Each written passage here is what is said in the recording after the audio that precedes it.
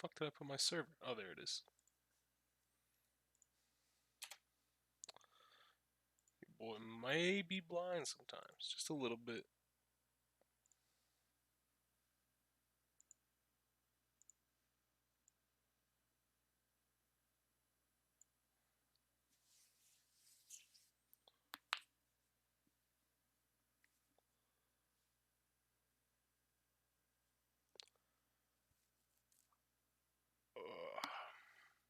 Let it run for just a second. Wait for people to get in here.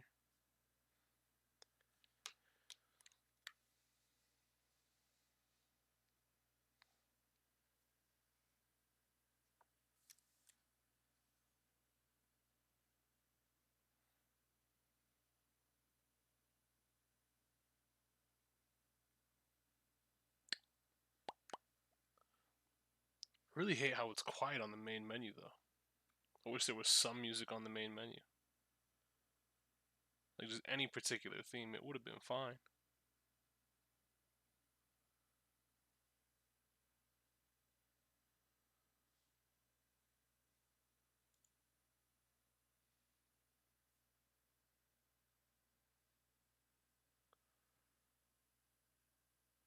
Alright, but fuck it. Let's get into it.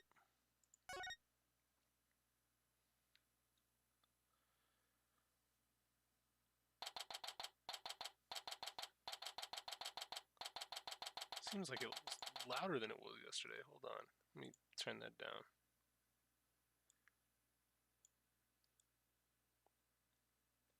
Bink. This should be good, though. And hold on, I need to change some stuff in the actual...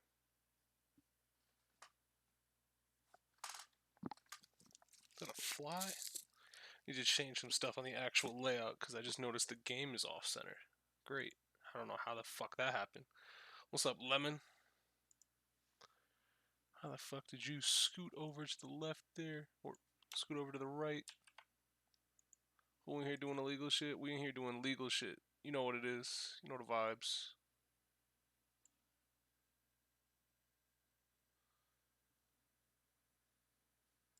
See, I hate it because on the actual window itself, it looks like it's small. And I can't tell where these fucking lines are.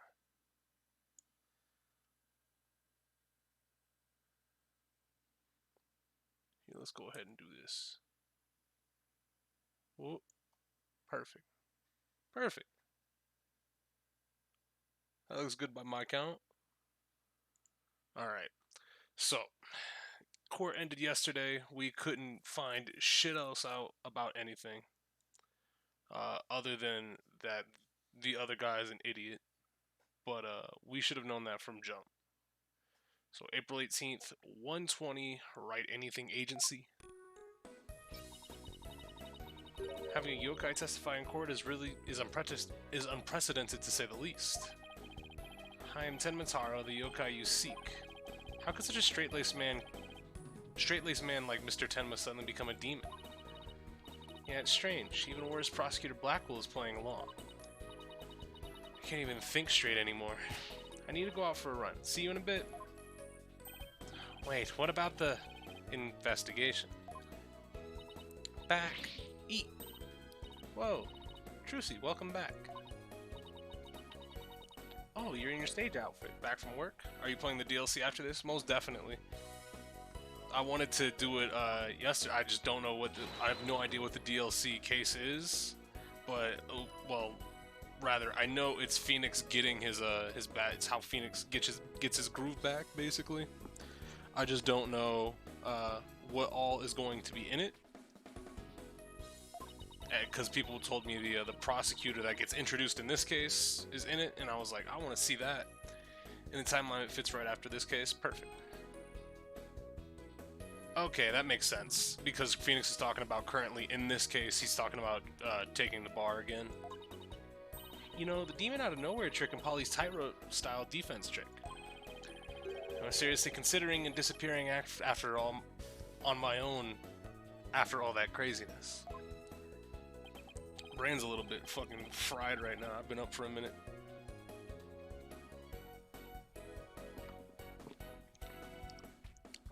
Ah, that was a big piece of ice. I shouldn't have bit down on that. Ah. Anyway, our next trick is to find a suspect other than the mayor. I know the killer must have used the air duct in their escape. And whoever did that was the Tenmataro that Mr. Filch and Jinxie saw. Right. Maybe there's some evidence in the air duct. The real fight starts now. Hey, before you go, let me make the evidence you no longer need disappear. 3, 2, 1, ta-da! If you remember correctly, there's a well-hidden ladder convo in this case. I'll be on the lookout for ladders then. That's what I'm getting from that. The necessary evidence has disappeared into Trucy's magic panties. I wonder where all that stuff goes. Okay, let's go over to the scene of the crime. Vamonos, Apollo, vamonos. Also, I like how they dodge the bullet of saying exactly where Athena went to in Europe just by having her speak multiple different languages. There's no ladder to be seen, hence why it's well hidden. Detective Wright, mind if we search the air duct? Well, since you really are on the side of justice, I suppose I can let you. Why is he doing the finger thing? Why? Plus, my own sense of justice has been called into doubt, so... I wonder if he's been like that ever since the trial. Well, his sense of justice has been beaten to a pulp. It'll probably take a while for him to recover. I sort of feel bad for him, but we have work to do. Let's go get the evidence we need. The air duct is the key. We know the Tenmataro impersonator used it to make an escape, not an entrance. My god. It's examining the air vent in this room, I think, but I don't remember which part. Probably the one up in the ceiling. After murdering the alderman, the killer left the fox chamber through the hallway door. Then, after locking the door from the outside, the killer entered the air duct in the hallway. Oh yeah, it's the one in the ceiling in this room? Yeah, because it would only make sense for like, oh, you'd need a ladder to get up there, or a step ladder. Finally, the killer dropped the key into the fox chamber through the air vent here. Then went back through the air duct and fled the manor. I don't remember if it's available now or later in the case. Well, we'll find out in just a second, obviously. That's how the illusion of no one entering or leaving the locked room was created. If the killer passed through the air duct, maybe we'll find some evidence there. Yeah, maybe some black feathers or something like that. Well, here's our vent. It's awfully high up. Don't worry, I brought a stepladder. Happy hunting. So she knows. She knows the difference. How nice of her to volunteer me for the job.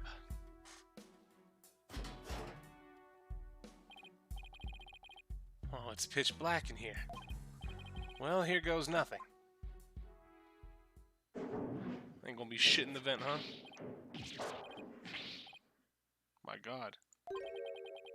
There's a thick layer of dust in here.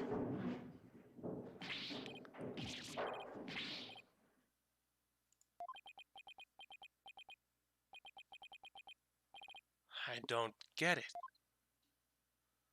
What happened, Apollo? What'd you do? Find anything? Yikes, Apollo, what happened? You're covered in dust. Yeah, dust. Lots of dust. So, what'd you find? You know how dust collects on something when nobody uses it for a long time? Yeah, like Mr. Wright's desk back at the office. Right. You think it'd be possible to crawl over that sort of dust without leaving a trail? I seriously doubt it. Wait, you're not suggesting no one's gone through that duct lately? What's up, Enrage? Kinda looks that way. And if it's true, Mayor Tenma is gonna be fingered as the killer. But if we don't turn things around quickly, in justice we trust! Sorry, Mr. Justice, but it seems your justice was not the most just after all. It is my sense of justice that has prevailed. Okay. Why'd they have to introduce me to this guy? What happened? Why can't I just have Gumshoe? What's wrong with Gumshoe? Gumshoe's sick. Why not Gumshoe? What's the problem here? Detective Fulbright sure seems chipper all of a sudden. And I'm back to my old devastated self. Aw, come on, where's that never say die attitude? Bring it on, Mr. Lawyer Man, bring it on.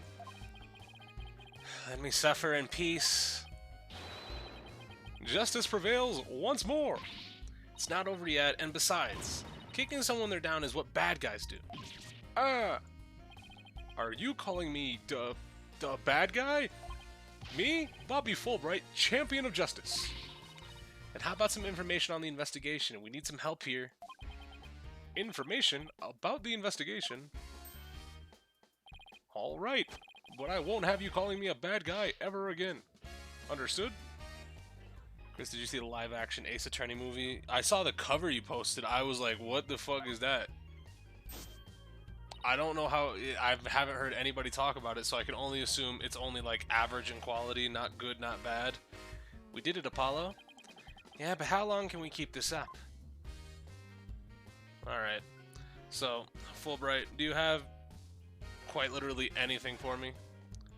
The investigation? I can't believe Prosecutor Blackwell would stoop that low. I mean, to pinning the blame on a yokai, he really wants a conviction at all costs. She could give a yokai a run for its money when she's mad. What's up, Sosa? The worst part is it actually seems to have, like, set between 6 and 7 out of 10 mostly. Ooh. Yes, well, I have him writing a self-reflective essay as we speak. Yeah, you got the shot collar on that nigga. I doubt that'll teach him anything. Yeah, he's probably just writing "daughter" 1,000 times. That whole yokai business is most likely a play to win a conviction. Truth is, Prosecutor Blackwell believes Jinxie Tenma planted that yokai stuff. Planted it in an effort to protect her father, the real killer. Yeah, right, I'd like to see him prove it. Whoa, calm down. He doesn't have any direct evidence, but we did find this. What's going on, Ben? First rage quit in verses? Poggers. It was at the base of the cliff just outside QB Manor. Wait, that isn't the staff Tenma Taro was supposedly carrying, was it? The one and only. Miss Tenma no doubt tossed it over the cliff when she was done. No way. Well, what about Prince? Nope, no Prince, but if she was wearing a costume, there wouldn't be any anyway. Well, Prince or no Prince, it's not going to work in our favor. Sounds like the staff might have belonged to the mansion. But if that's the case... then where in the mansion did Tenma Taro get it from? It looked much more janky. Ugh. This Gran ran away after I duffed him with Soras. Yeah, Grans will run away if they don't have pressure. Did Prosecutor Black will figure out the victim was the Amazing Ninetales? He did indeed. He's a sharp one, all right. He figured it out while investigating the municipal merger and the victim's past. The Amazing Ninetales sparked the yokai craze and worked against the merger. And Mayor Damien Tenma is the corrupt politician who murdered that great hero. The Amazing Ninetales fans are so angry they even tried to storm the detention center. I don't blame them. I mean, their favorite masked wrestling hero was murdered. They must have been shocked when they found out what happened. Speaking of which, isn't Jinxie also a fan of the Amazing Ninetales? Yeah, she was. She was saying that she liked that nigga.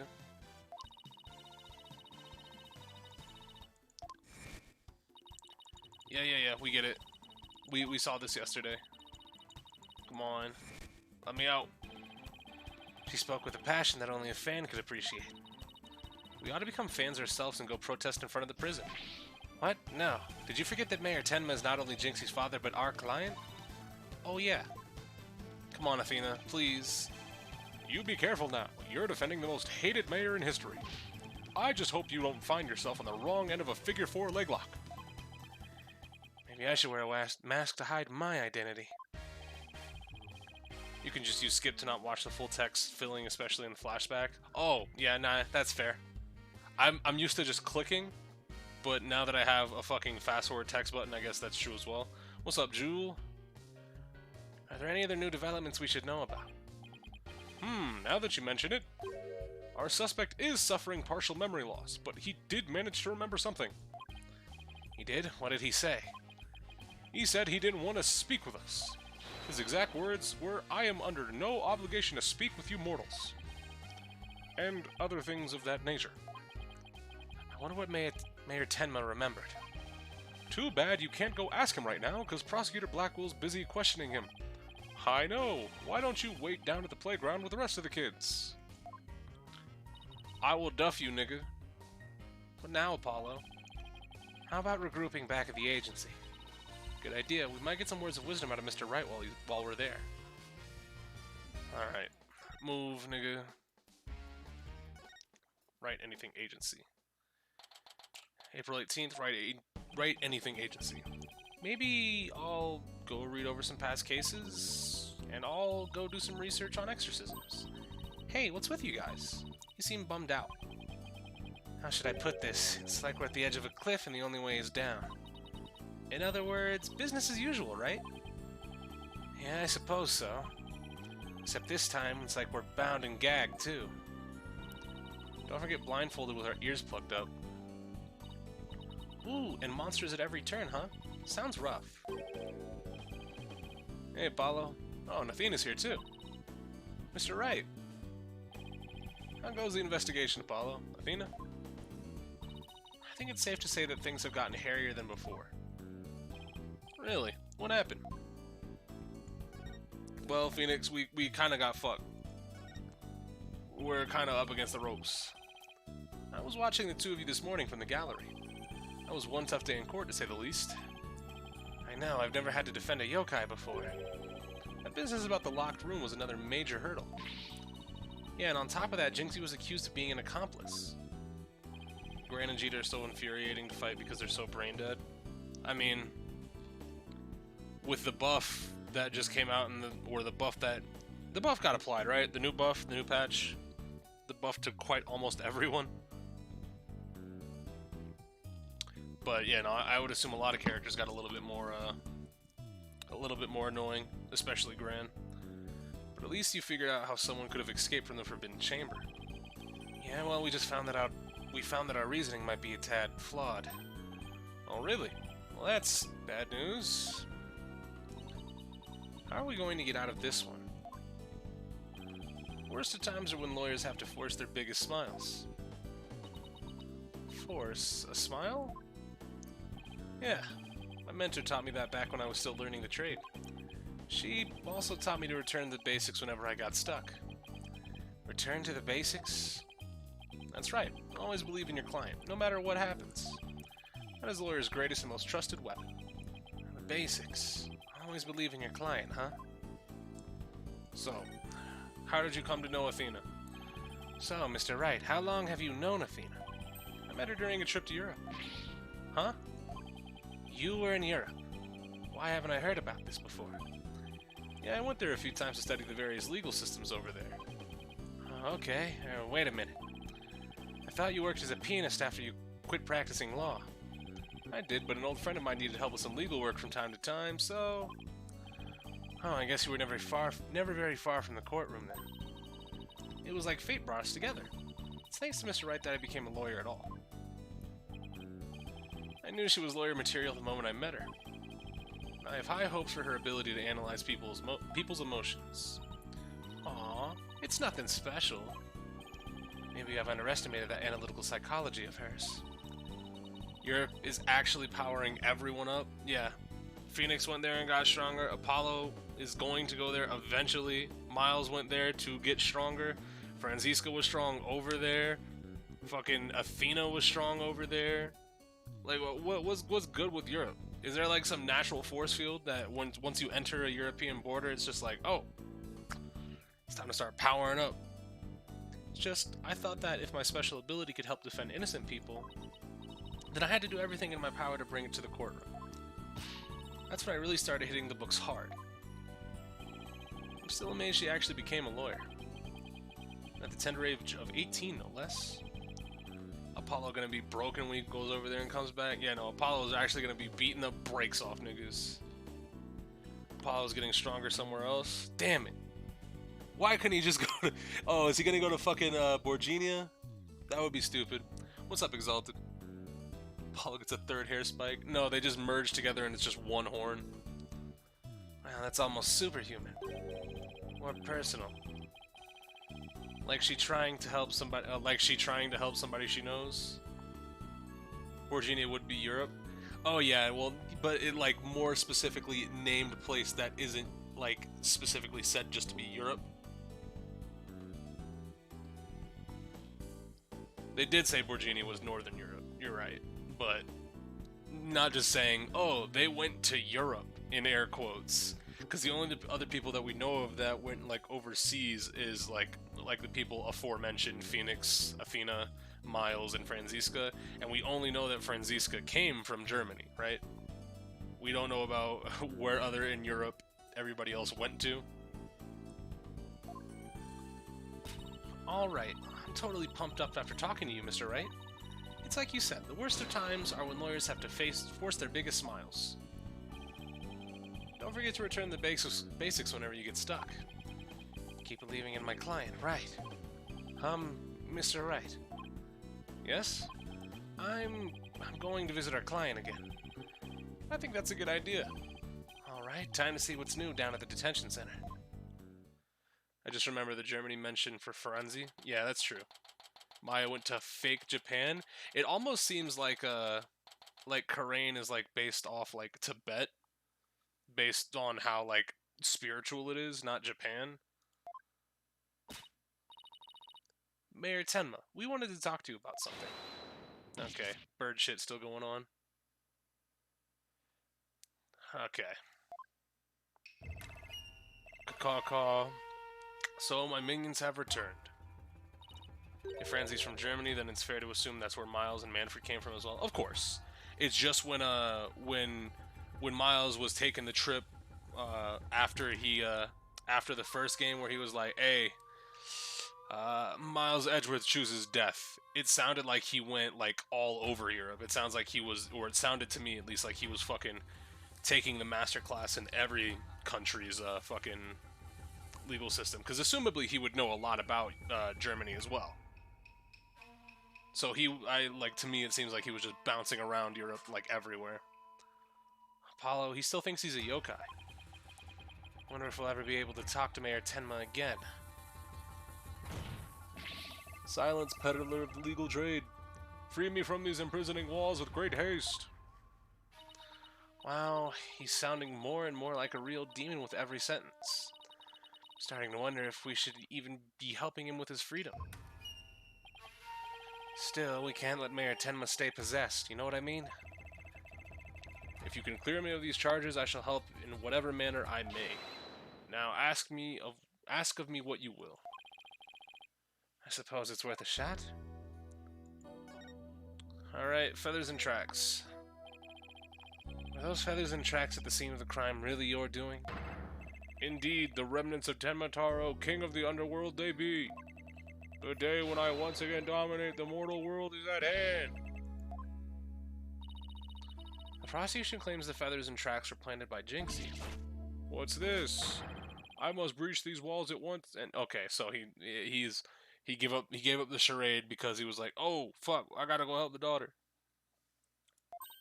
Huh? Mayor Tenma, is that you?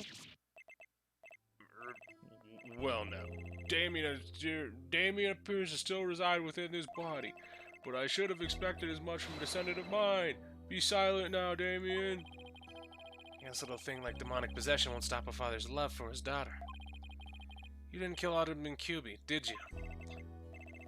I have killed no one. The remnants of my presence have been misconstrued. The murderer is not I.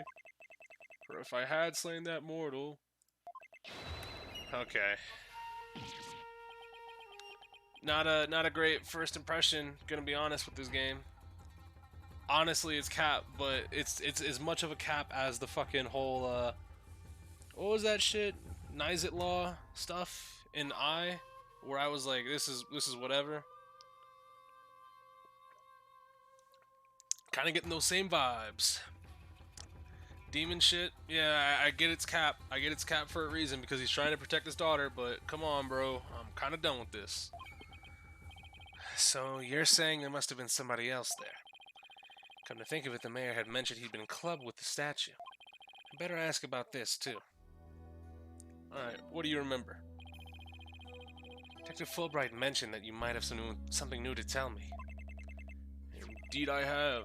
I regurgitated this key but a short while ago. Behold the key to the Forbidden Chamber! Wow, is regurgitation one of your demonic powers too? Bah! I do not waste my powers on such parlor tricks. Take the key from the killer to Damien, whereupon he swallowed it. No, he just probably stuffed it in his fucking jacket. He sought to bar the killer entry to the Forbidden Chamber. So, he wanted to keep it shut tight. But no fingerprints you shall find upon that key. How do you know that? Wait, is that another of your demonic powers then? Foolish mortal, you would have me, Tenmataro, act as some asinine alchemist? I but asked the jailer and my will was done. Quite eagerly, I must add. Always an honor to serve your malevolence. The guard's been fooled too. That's pretty sick. Guess I'm not the only one he scares the living daylights out of. Can we ask how you use this key? We couldn't find a keyhole in or around the door. Curse that infernal door. But if I had known its manner of opening, long, long ago would I have made my return. He has a point there. Maybe Jinxie knows something about how the whole thing works. Forbidden Chamber key added to the court record. Key the mayor took from the killer and swallowed. No fingerprints could be lifted from it. So that matches up with the staff, if no fingerprints could be found on it either. But let's go ahead and let's go see if we can talk to Jinxie. Also, one thing I'm noticing that's also really nice is that because they list everything on like the bottom screen here, I don't have to, like, for example, I don't have to travel to Yokai Lane and then to the garden and then to the foyer of the manor and then up to the crime scene. Air vent when you get back, I think. Alright, I assume we'll be going there pretty soon then, right? Alright. So... Wait, what? She's not here? She's in the garden? Nope. She's not at the crime scene either. Did I miss something? Could I present something to him? Oh, Apollo did say I wanted to talk to him about the statue, so yeah. That makes sense. I did miss something. I don't have to travel to Yokai Lane, then to Manor, etc. Yeah. Of course, well no, because I was trying to figure out where the... You know what I was trying to do. Come on. Come on. What is that, I might ask? The statue was found at the scene. Someone hit Mayor Tenma over the head with it. It had been wrapped in a large cloth before the alderman's murder. Let me see whether Damien knows about such a thing. Yes. Something wrapped in such a cloth he does recall. A secret gift from Alderman QB, it would seem. Check your notes in the court record now if you forget what to do. Will it say, like... Oh, yeah, I completely... Like, because it made it clear that like, it was this, like, a to-do list, but... This is really good. Hey! And it also tells you exactly what you need to do, so it's got, like, the little fucking present symbol. This is... The minor quality of life changes in this are so nice. Like, from, like, the dialogue log to the to not having to travel everywhere, from having your notes telling you exactly what you need to do. Like, this is really good. He, however, had not a chance to see it till now, for the cloth did conceal it. Maybe the cloth fell off or was removed after the mayor was struck. Of that Damien does not know.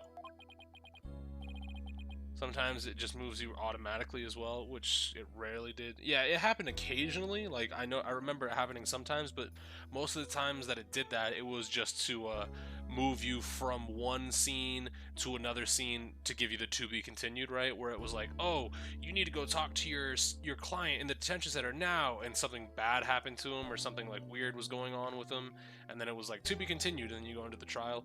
So yeah, it's real nice. A secret gift. Interesting. Maybe Jinxie knows something about it. I should question him about the blackmail letter, too. Let's see what he says when I show it to him. Alright, that's the statement. Here's the blackmail letter. Why this? That accursed blackmail letter that was sent to Damien. Apparently somebody slipped it into the alderman's pocket. We believe someone, probably the killer, stole it from Mayor Tenma's briefcase. You wouldn't happen to know anything about that, would you? You have questions, do you? Very well. Ask away, mortal. Alright, blackmail letter. Who placed this in the alderman's pocket? Very few who knew the letter was in Damien's briefcase. So, whoever knew about the blackmail letter being in the mayor's briefcase is a potential suspect in its theft and placement in the alderman's pocket. Could it have been his doing? Mr. Taro, did you just remember something? Indeed I did. There was but one other who knew of that letter, Damien's aide, Florent LaBelle. Full knowledge of that briefcase's contents did that aide possess. He may be the blackmailer and the murderer we're looking for. That is preposterous. He's a most trusted advisor. He would never betray Damien. Seems like Mayor Tenma is a bit too trusting of those around him. Still, this is huge. Now we know who might have slipped that blackmail letter into the alderman's pocket. Got Florent LaBelle. Here comes justice. Bro, what's with that fucking profile shot? Why are his lips like that? Let's go find Mr. LaBelle and rake him over the coals. Thanks for the help. You've just given us a major lead. Blackmail letter updated. It's highly likely that it was LaBelle. Okay. I'm glad, like, that's pretty cool. I hate that guy from looks alone. Yeah. There's still something that bothers me. If Mr. LaBelle is the killer, Jafar and Nappa were trusted advisors too? Yeah. Trusted advisors are usually the ones that are going to end up getting you killed. Wait, why Nappa? Nappa didn't do nothing. Nappa got killed. No, we're gonna leave Nappa alone. What could have motivated him to open the Forbidden Chamber?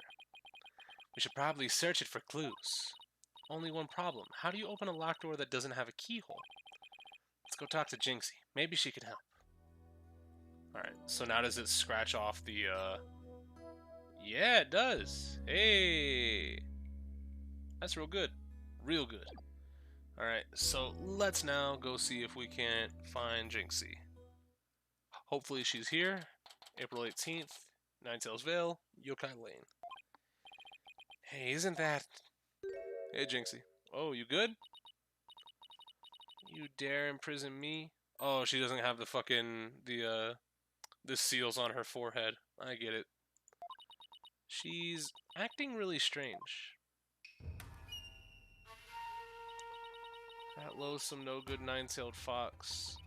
You shall know the terror that is mine and despair. You shall pay. Oh, you shall pay dearly. All of you. Jinxie, are you alright? Why? Oh, is that you, Mr. Demon Lawyer? Morning, Jinxie. Morning. Isn't it already past noon? And what am I doing here? Last I remember, I laid down to take a nap back at the manor.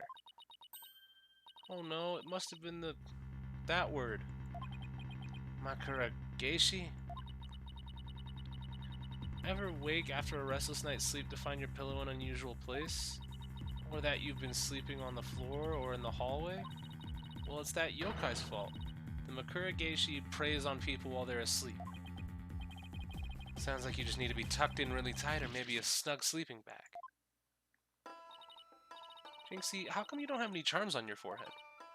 I don't? Oh, they must have fallen off. Without them, evil things can creep into me. I say we had more of an adequate demonstration of that just now. I'd better reapply them. There they go. Jinxie, there's something we wanted to ask you. There was something I wanted to tell you, too. I remembered something else. You did? What was it? So, what'd you remember? Jinxie, can you tell us what you remembered? Well, after the trial, I remembered lots of stuff. But there was one thing I thought was really weird. I'm almost afraid to ask, but here goes. Really? What? It's about the yokai feathers and tracks. They weren't there when I first opened the door. Wait, what? Are you sure? Uh-huh. My memory's crystal clear now. So you're saying they were left at the crime scene after you found it? This could spell major trouble, Apollo. Why? Because Jinxie's already accused of leaving the feathers and tracks at the scene. If they weren't there when she discovered the crime scene, it will totally fuel the claim that she fabricated the evidence later on. Jinxie's fuzzy memory of the whole incident is really working against us. The prosecution will probably say she doesn't remember planning the evidence. Good luck rebutting that. Oh man, this is not good. I sure hope she didn't plant the evidence while she was sleepwalking or something. Alright, Forbidden Chamber. Jinx, you wouldn't happen to know how to open the chamber, or the Forbidden Chamber, would you? The door doesn't even have a keyhole. Well, it's supposed to have a secret mechanism. They say you have to figure it out before the keyhole will appear. Secret mechanism? Really? Uh-huh. It's hidden in the Fox Chamber. But only Alderman QB knew what it was and how it worked. The Alderman of Ninetails Vale sure loved his secrets. Apollo, let's go see if we can find that secret mechanism. Well, slow down. There's something else I need to ask about. Jinxie, is there only one key to the Forbidden Chamber? Uh-huh. Even the Manor's Master Key wouldn't open it. That's because it's a very special room that must never be opened. Guess that means nobody entered the Forbidden Chamber after the murder. After all, we know Mayor Tenma took the key from the killer and swallowed it, so... Well, that's just what he said to you. We don't really know if he swallowed it or not, but go off okay, Apollo, I get you. So, the mayor's efforts to keep the killer out of the Forbidden Chamber were not in vain. Forbidden Chamber key updated in the court record. It's only one of its kind. Alright.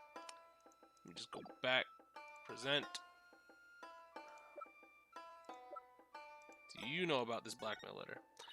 Oh yeah, by the way, the reason they talked about her not seeing Tematara in the chamber yesterday because she went in there, she wanted to call the police and then met it on the way back. Yeah, of course.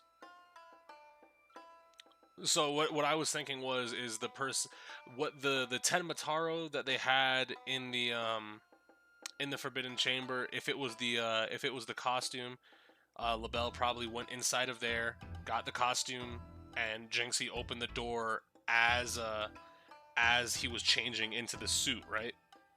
And then when he came out of the chamber, obviously he didn't see Jinxie, or else if he saw her discovering the crime scene, he probably would have fucking bopped her on the head with a cane or the staff, whatever it is. So because he didn't do any of that, he didn't see Jinxie or discover the scene, and Jinxie didn't see him, you know, at the murder scene, so she couldn't really know. She only saw him in the hallway first. That made sense to me. What's this? Asuko Mogami? That makes sense. I just mean that the question, why didn't she see it in the chamber, was a valid question. Yeah, of course. There could have been like a whole bunch of explanations, but I figured hiding in the Forbidden Chamber was probably the most obvious. Again, there was a lot of thinking that I did after the end of the stream yesterday. But we'll talk more about some of that stuff as we get there. As it comes up. A yokai that inhabits objects that have been used for a really long time. Red Demon and Asuko Mogami? What a strange combination. Is everything to her some supernatural phenomenon? Alright, can you talk to me about it though? What? No? Okay, well do you know about the statue then?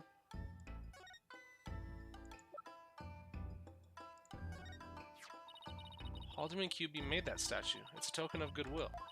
I think it was meant to be for Ninetails Vale and Tenma Town. A token of goodwill, but the two yokai are fighting. Fighting? Oh, I see what you mean. The cup portion is missing. There's a cup? This statue originally depicted the two yokai holding up a cup in celebration. But it sure doesn't look that way now, does it? Maybe it broke when it was used to hit Mayor Tenma on the head. That would explain it. I guess the only two people who knew what it really looked like were the Alderman and I. Now it's just me, but it's a symbol of goodwill. But it's but its symbol of goodwill will be forever etched into my mind. So it had a cup originally. Interesting. So that would lead credence to if you used it to beat somebody over the head with and it broke, you wouldn't know that it broke, so you just set it down like this. So, is there anything else we should know about Jinxie? No, that's about it. Bracelet. An old fuck-ass bird to harass me this time. Jinxie, you wouldn't happen to be... In justice we trust!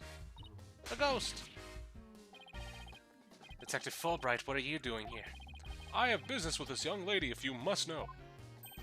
Prosecutor Blackwell has asked me to question her. Question me? Sorry, not interested. Are you here to ask about that whole yokai affair? That's right. Specifically, we want to ask... Ah, but I can't tell you that now, can I? Oh, come on, please. We're partners in justice, right? No. Prosecutor Blackwell specifically told me my questions were of the utmost justice. I will not fall for your lies. In justice we trust. I think my biggest problems with this game thus far is not liking the prosecutor or the detective. Yeah, I don't really know how to feel about Fulbright just yet, and obviously I made my statements very clear on Blackwell yesterday. Big fucking edgelord.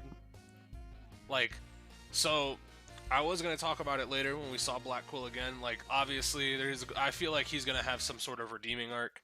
Because if Chief Prosecutor Miles Edgeworth let him out of prison to prosecute, it's very clear to me that that he's innocent of whatever murder he was convicted for. And because Athena seems to know him, and she was talking about getting people proven innocent, then it seems to me that that he's related to whatever Athena's trauma is. So he'll have a nice little come around arc in trying to help her overcome that trauma. So it's very clear that that his I don't know why is he putting on this edgy persona then? Did he put it on so he could be safe in prison? Because stop, you're out of prison. You can cut it out now. Nobody's gonna find out. Like, you can calm all that bullshit down, Chief. So, whatever the case, whatever that trauma was, whether it be Athena's, mom, sibling, friend, caretaker, whoever it was that was murdered that caused her to have that flashback, and I assume that was the incident that that Blackwell was convicted for. But like, I still don't like him right now. Like, he hasn't done anything interesting for me. His character, like, Edge doesn't get me to like your character. Like, oh, he's got a hawk. Oh, he broke his handcuffs. Oh, he's got a sword. Ooh, he's cool. Keep in mind that he's cool. So, you're not a ghost? Maybe some sort of urban troll, then? Now, come along, Miss Tenma. To the station with you. Really snatched that girl up. Crazy. He took her away. Missed my chance to see what she was lying about. So no bird interrupted me this time. This time it was a fucking detective. Great. Also, where the fuck did Emma go? Did Emma just decide she was gonna like sit this one out? Where is Emma Sky?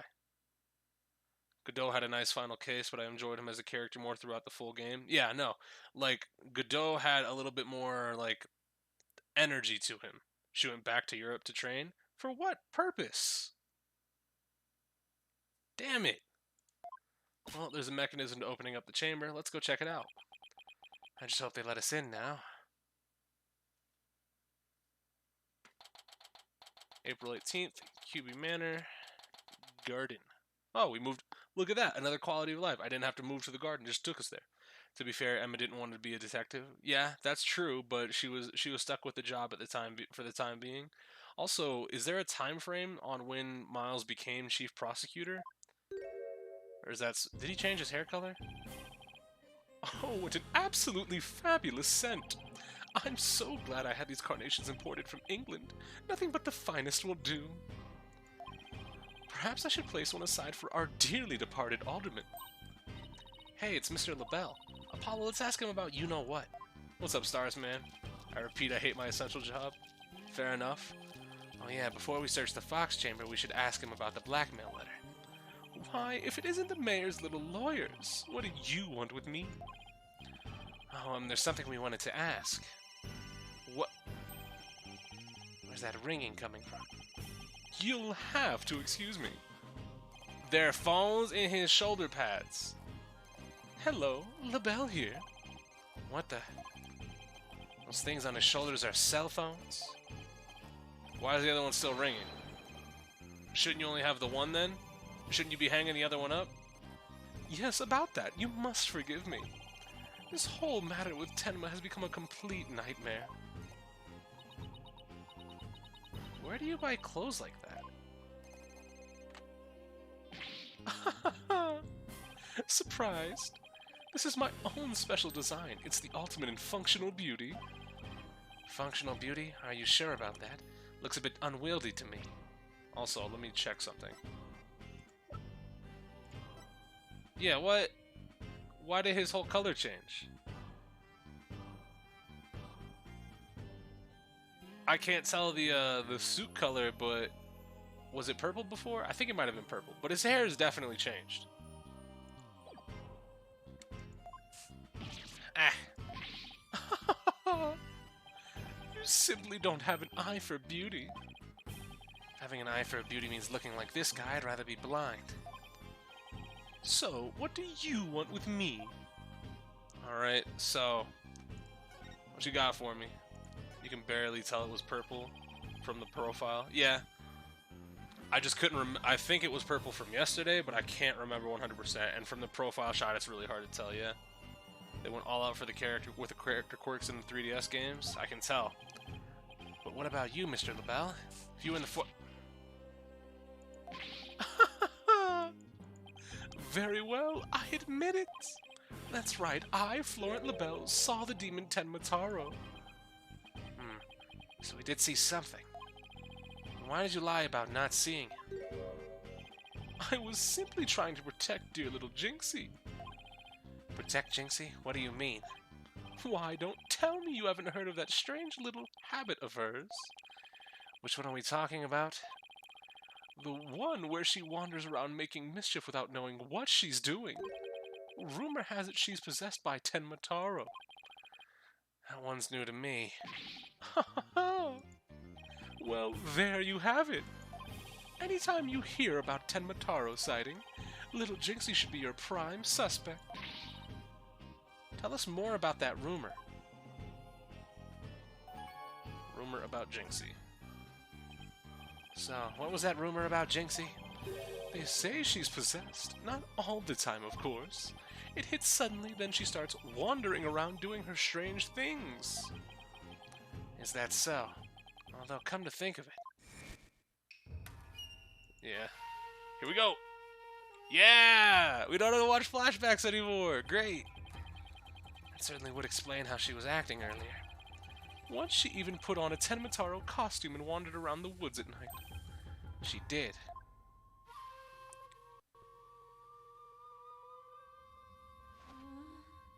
Anime niggas.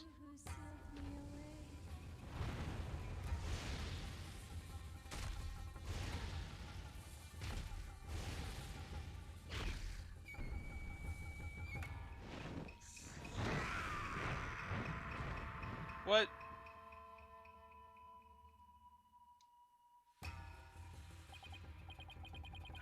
I wish I never asked.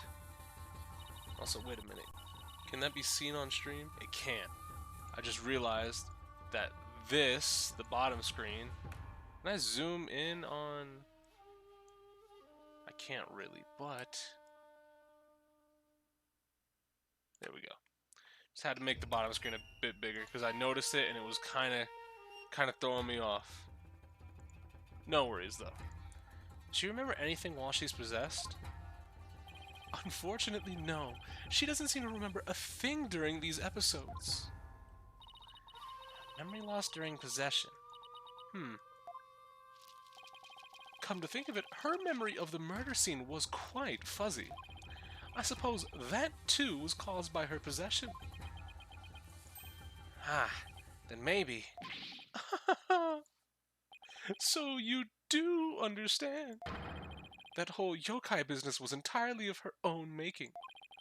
Now wait a minute. Although that yokai evidence wasn't there until after she discovered the crime scene.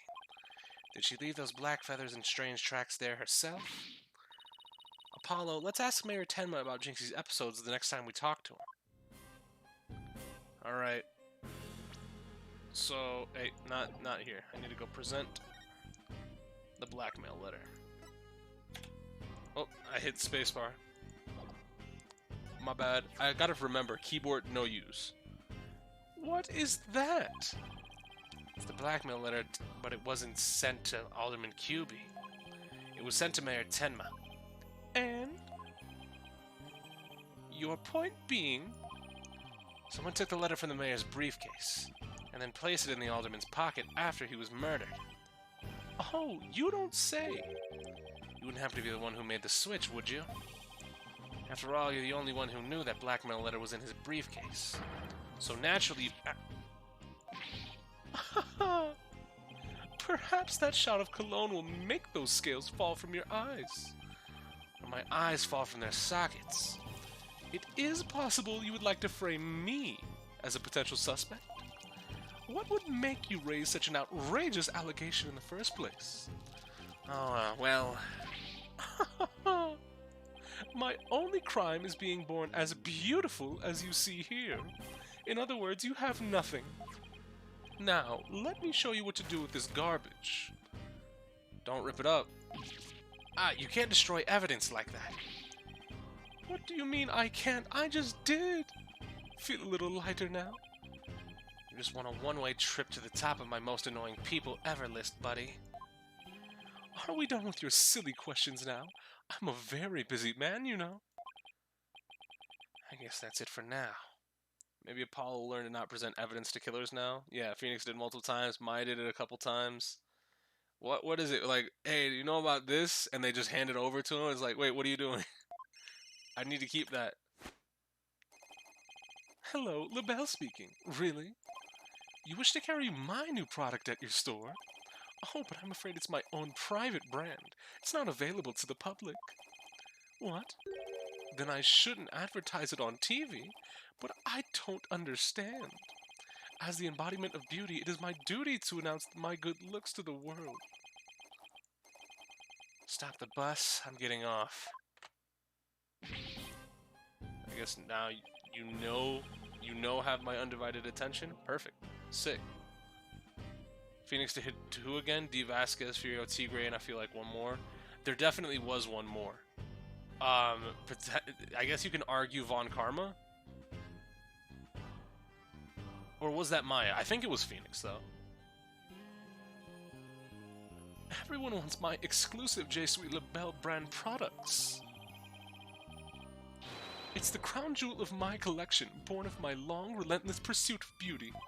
But now that it's become so popular, it's been an absolute nightmare. You don't say. Well, they can't have it. It's just for me. Also Red White? Yeah, that's true. Red White, Red White didn't take the evidence, though. He just kind of got his ass, like... Phoenix got punched. Let me not say he got his ass beat, because Phoenix definitely didn't get his ass beat. It's not meant for you peasants. Peasants? This is my latest product. I'm calling it Color Me LaBelle.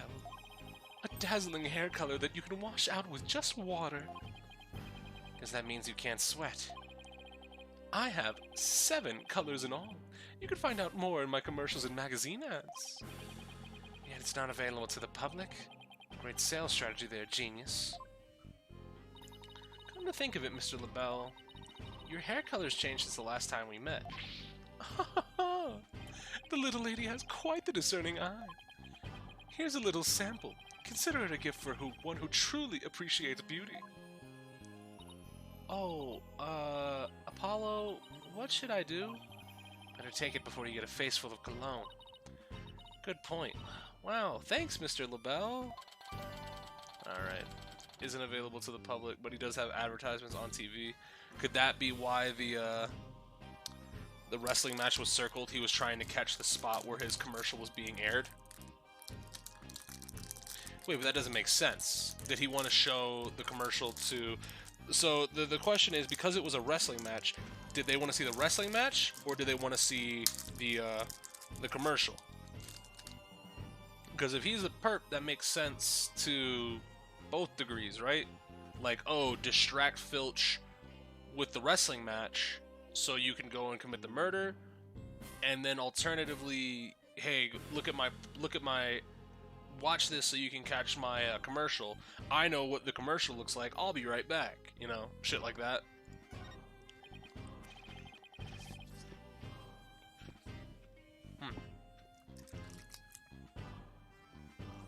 Oh, wow.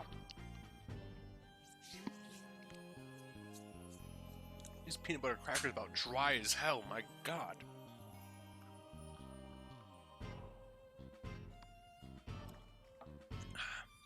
Okay, let's head over to the Fox Chamber. We still gotta find the secret mechanism for opening the Forbidden Chamber. Should I get the Final Fantasy VII Remake, by the way? I haven't played a Final Fantasy game. I mean, you can. I would say that if you want the whole Final Fantasy VII story, because Final Fantasy VII Remake is being split up into parts, like chapters. Peanut butter crackers are dangerous without beverages. Yeah, that's why I have my trusty cup of water always right next to me. But Final Fantasy VII Remake, it's the first part. It's still decently long. Like, don't take that as a oh, the game's really short and they're just making you buy all the parts. I've heard that the one that's out right now has a lot of stuff for you to do, so it's decently long, but it's not going to be the full story, right? So if you want, I'd say check it out. If you're more interested in getting the overall story and feel of the game, maybe check out, like, see if you can... I know you can get Final Fantasy VII on Steam, or maybe, like, play it through, like, an emulator or something. Yeah, might as well finish your other games. I would say that's also a good choice, too.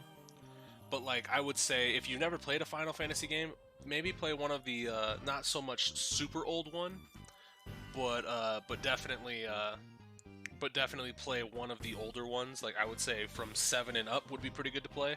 I think 6 is also really good.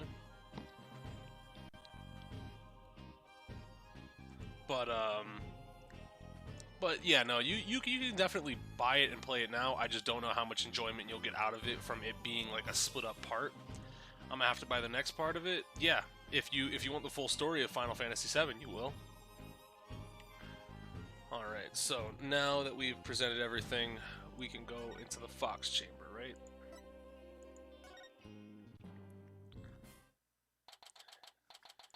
April 18th, QB Manor, Fox Chamber. Okay, let's find that secret mechanism for opening the Forbidden Chamber.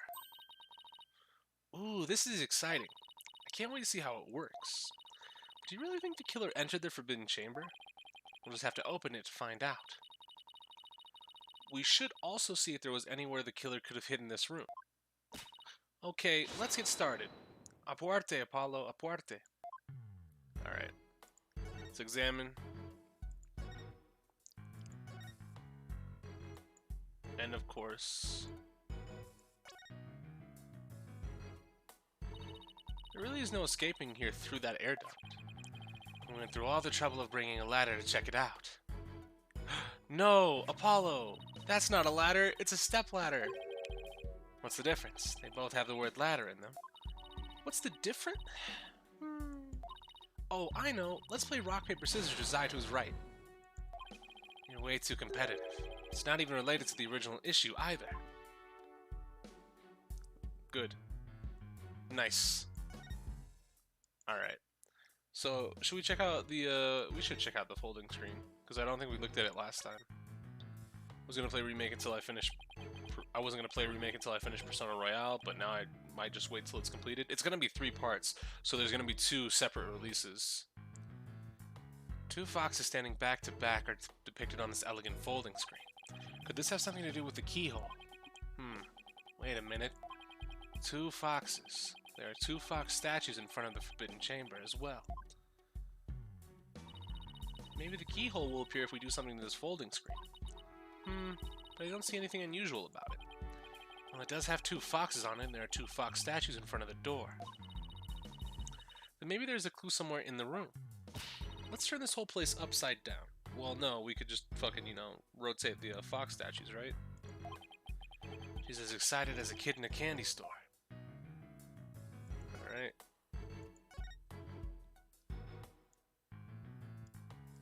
Examine. There's a carving of a nine-tailed fox over the door and statues on either side. The way those two statues are glaring, it's like they're guarding the door from us. Come to think of it, there are two foxes on the folding screen as well. It's become Kingdom Hearts all of a sudden. I mean, it's made by the same person. Hey, the statue moves. Don't get carried away now. I mean, who knows? It might trigger a trap. I can handle it. If a spear comes shooting my way, I'll snatch it out of the air. After all, I have the reflexes of a regular karate kid. I guess if you can catch something like that fast out of midair, you can accomplish anything. Still. Oh, you were talking about the keyhole being revealed in-game. I was like, I thought you were talking about Final Fantasy VII becoming Kingdom Hearts with sporadic releases. Maybe there's something around here that shows the position they should be in. Yeah, I wonder what that could have been. Can I move them now, or can I?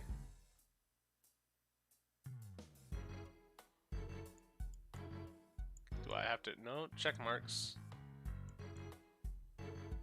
Do I examine this again? Still no keyhole, huh? Yeah, and the door won't budge, just like those spiky bangs of yours. Well, it takes some water, but I don't think that would work on the door. Oh, I know! I'll break it down with a body slam. I seriously doubt you could do that. How do you know if I haven't even tried? No, wait, don't. I'm gonna bust her ass. As much as you hate losing, Athena, I think the door would win this match.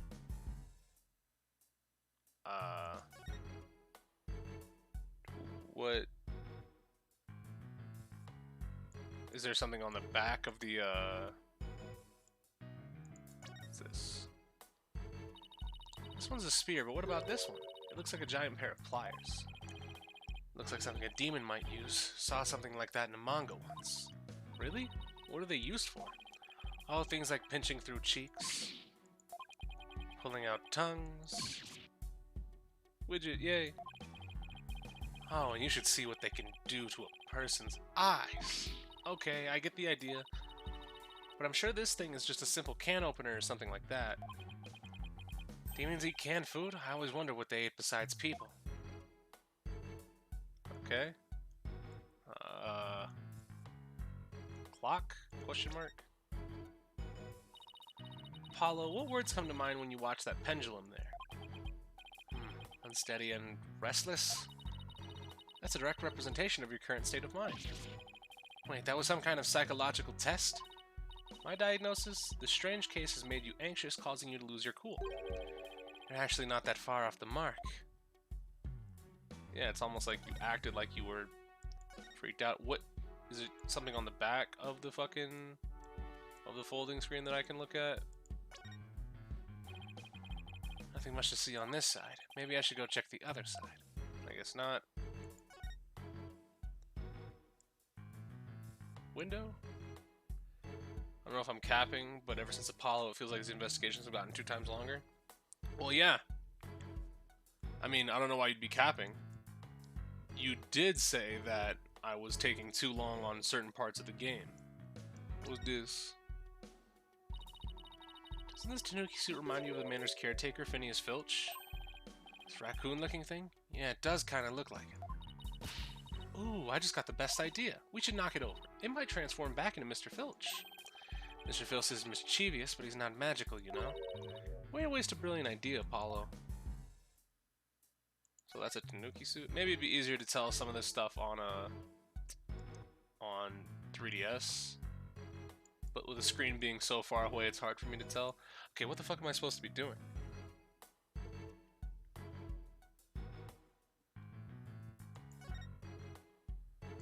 Got the folding screen, yeah. Yep. Yep. Okay, so what?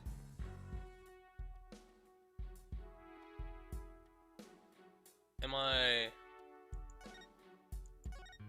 missing something? Return to the folding screen. Didn't check the table again. Maybe the killer hid under this table. It would be a terrible hiding place. The alderman's body would have been right above. Maybe you're right. Guess the underside is a bit... Wait, there's something under the table. Let's check it out.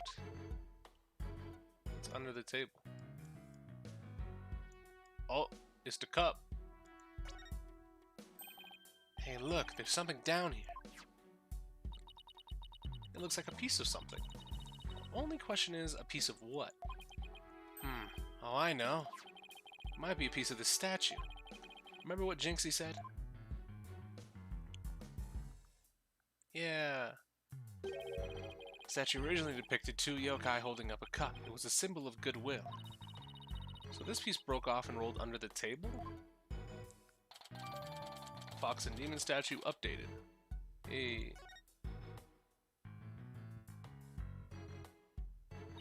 Well, I can't think of anywhere else to look. You find anything, Apollo? We'll never find the keyhole to the Forbidden Chamber at this rate. There's something about that folding screen. You know how those fox statues in the front of the Forbidden Chamber move? That screen might be a clue as to how we're supposed to position them or something. Hey, I bet you're right. Let's go over to that screen with a fine-tooth comb. So, what? So now I check it again? On closer inspection, I think there's more to the screen than meets the eye. Let's check every last inch of it. Tap and slide on the bottom screen to rotate the folding screen. You can also tap on something of interest to inspect it further. Did you check behind it? Paulo said there was nothing on the back side of it. Oh, okay. Wait.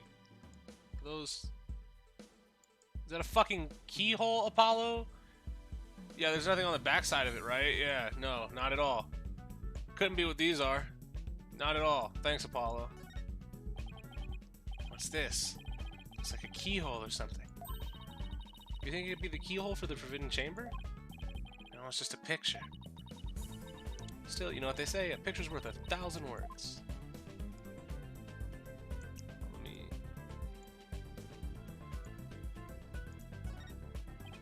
It's a picture of a key. That shape looks awfully familiar. Oh, I know. Shaped like the Forbidden Chamber's key. Wait. What about that keyhole drawn in the center of the screen? You think the two are related? A key and a keyhole? I just got an idea. If we folded the screen up just right, the key and the keyhole should overlap. Hey, I think you're right. Let's give it a try.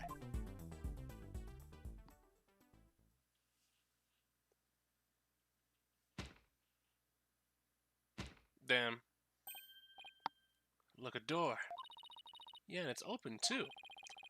Two foxes are now facing each other, so... Hey, what if we made those fox statues face each other? I don't know. How about we do the thing that Athena said? Apollo, let's go check out the two statues.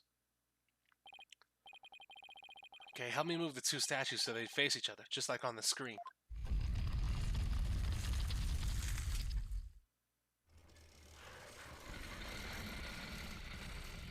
Keyhole. Look, a lock appeared. Now we can use that key. I just want to say, if it makes you feel any better, I like Black Quill. Damn. You don't have to try to console him like that. It worked. Time to see why this chamber is so forbidden. What secrets could it hold, I wonder?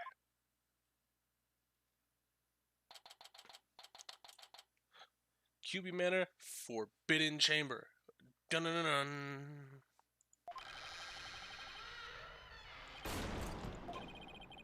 These doors need some serious oil. Ah, that was like nails on a chalkboard. Alright, forgot about those super good ears of yours. Ooh. Hey, hold on. Wait a minute. I don't know why, but I like his brand of edginess. It's okay. 4th grade. Tell me how your 5th grade like first day of school starts. It's probably got to be fun. Look, more feathers.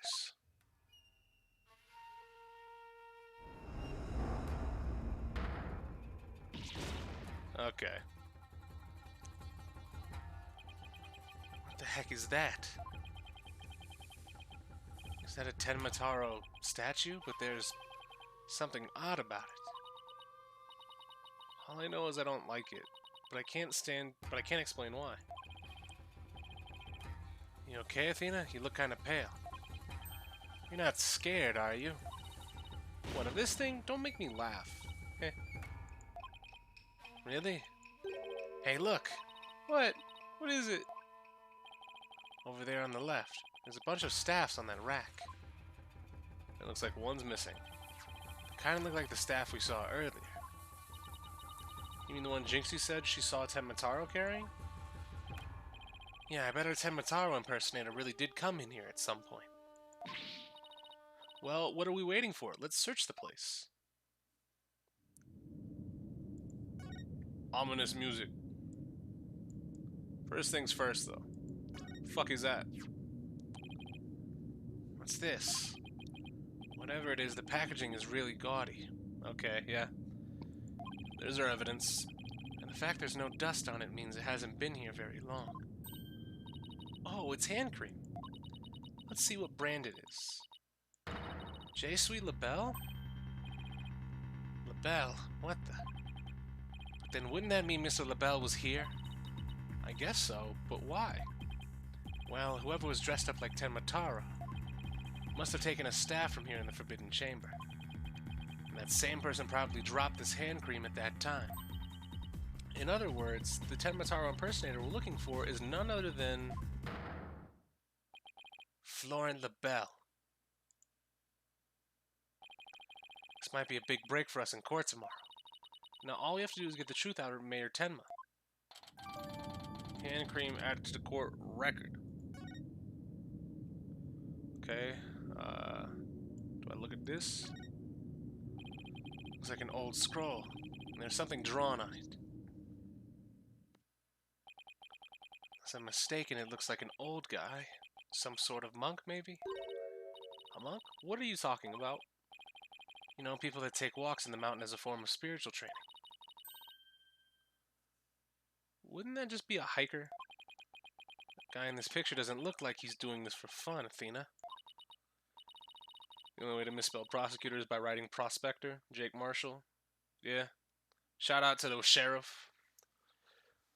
Oh look, there's some yellow thing strapped to his back.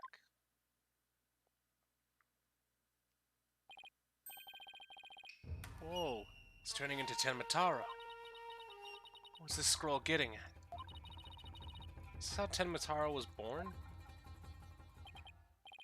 Well, whatever it is, it's definitely creepy. Alright. It's pretty neat. So, let's go ahead and look at the staffs. Yeah, there's a bunch of staves here. Oh, it's a little stave, not staff. Wait, why were they saying staff earlier then? Is Apollo a stickler on stave versus staff, like Phoenix is for ladder versus stepladder? That would be pretty cool. Nice little character quirk. Tenmataro Jinxie saw must have taken it. I'd have to agree. Those look like the one Detective Fulbright showed us. It's one staff, multiple staves. I've heard one thing just be called a stave before, too. I've heard of a singular stave.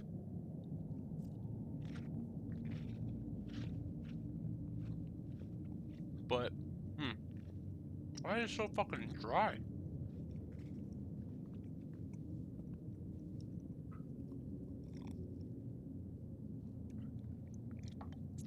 But I am pretty ignorant to that. English isn't your native language. Either way, I mean, you could be totally right.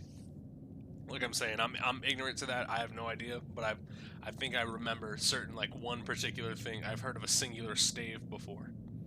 Primarily from fire. Well, let's look it up. We have the power of the internet at our disposal. Staff versus stave.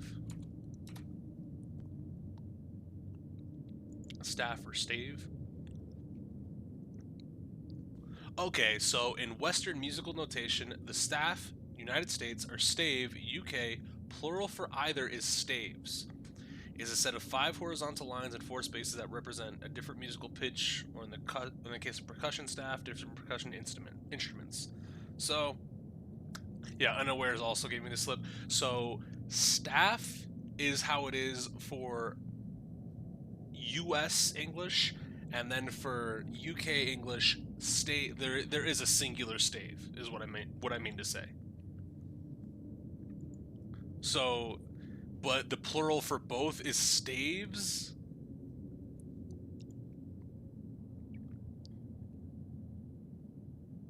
Apparently, stave has a lot of definitions too. Jesus Christ.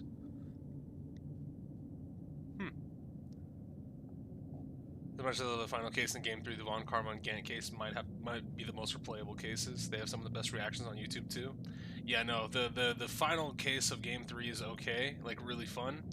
And I actually think I like the final case of Justice for All more than the final case of Trials and Tribulations, to be honest.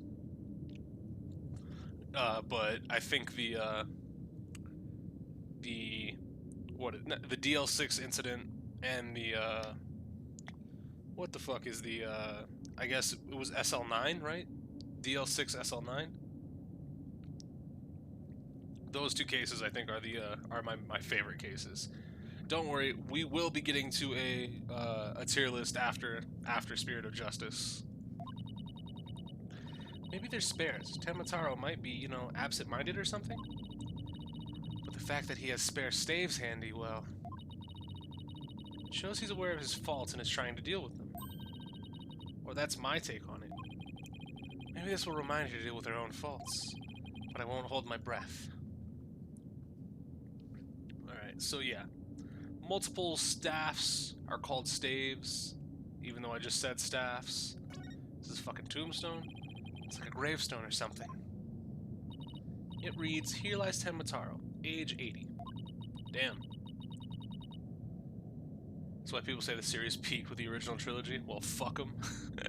I mean, the original trilogy was nice, but the I don't think there's a game that surpassed the first game for me. I think the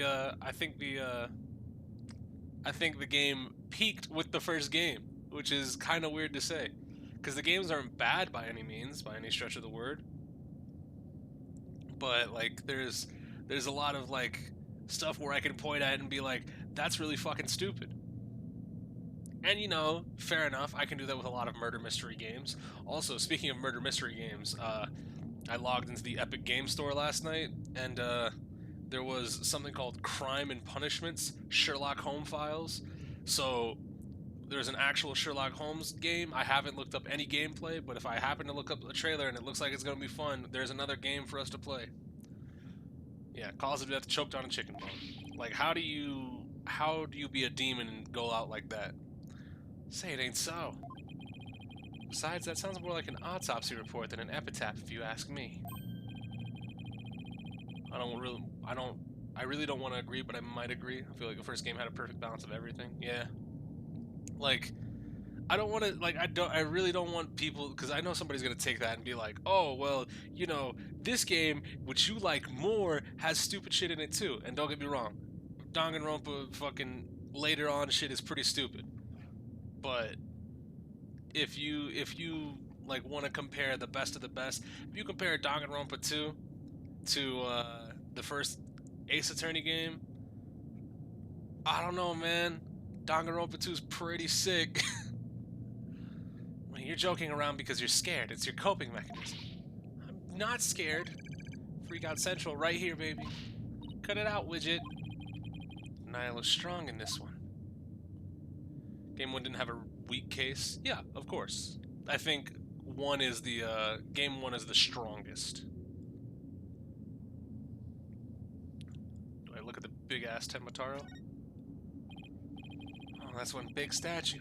Must be something like 15 feet tall. And look, this Tenmataro has a staff. But the Tenmataro in the scroll didn't have one. I wonder why. I feel like this could be significant, but why? There's a lot more in Danganronpa than Ace Attorney, to be fair. I mean, that's true, but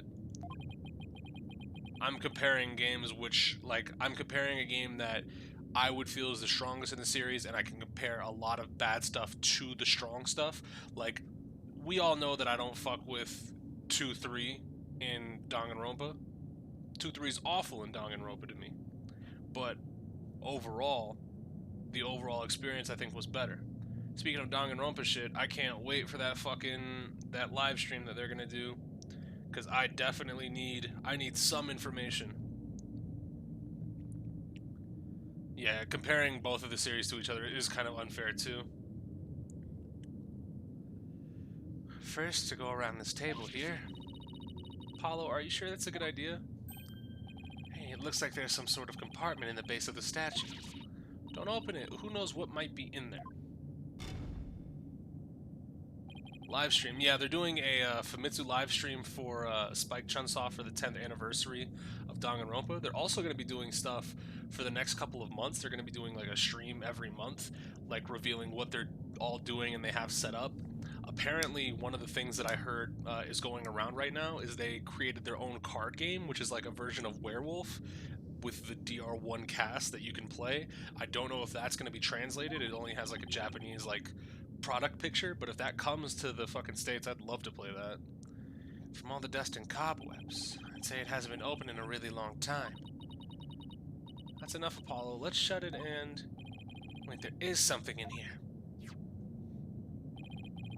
Looks like some sort of figure. But it's so dusty, I can't tell what it's supposed to be. Wonder what it's doing here. Figure that has been left inside the Tenmataro statue. A thick layer of dust and dirt suggested it's been there for some time. Interesting.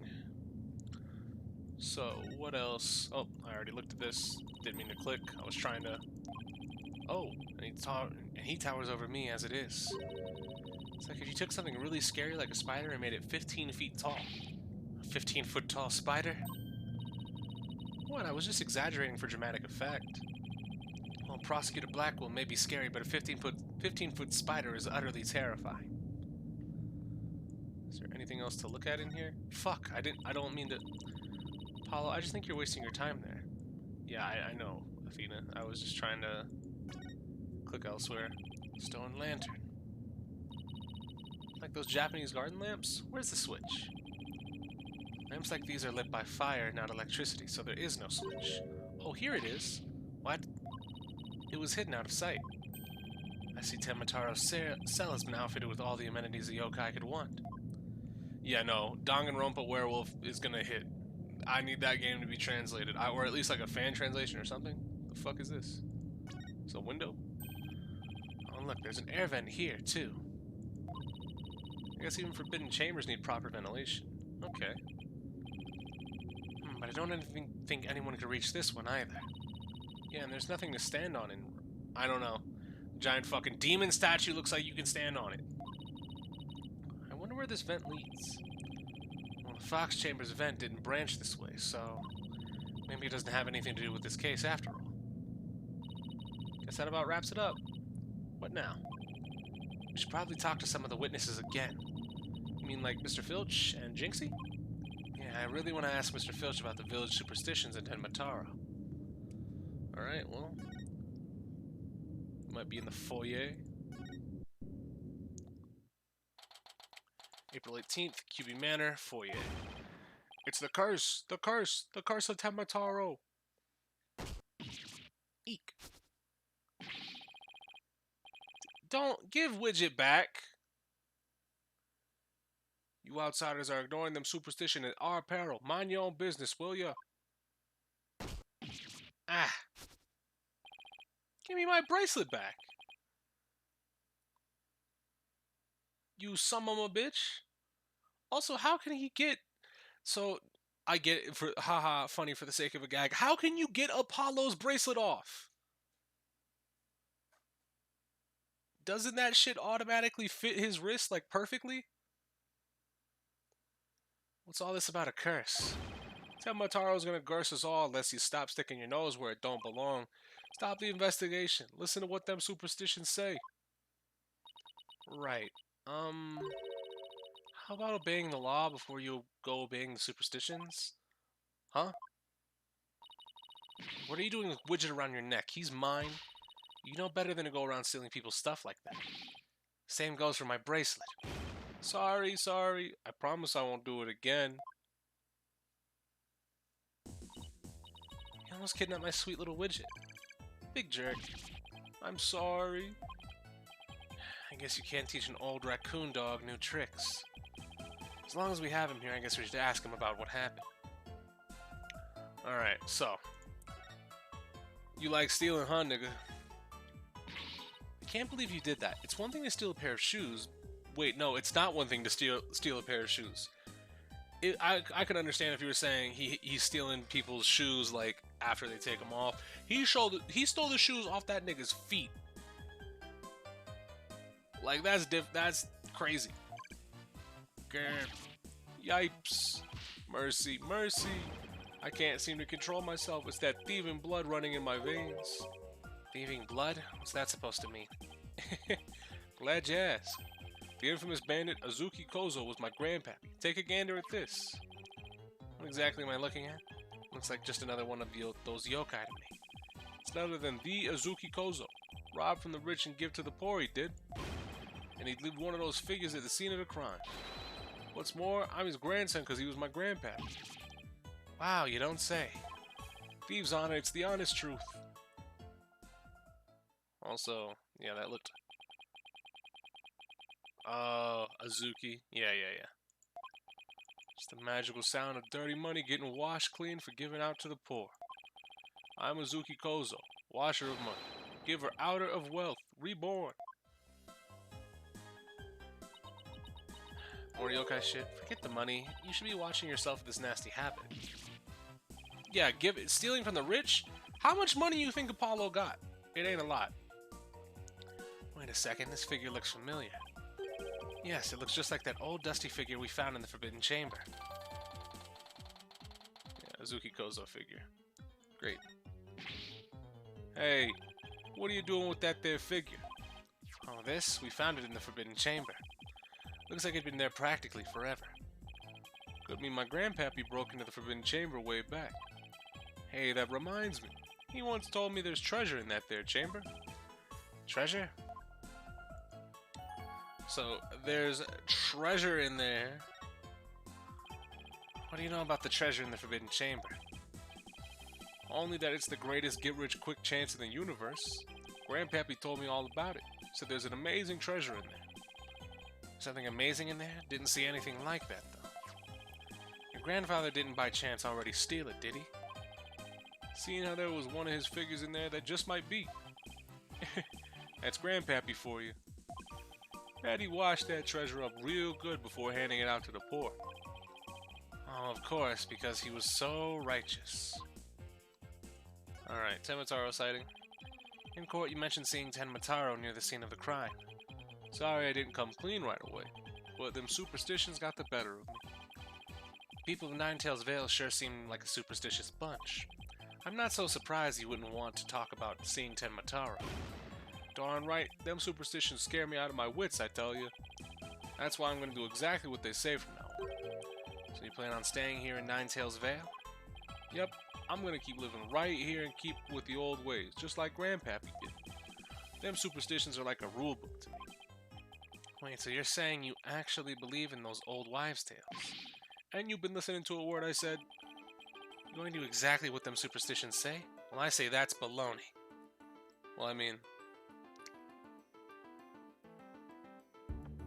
why would... Where's the thing that lists the superstitions? We got that, right? Was it the blue? Okay. Do not tell others if you see him.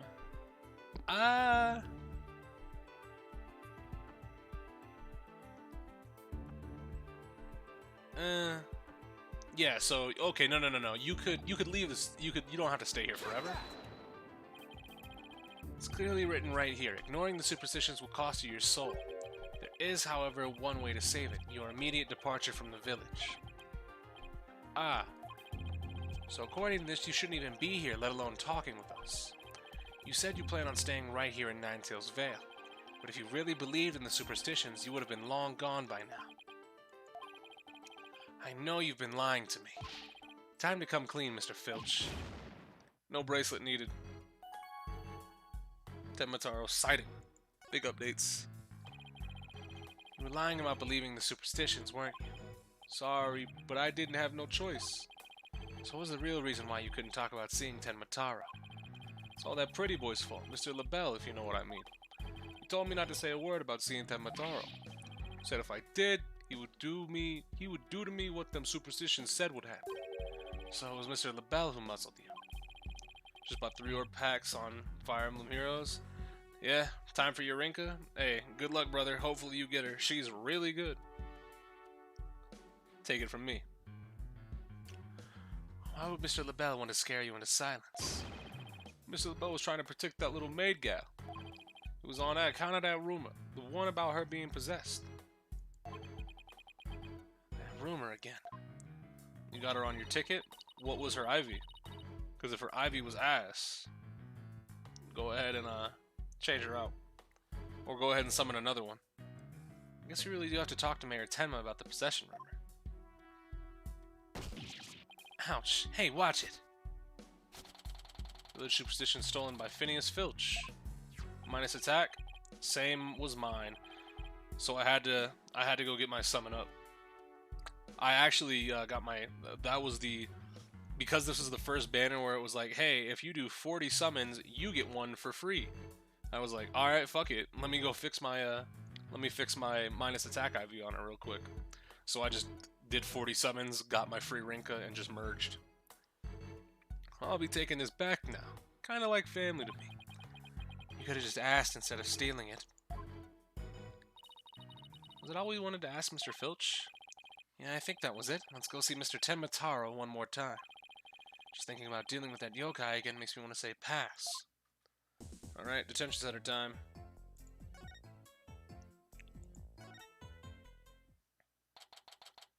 Also, one thing I noticed, like in addition to the court record having your notes where Apollo says he needs to go do this, this, and this, they'll usually say like what they want to do, like right before doing it. Like the little message at the end of that right there where it was like, hey, maybe we should go down and talk to the demon guy again. Oh, yeah, that would probably be pretty good. Let's go do that. It's like, yeah, okay, well, we're going to the detention center. Lord Tenma, your attorneys came to see you, your malevolence. He's got the seal back on. Why are you speaking like that? Oh, Mayor Tenma, you've returned. Yes, well, Jinxie came by earlier to apply a new charm to my head. It seems to be suppressing the demon within me. That's a relief. Maybe we'll actually get somewhere this time. So, what can I do for you today? We'd like to ask about the rumor that Jinxie is possessed. Ah. She allegedly left the yokai's evidence at the scene while under a demon's power. At least that's what the prosecution is going to claim at tomorrow's trial.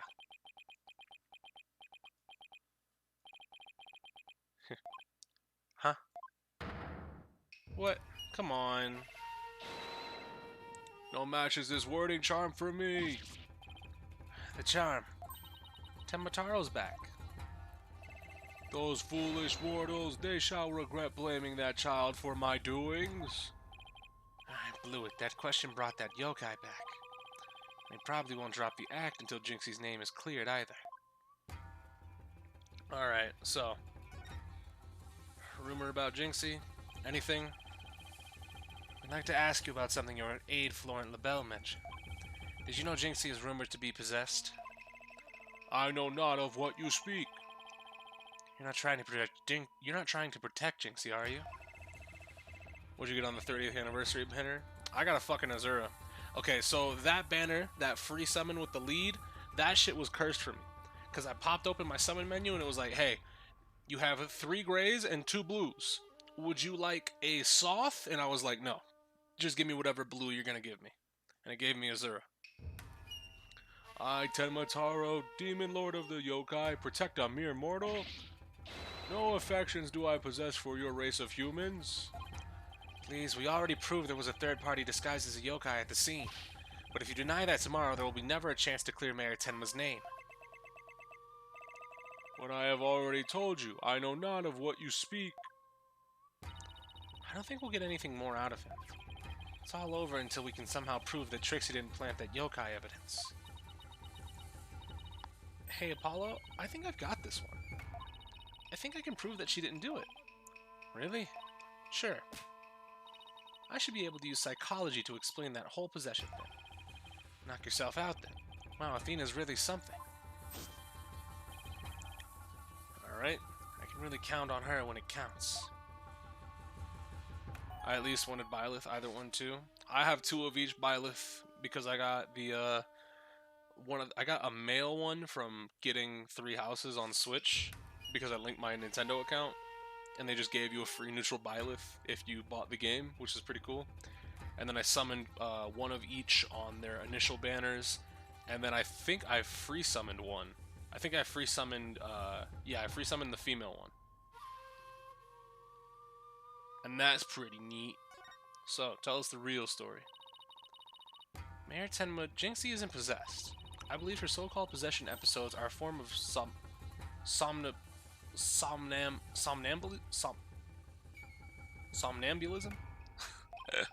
Somnambulism, you mean sleepwalking. Yes, I believe she is exhibiting a rare form of the disorder. It's usually brought on by repressed stress.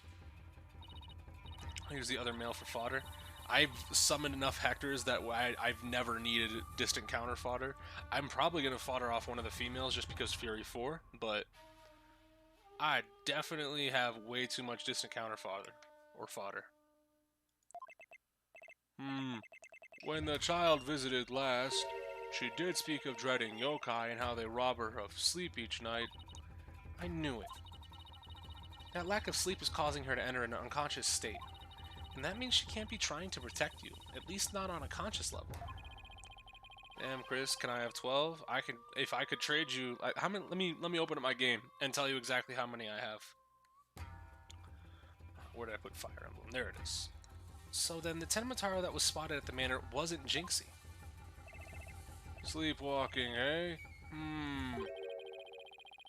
That would indeed explain the matter. Look, Tenmataro's spirit. It's left the mayor's body. Can you tell us the truth now, Mayor Tenma? My sub ends today, been a good run. Poggers. Very well. It's the least I could do for a superb exorcist such as you. Alright. Feathers and tracks. Oh, my, Oh, no, it's not done. There was just progress on the fucking strike. I hate when it does that. Lost Lore has it's got an update. Let's go! Let's go! Good shit, Stars, man. Here, let me go to Ally Growth, Inherit Skill, Yay Skill. What the hell is Distant? There's Close Counter, Distant Counter. Alright, so I have 6 Hectors that are just, that I've turned into books. And I've got the Byleth. So I have 7 total that I can fodder off right now. And I've put it on 1, 2, 3, 4, 5, 6, 7, 8, 9, 10. I also have a Naila that I can fodder off. So I can fodder her too. So I have 8 total that I can fodder off, and I have distant counter on 13 units. So altogether, I've gotten distant counter and foddered it successfully, like what? Total 19, 20 times? Mayor Tenma, you didn't leave those feathers and tracks at the scene, did you? I did not. Neither I nor Jinxie have anything to do with that. That was the killer's doing, no doubt. I knew it. You suspect Florent is behind all this, but why? Did he really want Ninetales Veil that badly? Can you think of any reason why? Looking back, he did seem fixated on Tenmataro for a spell. Could it be? Plus attack? Good shit. I would probably take plus defense on her, or plus res. Because her defense is her super boon. But good shit. That's crazy. Are you saying that yokai is real? Minus def? Yeah, you're fucked. Never mind. Oh, well, you can merge, right? No, because Exalted got her. Damn it. That's kind of a dual-edged sword. What's her super bane? Let me look that up.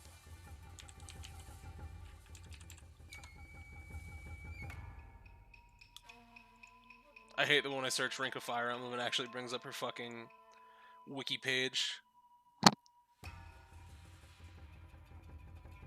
What is her bane? Her bane is HP. That might actually might be half bad. But yeah, no, getting minus defense, that kind of sucks, brother. Merging won't help. Merging will help. It'll get rid of your bane, but I thought you said you only had one. So if you can get another one, you'll be fine. But as it stands right now, that Rinka is kind of sitting on the edge of usefulness. Whatever the case, Tenmataro brings nothing but pain and misfortune. It is as the superstitions warn. You must not gaze upon him nor free him from his prison. But how can people actually believe that? Well, at least we know who's behind this whole Tenmataro thing now. Yeah, and I think we need to have another nice long chat with Mr. LaBelle. Your dinner is ready, your malevolence. Ah, an offering to the Demon King. You may place it right there. The kitchen crew poured their heart and soul into making it. Did they now? Souls happen to be my favorite. Just hold the hearts next time. Yes, your malevolence, I'll remember that. I have 2 Harids, 3 Hectors, and 1 male Byleth. I forgot, Harid gives it. Does he? Wait, does Harid give it? Because the only thing I remember... is it...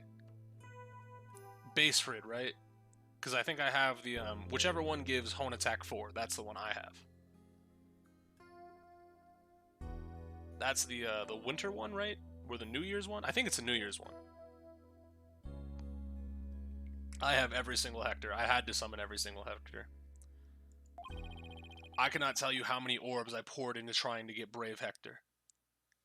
Brave Hector fucking evaded the fuck out of me for so long. Well, we've already talked to Mr. Filch and Mayor Tenma, so why don't we go see Florent LaBelle next? Now that we know the truth. He won't be able to claim that Tenmataro was Jinxie or the mayor anymore. But the real question is, how are we going to get him to admit it was him?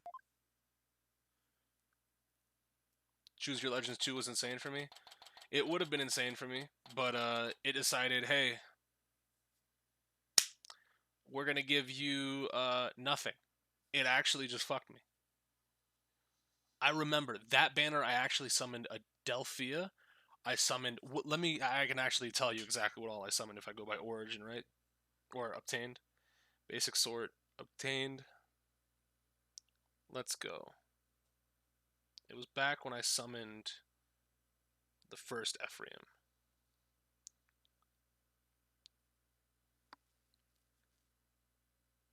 It was a while back.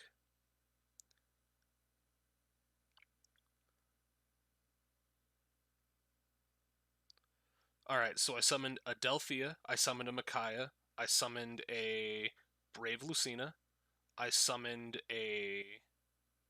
what else? I summoned like 4 blue 5 stars that weren't featured, and I was just like, I'm fucking fucked here. There's nothing I can do. It sucked. I chose Hector as my freebie and got Brave Ephraim right after. I really wish I would have got Brave Ephraim, like, because I saw his skills and I was like, well, I gotta get, what was it? It was special fighter. Well, he was the first unit with special fighter, right? Or am I thinking of somebody else? I have 2 more, so I can just check. There was some skill that I wanted from Ephraim onto Zephiel, and I was like, ooh. I gotta get that. Yeah, it was Special Fighter. Okay. So I was like, I gotta get Special Fighter, and I just pulled him for free, and I was like, yeah, because it doesn't have an IV, go ahead, take it. Okay, now let's practice that again, Filchy, from the top. Mr. LaBelle was in the foyer at the time of the crime. And when we, heard his scream, oh heck, what was the next part again? You have the memory capacity of a flea. This is the 30th time, you know. Now, 100 times more and we're done. What on earth are they practicing? Apollo, you should know. Damn it, Apollo. I ain't cut out for this. Whoopsie daisy. Ow. Oh, begging your pardon, Mr. LaBelle, sir. It's just all this practice. Yipes. Unbelievable! What if you had sullied my outfit with those grubby paws of yours? Keep you in fuck no greens. Welcome to my experience. Didn't filch LaBelle's wallet just now? So, what do you think you're up to this time, Apollo? Oh, it's you two. Eavesdropping, are we? You peasants are so tacky. Well, what do you want with me? Confession to being Tenmataro, the imposter, would be nice right about now. So, don't present shit to this guy. Tenmataro's true identity. Mr. Filch filled me on a conversation you two had, and about how you had told him not to say a word about seeing Tenmataro. Filchy, you fool! 40 summons thing would have been real nice when I was chasing Lysithea. Yeah, I unfortunately skipped that banner. Because I did my free summons, and then I pulled some fodder, I pulled an off-banner unit, and I was like, I'm done here. I'm just gonna save my orbs. And then I got fucked going for Bramamon. I did get female Grima though, so I can't be too upset. I told you nothing good will come from you running your mouth. So why did you want to keep Mr. Filch... Oh, so why did you want to keep Mr. Filch quiet like that, Mr. LaBelle? Why, to protect darling little Jinxie, of course. But Jinxie was never really possessed. She was sleepwalking. Being asleep at the time, she couldn't have been consciously trying to protect the mayor. It also means she couldn't have possibly been Tenmataro. 27 till 40? Yeah. Keep going, brother. If you're going for the 40, what you need to do is just summon the whole thing. Like don't use just 5 back out, go in, 5 back out, go in. Summon the whole thing. Interesting, but where are you going with this? Since you asked so politely. I believe you have a different reason for trying to keep Mr. Filch quiet. That reason would be to deflect doubt away from the one who was really Tenmataro. Now this is getting interesting. Are you insinuating that I'm Tenmataro? Sorry to disappoint, but I'm nothing of the sort. That's right, Mr. LaBelle even told me Tenmataro. I said Tenmataro was Jinxie, you fool. Honestly, you have the memory capacity of a flea. Practice it 100 times more.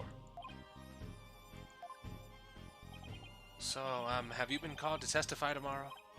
Yes, and I'm so looking forward to my courtroom debut. But you'll just have to wait until then.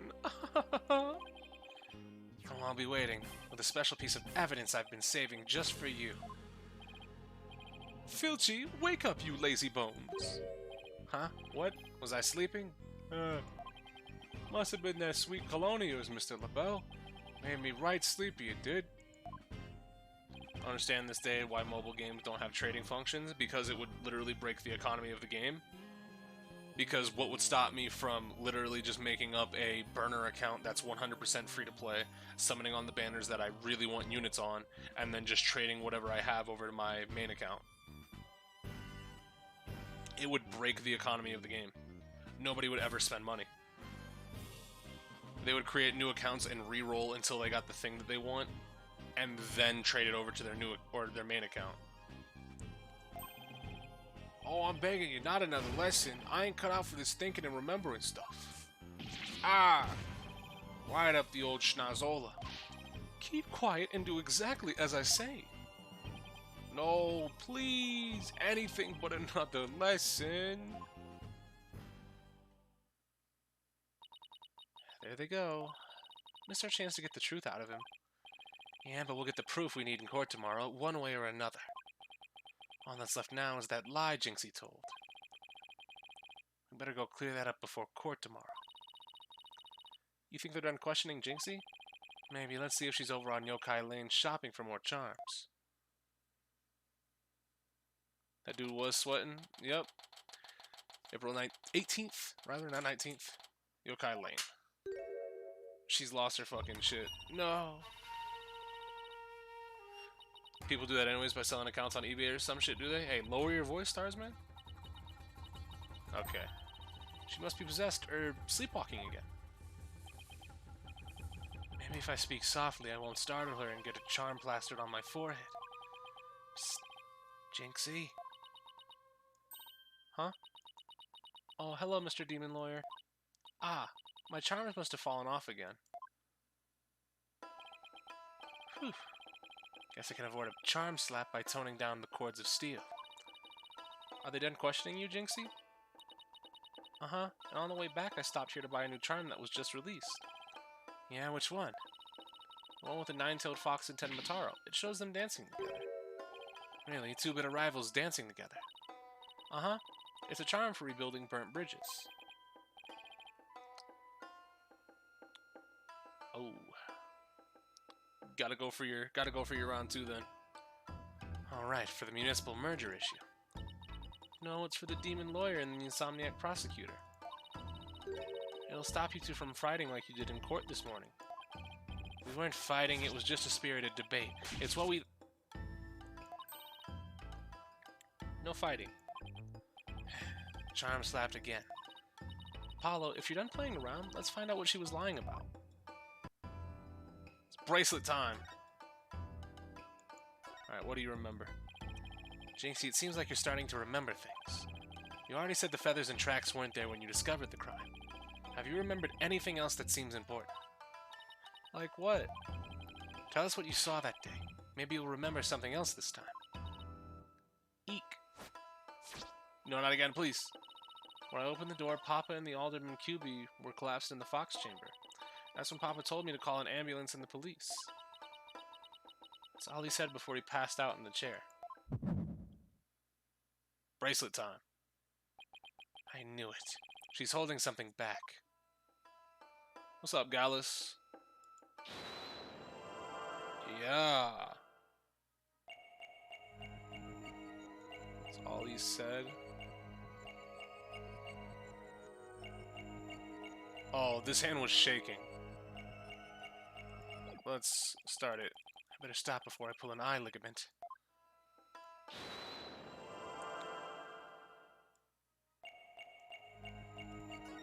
You're shivering. Gotcha.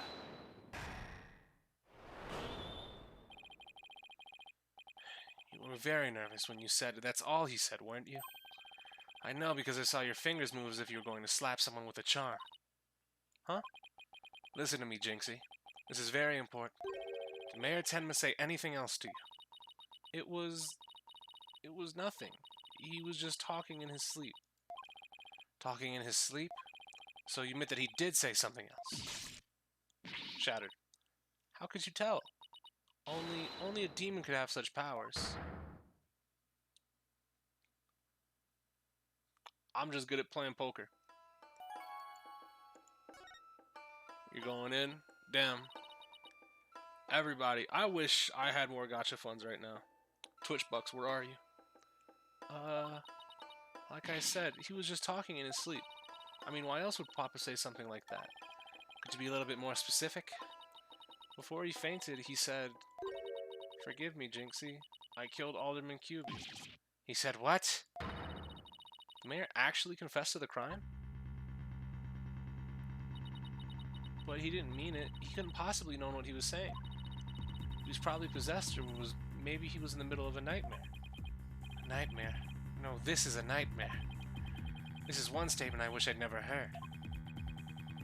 If there's ever a new Hector, yeah, we gotta summon for it. What in the world are we going to do now? There's Return to the basics. Yeah. We never have to look at another flashback ever again. Right, just believe in my client, even if all I can see ahead is darkness and despair. Wrong word there, Apollo, buddy. We don't fuck with despair around here. Jinxie, does Prosecutor Blackwell know about your father's confession? I didn't mention it when he was questioning me. I mean, there's no way Papa's the killer. Why would the mayor confess like that? Could he really have been dreaming, or simply delirious? Who knows, but I sure feel like I'm in a living nightmare right now. Apollo, what are we going to do about tomorrow's trial? The crime scene was locked tight until Jinxie arrived, and our clients even confessed. Not only that, Jinxie's been accused of planting yokai evidence. Both the mayor and Jinxie are going to prison if we don't do something. I know. Well, let's see here. A lack of a third party in the locked room is a major problem. Jinxie has testified that when she first opened the door, Alderman Kyubi and Mayor Tenma were the only people she saw in the Fox Chamber. But the real killer must have been hiding there as well. Considering the room was locked tight, that's the only logical explanation. Our mystery person must have then fled the Fox Chamber when it was open. And that's when Jinxie saw what she thought was Tenma Taro. But Papa and the Alderman were the only people there. I didn't see anyone else. What's going on here? The bell's extremely pale, but he's far from transparent. So just how did he hide himself at the scene of the crime? Whatever it takes in court tomorrow, Apollo, we have to take down that dirty, rotten Tenma Taro, Florent LaBelle. Right, we'll get him with a legal exorcism, justice style. So you got sauce like that, Apollo? To be continued. Despair do got a fat ass. Correct. It's time for justice.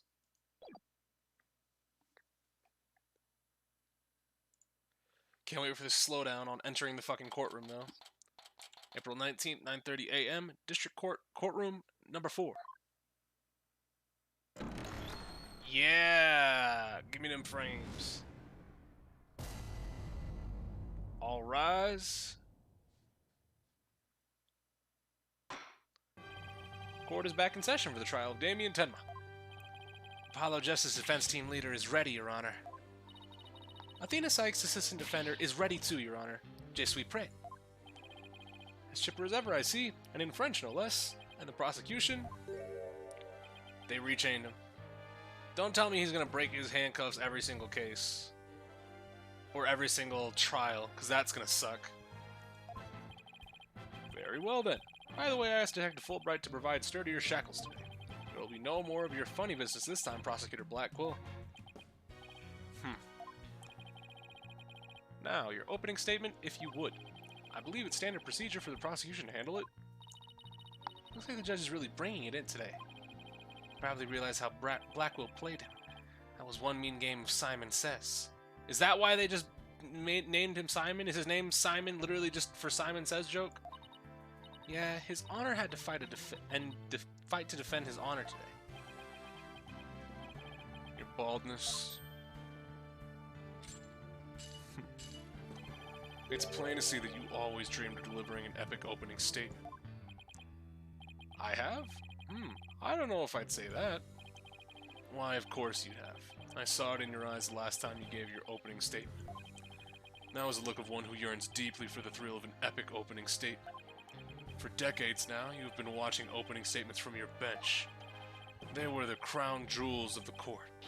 The one thing you could not possess. The crown jewels of the court?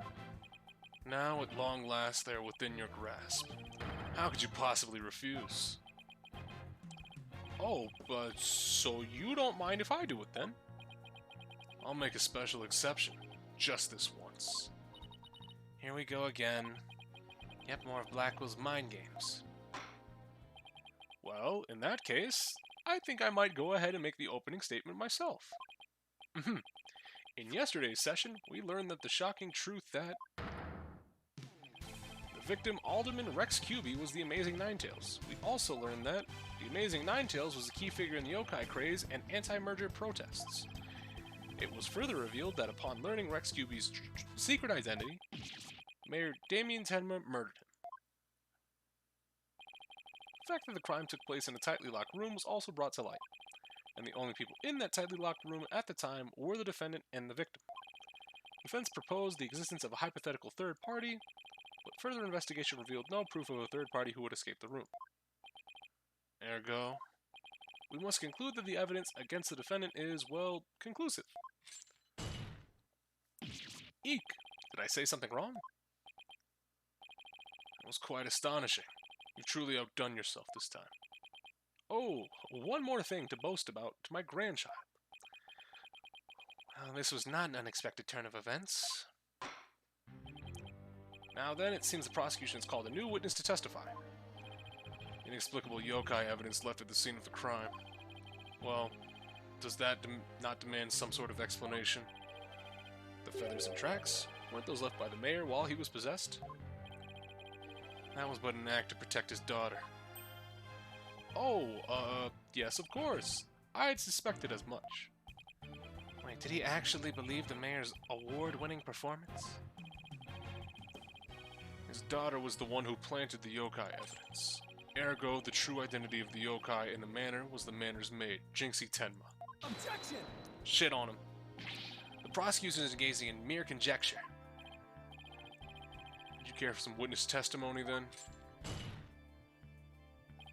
For I am ready to prove the little scamp is one behind Tenma Taro farce. Witness testimony? I bet it means filch in that creep LaBelle.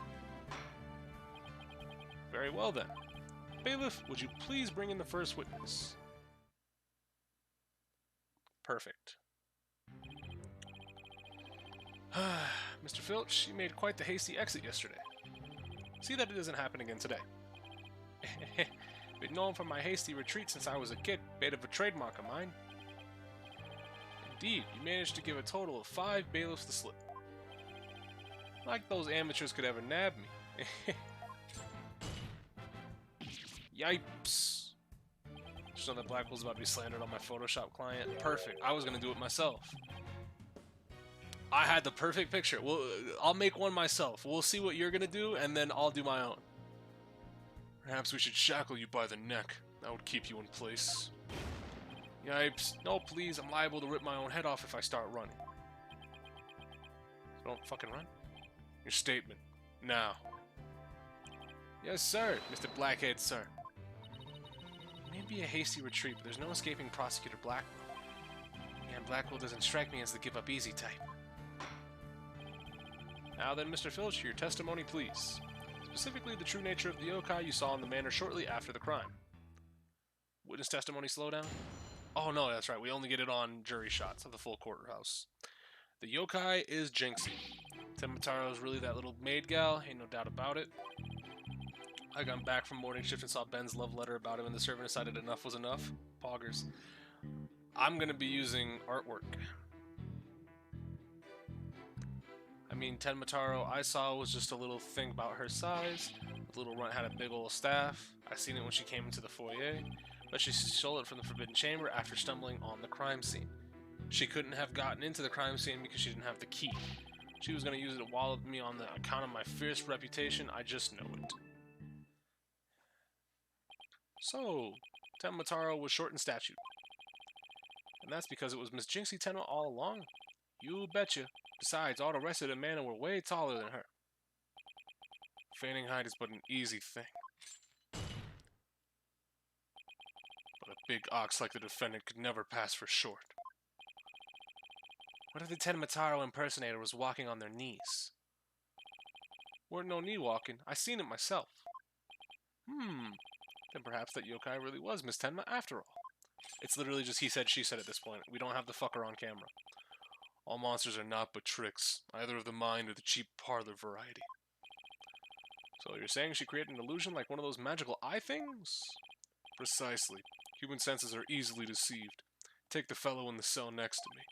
Each night he cries and screams about some ghost he thinks he sees. But in truth, it was simply the janitor. Ho ho ho! Prosecutor Blackwell just gave up the ghost. Literally.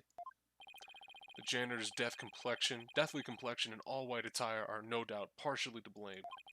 That and the fact that he constantly mutters about taking vengeance for this or that. That actually sounds like a real ghost to me. The defense may now continue with the cross-examination. Yay. Okay, is Jinxie? Yeah. Can I have access to the Discord, please? You have access to the Discord, you're a sub. She had a big old staff. Bet you she stole it. Yeah, real quick. First things first. It's objection time, little nigga. Objection! It would seem that Tenmataro was in fact not this innocent little girl. Huh? As in the link? You automatically join by linking your Discord. Yeah, link your Discord to your Twitch. Also, weren't you in there, Exalted? What happened?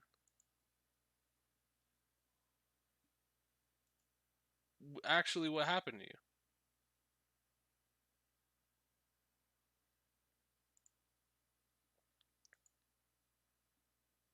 You've never joined? Damn. And I posted it how many times? Yeah, go ahead, link your oh. No, you just got that. I think that's just the fucking I thought your sub just ran out. Yeah, so go to your connections tab in Discord, go to your user settings, go to connections, and then go and select your stuff.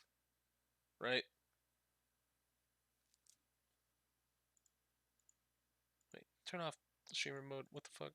You'll be able to link a whole bunch of accounts to it, and if you connect your Twitch, you'll be able to join all Discord servers. Brother, you do not need the invite. You have all the access to the server right now, just as everybody else does. I told everybody I wasn't posting the link again. Huh? How'd you figure that? You claimed the Tenmataro you saw had one of the staves from the Forbidden Chamber, but it would have been impossible for Miss Tenma to get a hold of one. Care to elaborate, Mr. Justice? The mayor swallowed this key shortly after the murder. He wanted to keep the killer out of the Forbidden Chamber. What's this? This key was deep in the mayor's stomach when Miss Tenma arrived at the crime scene. Try this. I really hope that this is just another invite. Because I'm not posting it again. Link your Discord and your Twitch. Everybody has a sub. Gallus has given everybody a sub. If you don't link your Discord and your Twitch, you're not getting into the server. That's it from now on.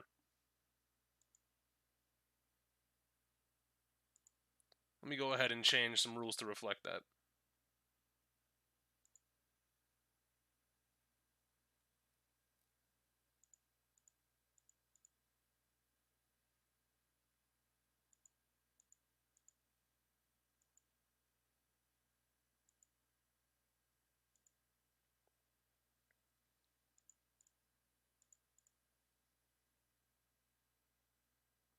Yeah, no.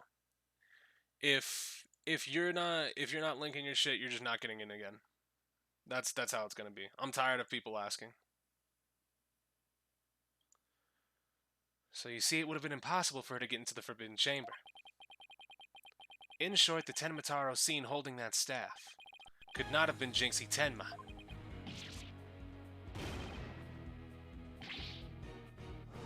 Slow down.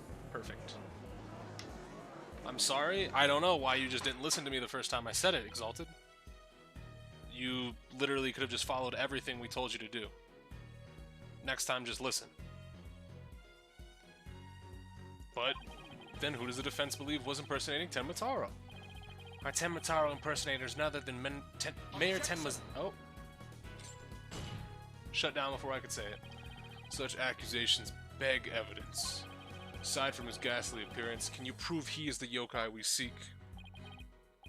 Yes, in fact I can. Very well, let's see where the defense is going with this. Mr. Justice, please show us proof as to the true identity of the Tenmataro impersonator. This is actually moving along pretty quick. Surprisingly enough, like these specific things, like you would never expect like to lead off the trial with. We got into one testimony, we proved our client's innocence with it, and now we're moving into accusing somebody else, right? That's pretty good.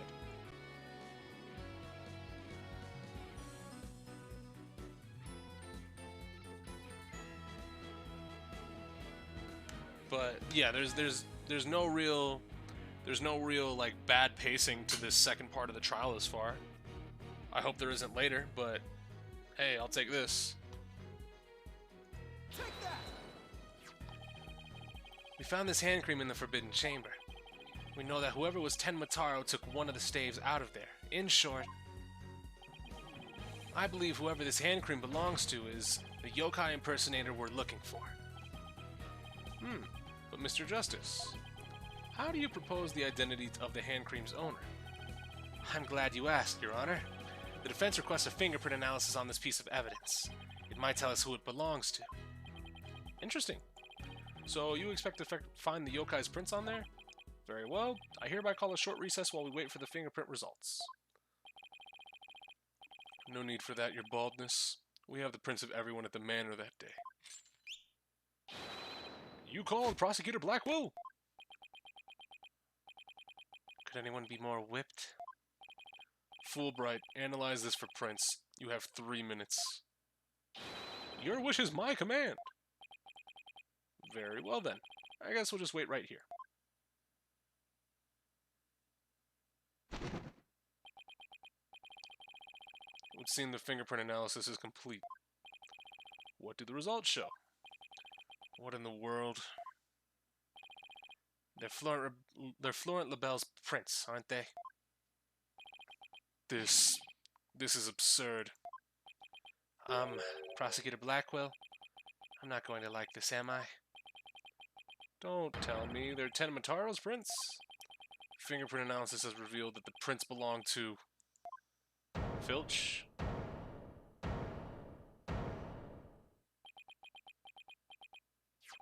Yep, Phineas Filch. Objection! Wait, what? What? Then Mr. Labelle wasn't the one who entered the Forbidden Chamber? Objection! Why, you tricksy little Tanuki. Explain yourself now. Sure, them prints are mine. I mean, I did pilfer that hand cream from Mr. Labelle after all. So you're the one who entered the Forbidden Chamber? So what if I did? Got a problem with it? Yipes. You fool of a Tanuki. Yeah, big slowdown. Order, order. Mr. Justice, care to explain what this could mean? Excellent question. The fact that Mr. Filch was in the Forbidden Chamber. Wait a second. Does this mean the Tenmataro holding that staff was Phineas Filch? No. Yipes. Another cat out of the bag. Mr. Filch is Tenmataro? Why another reaction shot? We didn't need another reaction shot. I don't understand. Does this mean Mr. Filch is the real killer? Hold on. Give me just 1 second.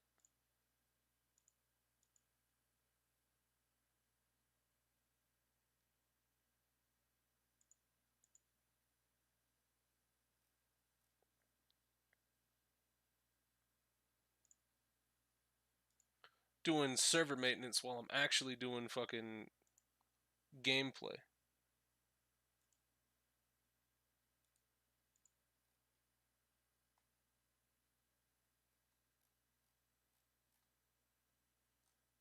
Bop, bop, ba da da.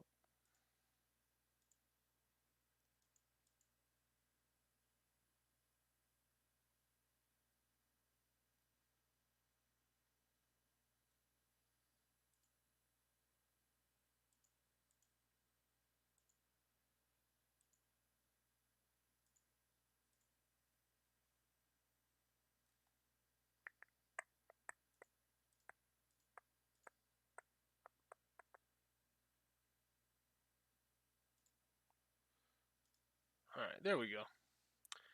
The witness will explain himself this instant. Begging your pardon, your honorship, but I was just doing what the alderman told me.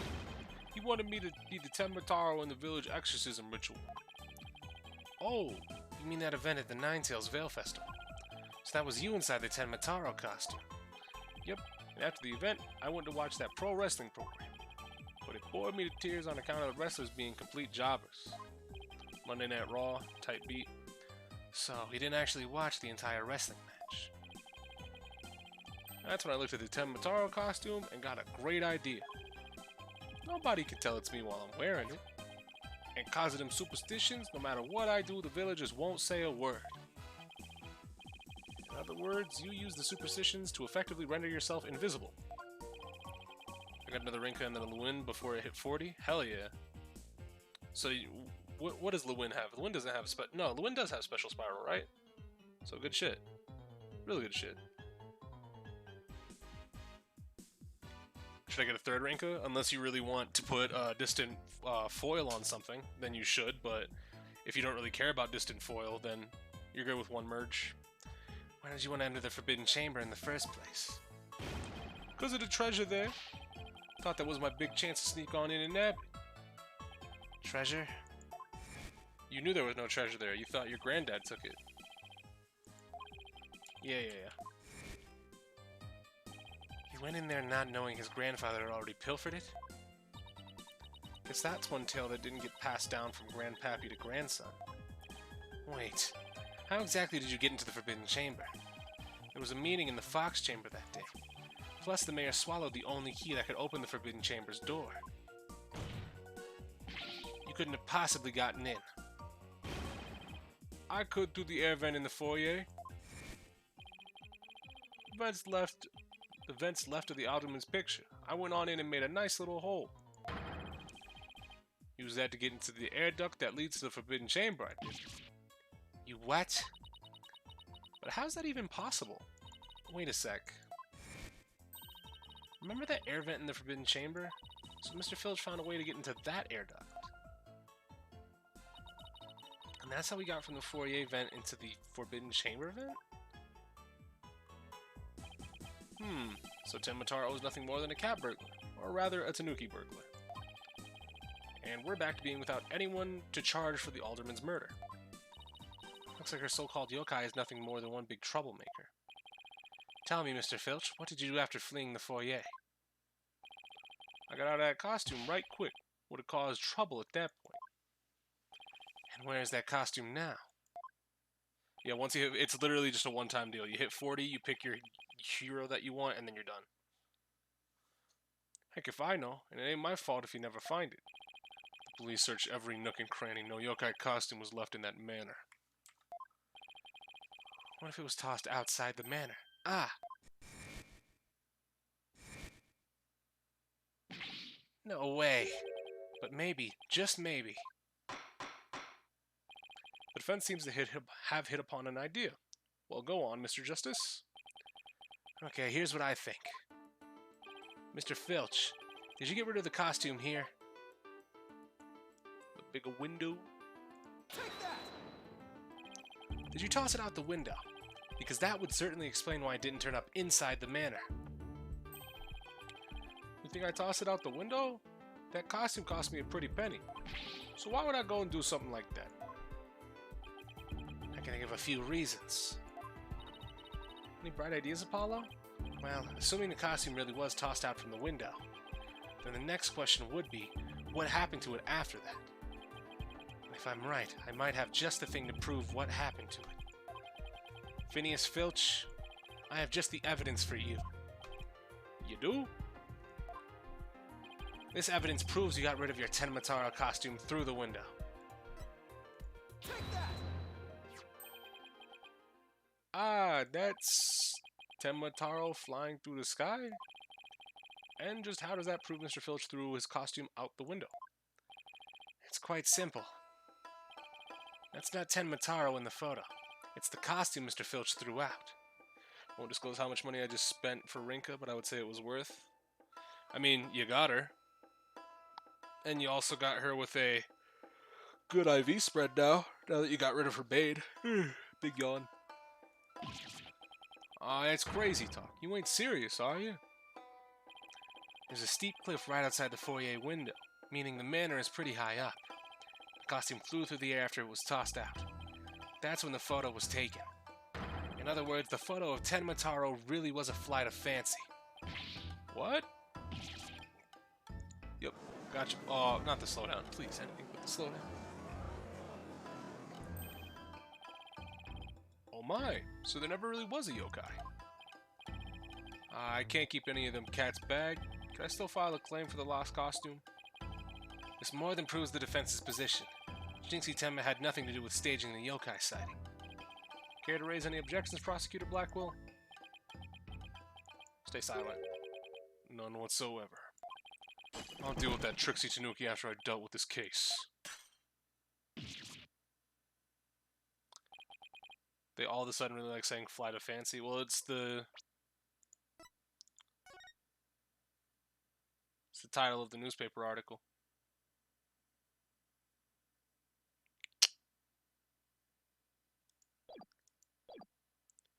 We did it.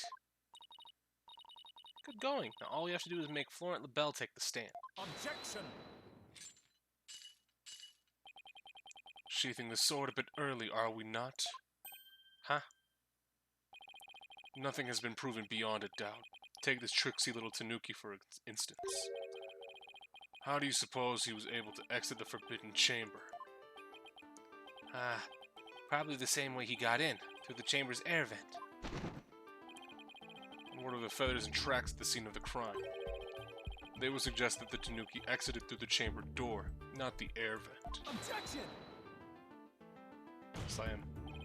But the Forbidden Chamber doesn't open from the inside, so what you're saying makes no sense. Right? Someone on the outside opened the door for you. Isn't that right? Yep, that's right, Mr. Blackjack. The door suddenly sprung right open. Hold it!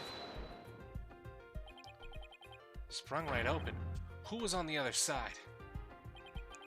Didn't get a good look on account of the old sudden glare. Like how the reflection from my head blinds the fellow moviegoers emerging from the dark. That's when I snatched that staff and made my daring escape. And then the little maid gal spotted me as I hightailed it down the hall. That means the Forbidden Chamber wasn't open until after the crime was discovered. But wait, we still don't know who opened it. Maybe there really was a third person in the Fox Chamber. Objection! Simon? Please? Well, you little Tanuki? When the Forbidden Chamber opened, did you see the accused passed out there? Nope. Only one there was the alderman, and he was dead as a doornail. If the accused wasn't there, what do you suppose he was up to? I don't like where this is going. Don't tell me. Plainly, the only one who could have opened the Forbidden Chamber was the accused Damien Tenma. Slow down, Pog. Yeah. Wait a second. There has to be someone else besides Mayor Tenma there. Really? And who might that be? Oh, well, that would be... Objection! Seems our feisty little lass has forgotten the most important thing. Evidence. I didn't forget. I was just testing your attention to details? Miss Sykes, you can't prove your point without proof of some sort. It's a proven fact. Sorry. Guess I put my foot in my mouth again. No, Athena, we're definitely onto something here. We are? Think about it.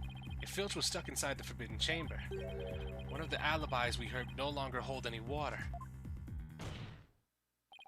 The defense would like to call a new witness to the stand. Someone who knew Mr. Filch was stuck in the Forbidden Chamber. And by virtue of knowing this, has an alibi that no longer adds up. Not that insufferable. Very well. The court will hear what Mr. Justice has to say. Whose alibi no longer adds up? Well, Take that! we got him. Why, that's the defendant's aide, Florent Labelle. Didn't he claim to be in the foyer at the time of the crime? True, but in his alibi, he also claimed Mr. Filch was in the foyer, too. However, as we all know now, Mr. Filch was not there with Mr. Labelle at that time. In short, Mr. Labelle's alibi has disappeared. Take damage. Florent Labelle's alibi was one big lie. Isn't that right, Mr. Filch? I reckon there ain't no keeping that cat in the bag here, neither. It was all Mr. Labelle's idea. Damn. He told me he buttoned his lip about me breaking into the Forbidden Chamber, and in return he said we vouched for each other's alibi. Shame on you, Mr. Filch. Perjury is a serious crime, you know. Ah, shucks. Your mercy, your honorship. Mercy. Ah! I also assert that the person who opened the Forbidden Chamber for Mr. Filch was none other than Florent Labelle. After all, his alibi has just been proven to be a complete fabrication. I see. We will take a 20-minute recess, after which time we will see what Mr. Labelle has to say for himself. Yes, we're finally going to drag that slippery snake onto the stand. Simon, don't. Simon, just shut up over there. In the meantime, the prosecution will question Mr. Labelle about these new allegations. Okay, he just shut up. April 19th, 10:25 a.m. We got there in 25 minutes? Yo, we're making good time. We did it, Apollo. We finally dragged Mr. Labelle into court. Yeah. Hey, why the long face? I can't help but feel I'm missing something important. Plus, Prosecutor Blackwell's bound to make a counterattack. You really are a worry word, aren't you? It'll be fine. That mystery figure who opened the Forbidden Chamber for Mr. Filch had to have been Florent Labelle. I know, but that's not what's bugging me. I wish I could put my finger on it, though. At any rate, the big showdown with Mr. Labelle is up next, so chin up, Apollo. We going back in? That was a short-ass recess, too. Oh, not apparently that short. It ended up taking 35 minutes. Yeah, big slowdown. His hair is green now. Court is back in session. Our next witness is Joker. Yes, I am acting on behalf of the mayor in this very important matter. It seems the witness is predisposed at the moment. Surely you jest. I will hold you to your promise. Remember that. Oh, my deepest apologies. This is Florent Labelle, personal aide to Mayor Tenma, or should I say, the accused. Ouch, I like the poor mayor hasn't suffered enough. Well, what business do you have with me? I'm a very busy man, so let's make this as brief as possible. Your baldness. Ah, right. Mr. Filch's testimony has revealed a hole in your alibi. And for this reason, you are suspected of having some sort of connection with the case at hand. To think I'd be associated with this entire lurid affair. Don't answer. Well, I'm not. So may I go now? I have very important matters to attend to. Objection! Nope. Stand right the fuck there. I don't think so, Mr. Labelle. Do you realize what a serious crime you've committed? Witness, you are being accused of perjury. This is your chance to clear the air. Fine. The truth is I faked my alibi for a very good reason. The mayor was obviously the killer, so I created a fake alibi to confuse the matter. You see, as his personal aide, I felt I had to protect him.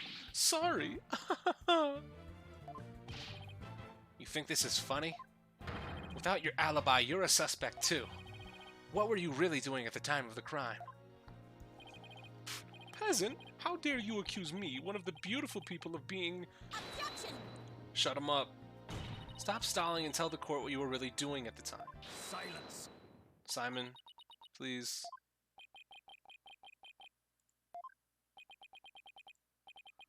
Enough jabbering. Swords have been drawn.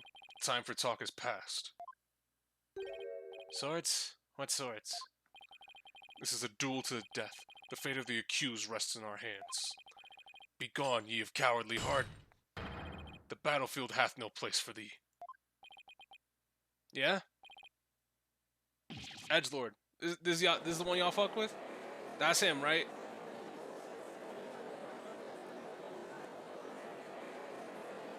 He's the one, huh? So much for sturdier shackles. Ah! These chains hindered my vow that heads would roll this day.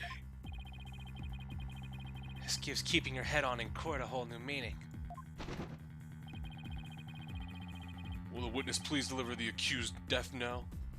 You know of what I speak. Most certainly. His goose is already cooked. Time to stick a fork in him. Whatever he has to say can't be good. As I told Prosecutor Blackwell during the recess, I rushed right over to the Fox Chamber when I heard little Jinxie scream. What? Then, drumroll please. I saw Mayor Tenma opening the Forbidden Chamber doors.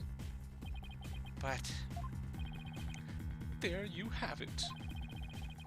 The mystery man who opened the chamber door as witnessed by one Phineas Filch. It was the accused. There was never any third party. Oh, and that's not all. I heard something quite startling there at the scene of the crime. Startling sounds bad. The mayor, who was barely conscious, muttered this. Forgive me, Jinxie. I killed the alderman. That's right, the mayor actually confessed to the murder right then and there. Damn it.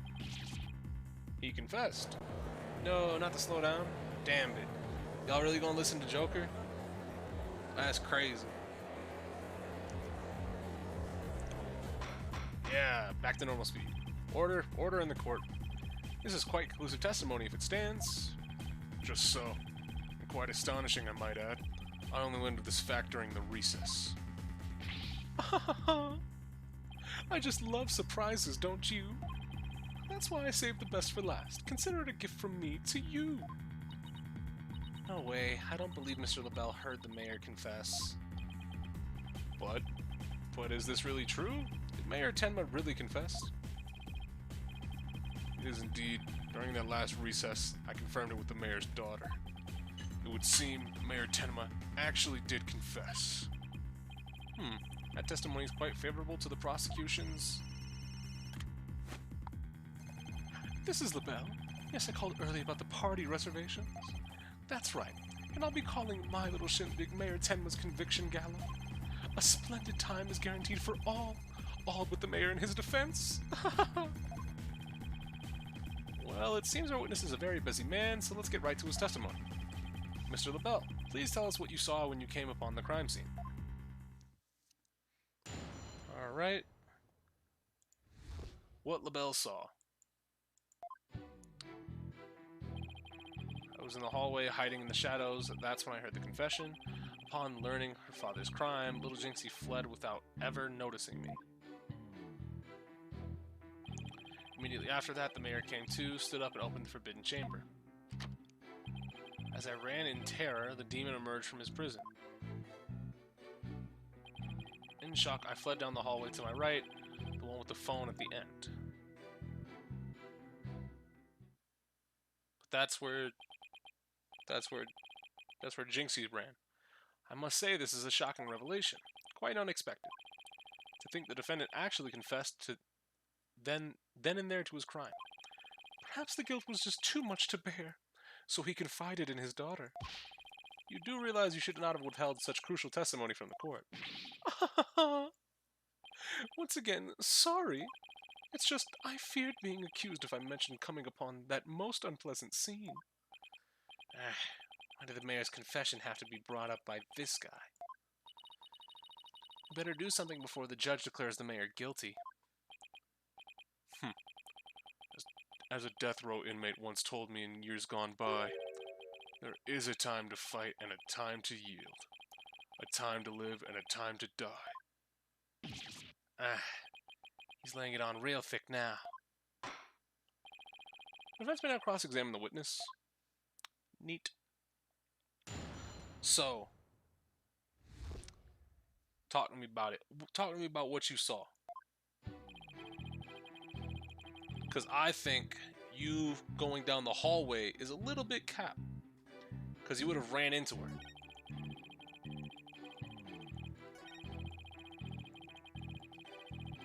Yep. Ran in terror.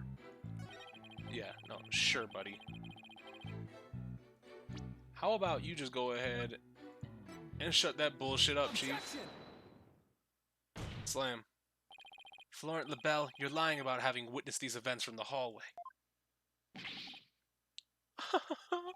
What on earth do you mean? Yeah, scared to fill in the rest of us in, Mr. Justice? If Mr. LaBelle really had fled down into the hall with the phone in it, he would have crossed paths with Miss Tenma. What's this? After she discovered the crime scene, she immediately went to call the police. Then, after making her call, she went back to the main hallway, whereupon she encountered the demon, yokai, or whatever you want to call it. As for me, I call it Phineas Filch in a Tenma Taro costume. The encounter happened right here, where the hallways meet. As for Mr. LaBelle, if he had fled here, feigning escape from the yokai imposter... Why, yes, the two would have crossed paths.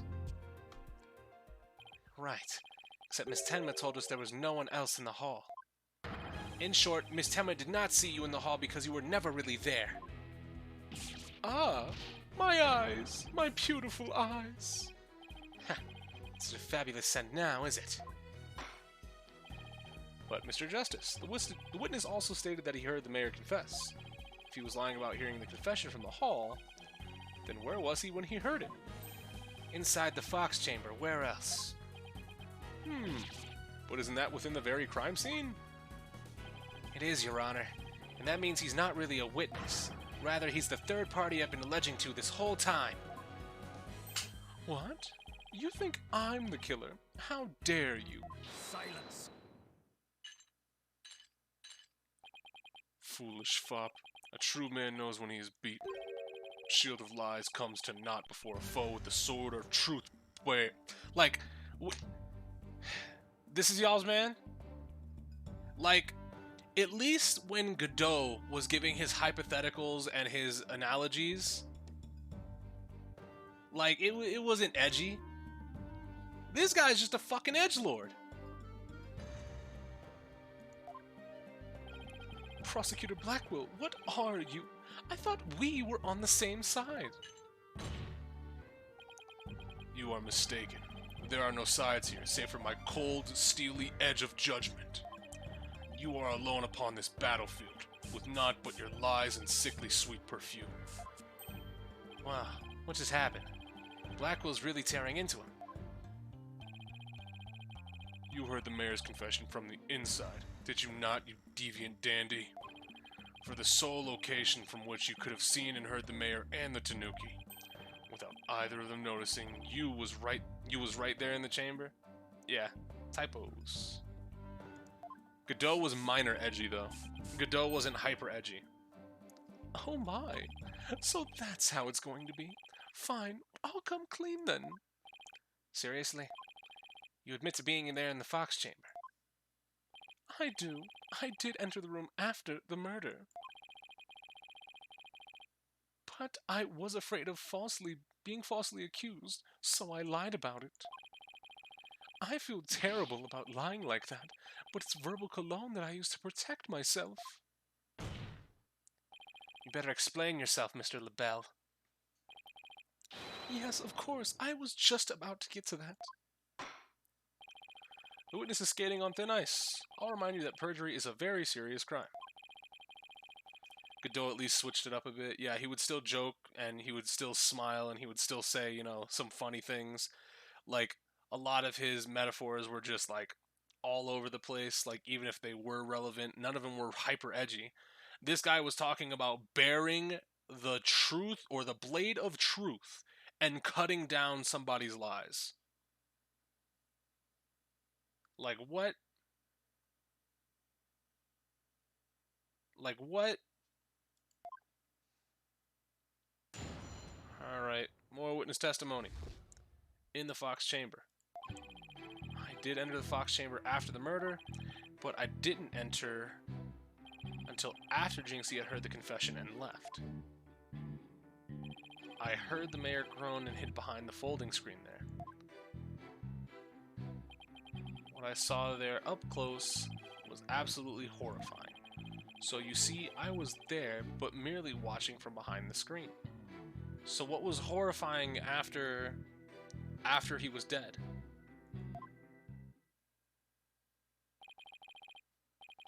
From behind the screen? Why yes, I believe you wouldn't be spotted if you were there. Just so, he could see everything without being spotted by the victim or that Tanuki Filch. Suffice to say, he was a mere witness to the events rather than an actual third party. Are you fucking stupid? This guy's as slippery as Neo. Apollo, you think he's telling the truth? Well, he was in the Fox Chamber, so at least that much must be true. The defense may cross-examine our slightly voyeuristic witness. Ugh, voyeuristic? Nah, he's just stupid. In the Fox Chamber.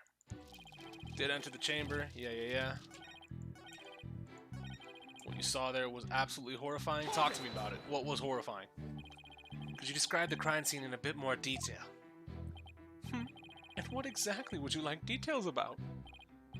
Well, what I'd like to ask you about is the murder weapon. I think that would be the best one. Could you describe the state of the weapons that had been used at the scene? The spear that thrust all the way through Alderman Cubey. Then there was that statue of the Alderman used to bludgeon Mayor Tenma. That incredibly aspiring symbol had fallen to the floor. Inspiring, huh? So, it looked inspiring, not like the demons were fighting, so you saw it before it was broken? Interesting. Questions for just a moment. Sees the title? Yes, we do. I don't get it. Well, when I saw that statue, I felt as if the murder had been realized. It was like a celebration of union between town and village, an inspiring symbol of goodwill. A broken statue next to a bloody corpse, real inspiring. Well, Mr. Justice, do you consider his statement to be of any importance? Is it important? It's very important. I believe that to be extremely important. I request that it be added to the testimony. Statue falls to the floor. It was a token of goodwill. Yeah, about that, dumbass. Objection! Your lies have finally betrayed you, Mr. LaBelle. Got him. What possibly could you mean? You said the statue was like a celebration of union between town and village. Isn't that correct? It is indeed, but what of it? The two yokai are joining hands in goodwill, as if they were celebrating the municipal merger. Blue tracksuit knickers. Something the matter? So how did you really know that the statue was meant to be a symbol of goodwill again? What?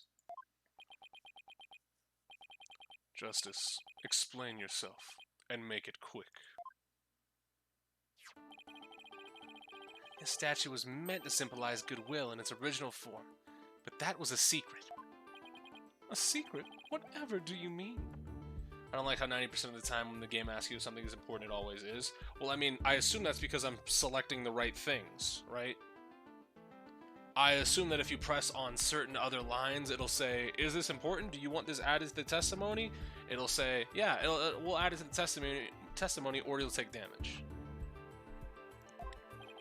What I mean is that it broke when someone used it to strike Mayor Tenma on the head. What's left clearly makes it look like the two yokai are battling it out. Eep. The statue's secret and its true form were lost inside that locked room. For Miss Tenma is the only living soul who should know what it once looked like. So, Mr. LaBelle, where could you have possibly seen the statue in its original form? What is librarians glaring the points? You time yourself out for 5 minutes. The only possible answer is this. You saw the statue in its original form. right there in the room where the alderman was murdered before it was broken. How dare you? Mr. Justice, are you accusing the witness of some sort of crime? Ben's gonna regret putting that copy pasta in the server. Just a taste of what I'm gonna make. Hawkers. Yes. Yes, I am. Florent LaBelle, I accuse you of the murder of Alderman Rex Cuby. Ah! Slow down, big pog. Love when this happens. Damn, it got really slow there for a second.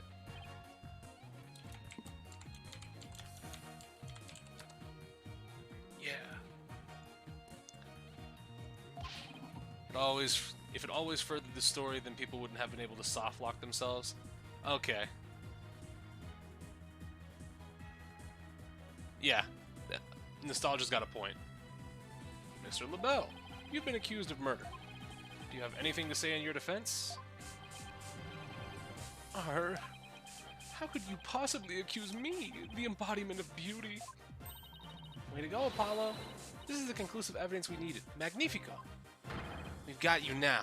We know you killed the alderman. Now admit it. Silence. Simon, please. Shut up back there. Enough of your silly games, Justice. This prancing peacock could not possibly be the killer. Objection! What are you talking about? His alibi is already crumbled to dust. And I just proved that he was in the Fox chamber while it was still locked tight. Silence. Why could he have not seen the statue in its true form before the murder? After all, he was close friends with the alderman. Ergo. Yes, that's right. I clearly remember it now. Alderman Cuby told me about it. About what the statue actually looked like. I mean, he was a good friend of mine. Objection! Talk to him, Athena. Yeah, right. He wouldn't show you a secret gift just like that. Silence. Simon, please. Moreover, it has already been proven that he was not at the scene of the crime. It has? Forgotten, have we? Recall the little scamp's statement, if you will. When Jinxie Tenma unlocked the Fox chamber, she saw the alderman and the mayor collapse therein, and no one else. Dang it. The fact is, it was you two who made that apparent in yesterday's court session. Well, if the dude was hiding behind a fucking folding screen, she couldn't have seen him. What are we talking about here, Simon? Thus, Florent LaBelle could not have possibly been in the locked room. No, slow down, Pog. I just don't get it. How could Jinxie not have seen Mr. LaBelle? Proof is incontrovertible. No room for debate exists. Am I not right, your baldness? Does seem awfully conclusive. Facts point to the defendant and the victim being the only people in that locked room. Moreover, the defendant has already confessed. Objection! Silence. Oh, hey. You cannot defend the indefensible. Your role in the charade is over, Justice. But your baldness? This trial would last an eternity if you were to keep crossing blades with these simpletons. Phoenix in the courtroom, right? Come dust this nigga real quick.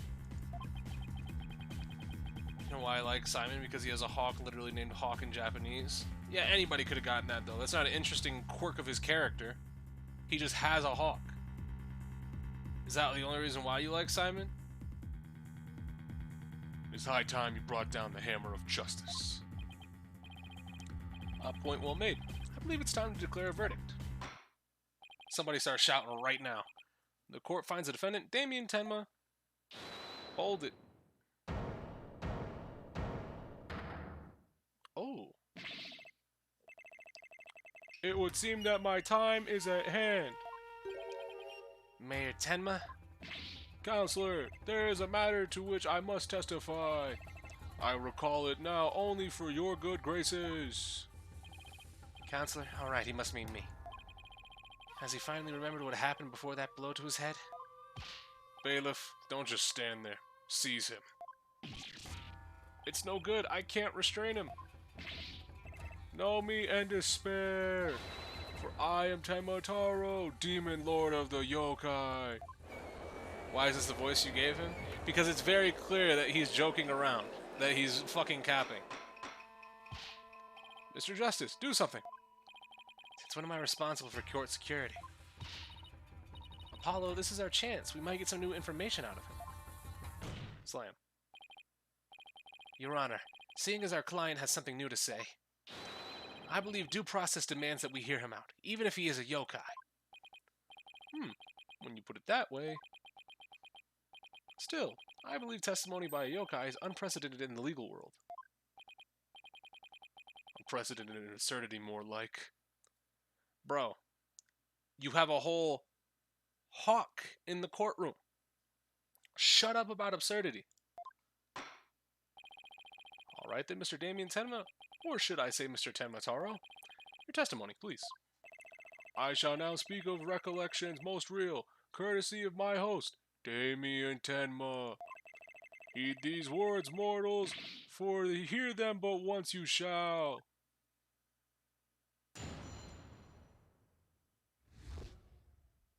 The ruler of demonkind.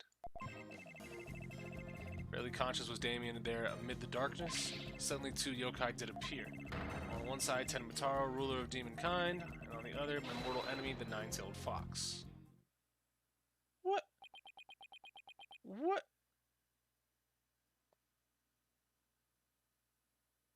Oh!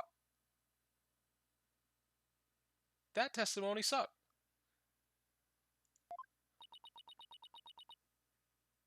We've had testimonies from birds and exercise spirits. All right, so this I don't know why you brought that up, because this is none of the two. It's not even a yokai. This is just a nigga. He's not possessed. He's just trying to help his daughter. So is the defendant asserting that the room he was in was very dark at the time? Chris, we lost another one. Check DMs. Oh no. Strange as it may be, yes indeed, all was in darkness. And the part about Tenmataro and the nine-tailed fox being there? Yes, that too. Tenmataro towered overhead, and the nine-tailed fox glittered gold. Ah! I call animal abuse, Your Honor. Let's see this DM. No. Enrage. No.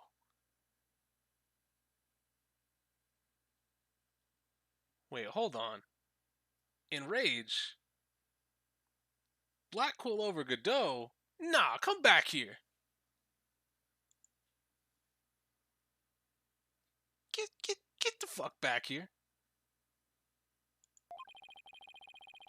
It would seem the defendant's recollections are not to be trusted. Yes, well, truth be told, my host's recollections are still a bit fuzzy. As if half dreamt. That happening lingers in his mind. Apollo, maybe I can help here. Really? Oh, you mean, are you gonna check for his true heart? Yeah, I can hear it. The discord in his heart. Not the discord on his phone or on his computer.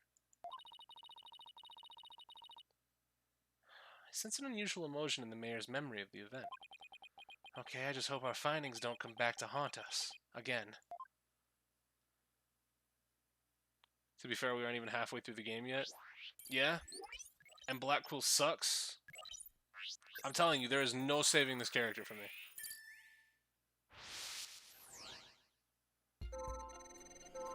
Alright. Sad.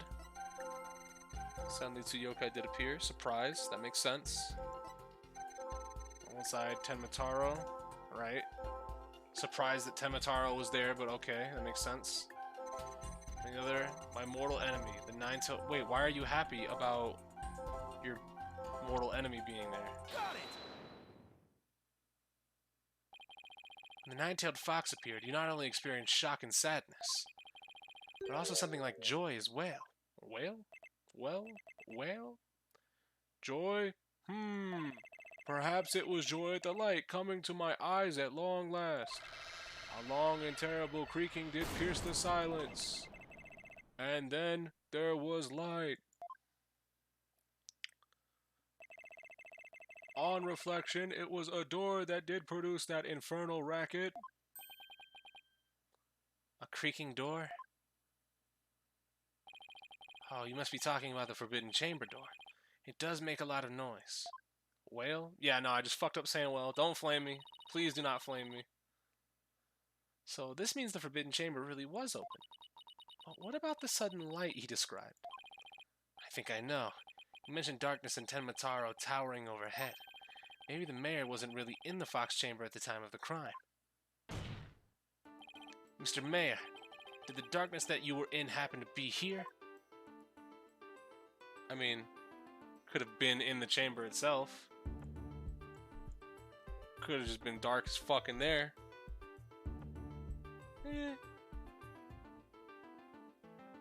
It do be making sense. This emotion thing seems really easy. I assume it'll get more difficult later on, considering right now we're getting standard statements for. And by the way, second case. The Forbidden Chamber? Was it not the Fox Chamber where the murder did occur? Yes, but it makes sense if you were in the Forbidden Chamber. A terrible creaking sound was probably the Forbidden Chamber's door opening. And the towering Tenmataro you saw? Most likely the Forbidden Chamber's statue. It does get a little harder. That's good at least. Why yes, that would explain it. The darkness and staff in the demon's grasp. But even if all that's true, then what about the nine-tailed fox? Maybe he was seeing things, just like Jinxie and her imaginary yokai. Fantastico, Apollo. It's entirely possible.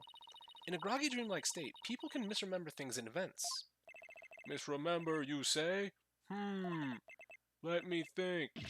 Ah, I do believe I remember now. That was not the nine-tailed fox, it was the amazing Ninetales. What? The amazing Ninetales? At first, this is but a dream, I thought. Now, however, most clearly do I recall it.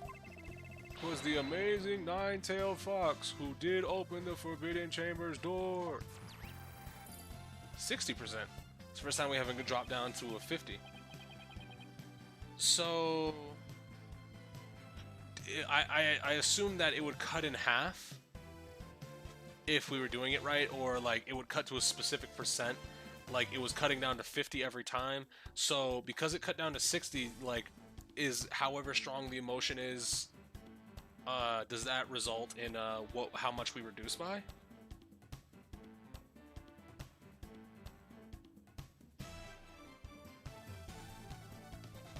I do not know the mechanic. Sorry I asked. The Amazing Ninetales? It's set, I think. Well, yeah, no, but I don't know if there's a reasoning for them making it set amounts. Because, like, here it reduced by 40. I assume in the future we'll have it reduced by, like, 30, 20, or 10. We might even get a 5% in, like, the final case.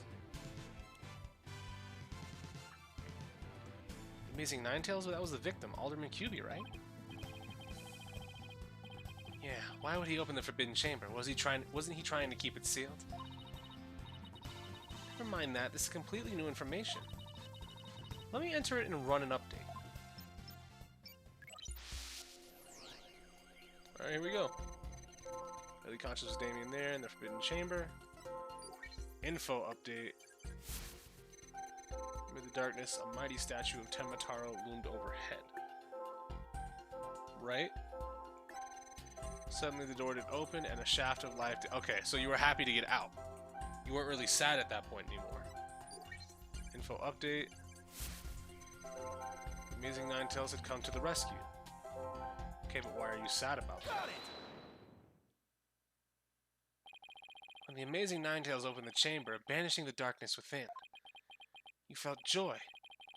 But didn't you also feel a shock and sadness? Yes, in the hazy depths of my mind, I do recollect something of that nature. I believe it was the fiend's cape of red.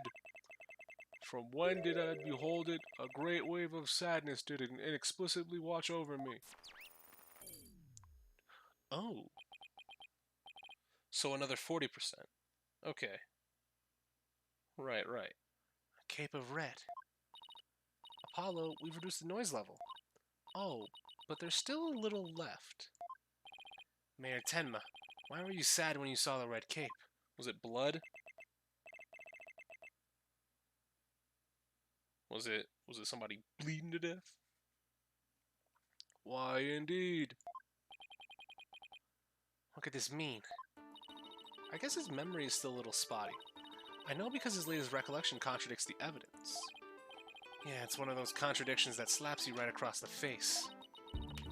Something this obvious could arise when someone is trying to force a fuzzy memory into definitive shape. Apollo, I know what you have to do. You need to present evidence that contradicts the image you see. Oh, so it's basically the same as usual cross-examination process. Okay, time to review the evidence. Look out, contradiction. Here comes justice. Barely conscious, yes.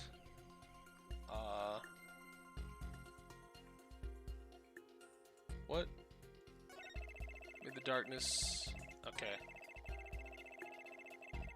Also, wait a second.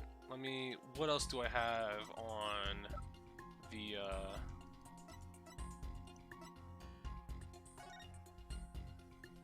No. No. Also, he doesn't wear a cape.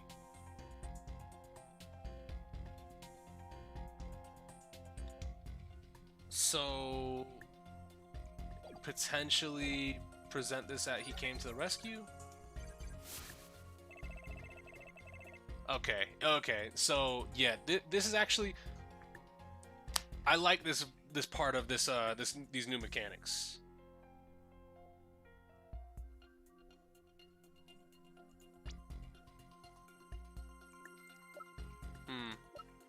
But yeah. He doesn't wear a cape, buddy. Objection! You said the Amazing Ninetales cape was red. Are you sure about that? Yes, well, I do believe it was a red cape I saw, but... Mayor Tenma, does this cape look red to you? Oh, that certainly does not look red.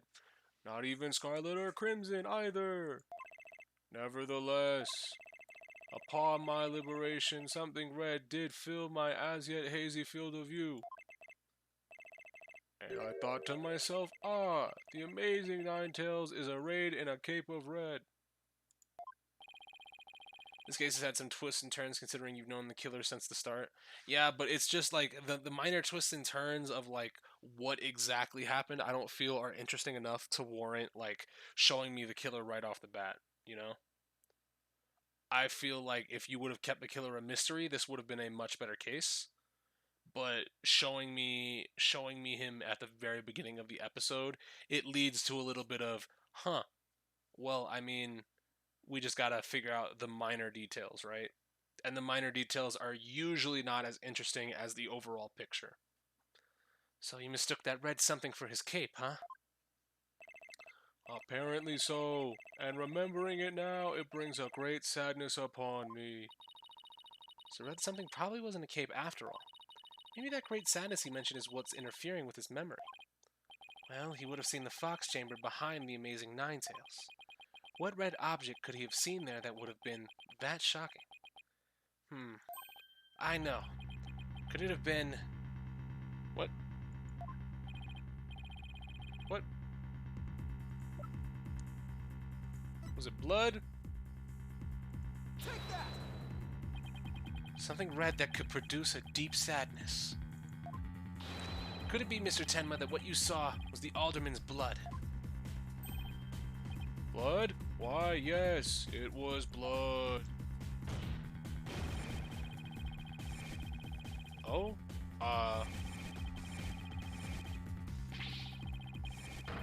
It's all coming back to him now. Let that be a 0% on the noise, please. Please. It's all wait, no, his tie's normal. It's all coming back to me now. It wasn't a red cape I saw. It was lying behind the amazing Ninetales, the Alderman's bloody body. Eek!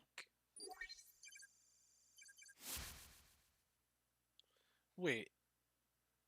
So somebody was dressed up like the amazing Ninetales? Who's brawling like that? Yes. Bye-bye, widget. His noise level is down to 0. I think he's remembered everything now.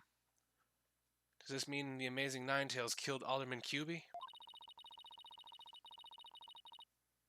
Someone once told me when I said the same thing about showing the culprit from the start, and he said, we know who it is, but you don't know how they did overall.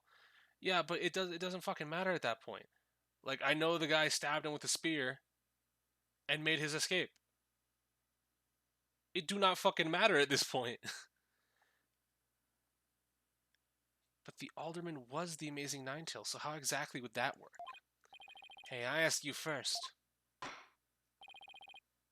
Well, Mr. Justice, you sure know how to make a complicated matter even more complicated. True, but at the time of the crime, our client was in the Forbidden Chamber. Moreover... Silence. Simon. Hoy, don't you think this is strange? Little Scamp has already confirmed her father to be in the Fox Chamber, but she said not about seeing the amazing Ninetales there. You just had to bring that up, didn't you? Jinxie didn't see LaBelle there either. It's so weird. Who was really in that room then? Will the defense care to share any theories with the court? Can you explain the inconsistency between the defendant's testimony and his daughter's? Yes, I can. Somebody was just pretending to be one of them. Yes, of course. I can explain it. Because if I don't, we're in serious trouble. Not with more of your bluffs and fairy tales, I trust. Fair warning, Justice. I shall have your head if you fail to explain this. Eep. What about a good old-fashioned penalty? Well, Mr. Justice, let's see if you have a head worth keeping on your shoulders. First of all, Mr. LaBelle was definitely in the Fox Chamber while it was locked. We also know that Mayor Tenma was in the Forbidden Chamber based on his testimony. These two facts are crucial to my explanation. There was a guy in chat, it was on a Tie Tuesday stream when he did this series.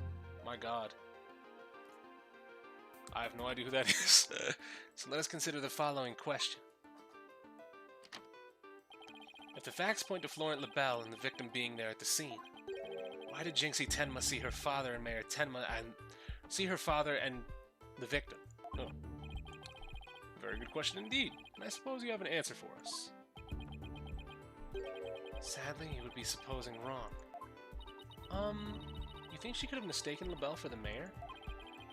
Well, if she did, then the question is, why did she do that? Well, how about that explanation, Mr. Justice? I believe the time for questions is over. Defense asserts that Florent LaBelle was at the scene of the crime. However, Jinxie Tenma has testified that she saw her father collapse there. If she has, in fact, misremembered the event, what could make her do so? LaBelle was disguised as Tenma. The figure Mr. Tenma saw was not her father. It was Florent LaBelle disguised as Damien Tenma. Silence. That is a complete impossibility. Their faces are utterly unalike. How could you explain that away with a mere disguise? Yes, they both do have incredibly distinctive faces. Well, I mean...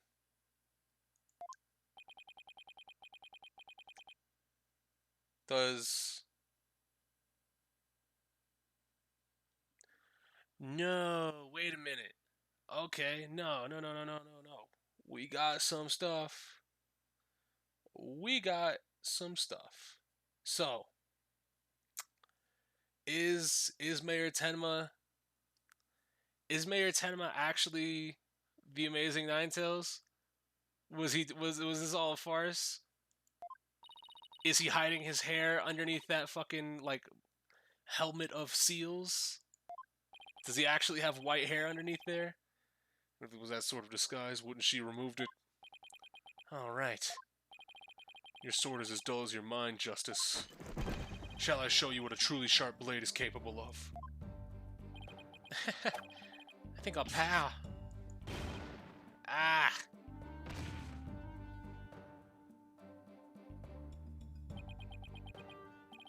Are you okay, Apollo?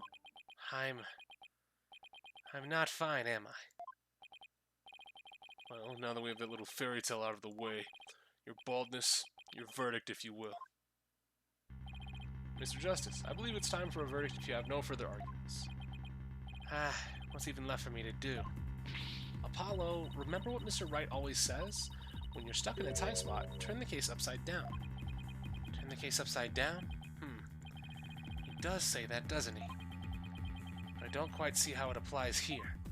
Still, never hurts to give it a try, I guess. Let's see. Rather than Jinxie didn't remove the disguise, maybe she couldn't remove it. And rather than she didn't tell anyone about the disguise, maybe it was she couldn't talk about it.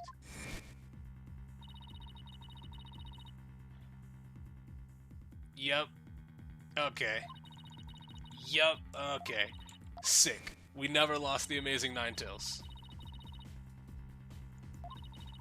That's fantastic. See, now this was concealed pretty well.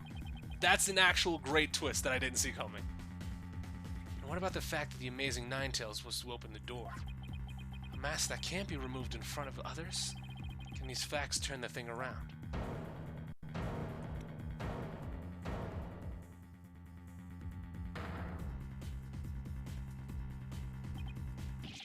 Ah! We got it all backwards. Apollo? I think we might have made a huge mistake. Your baldness, I see no need to further indulge them in their silly little farce. That defense has no proof. They never did, and they never will. It seems I must announce my verdict. Objection! Talk to him, Apollo. I do have proof. Do you now? Alright, this better be good, Mr. Justice. We can solve the remaining riddles by turning all of our assumptions upside down. Why Jinxie Tenma mistook Mr. LaBelle for her father. Why she couldn't remove the costume or tell anyone about it in the first place. These riddles are inextricably linked to Mayor Tenma's secret identity. A shocking secret identity that will turn the entire premise of this case upside down. This piece of evidence clearly reveals Mayor Tenma's secret identity. Yeah. Take that! Ugh.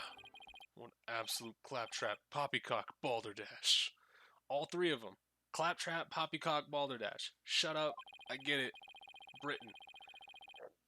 Excuse me. My God. We thought the alderman was the Amazing Ninetales and the mayor was Tenma Taro. That's why we believe the mayor killed the alderman for his lust in his lust for Ninetales Vale. And it was the basis for the prosecution's entire case against our client. However, we got the whole thing backwards. Mayor Tenma wasn't Tenma Taro at all. He was the Amazing Ninetales. Everybody should.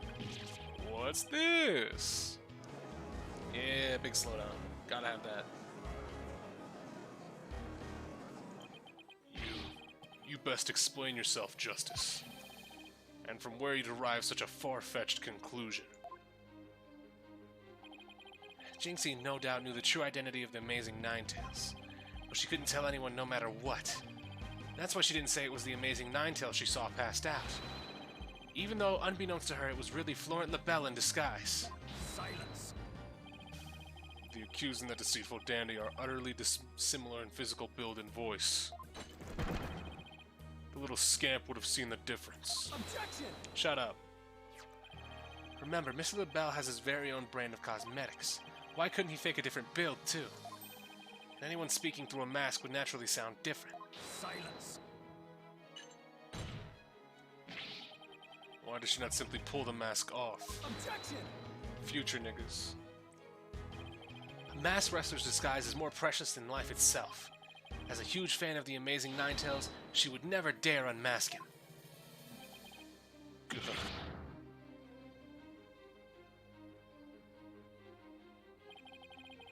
This case of mistaken identity also explains the riddle of the locked room.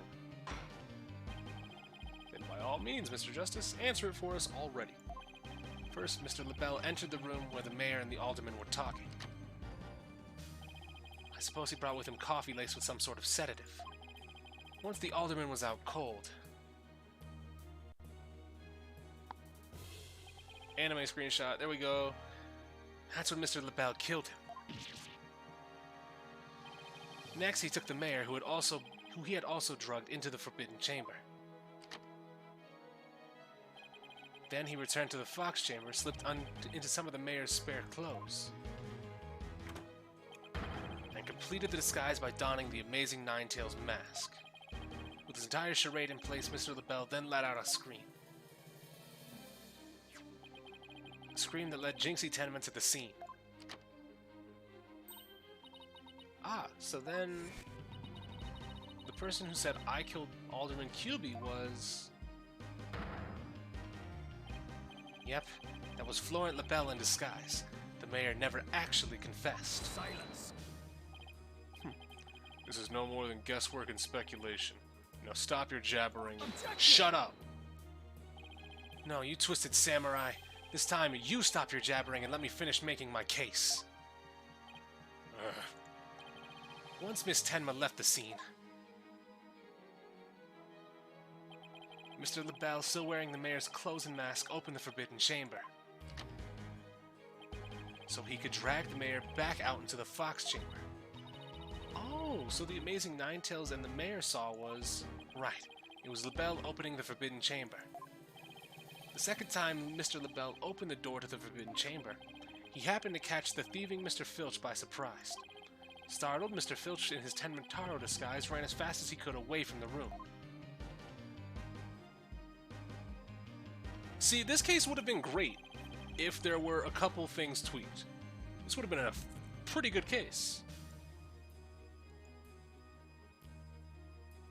Uh-oh. I've been linked to a TikTok with Mukuro Ikusaba art. I will check it out later. As he did, he left behind him a trail of feathers and tracks, and gave Miss Tenma the scare of her life in the hallway. With no one left to witness the events that had occurred, Mr. LaBelle then proceeded to drag the sleeping mayor back into the Fox Chamber.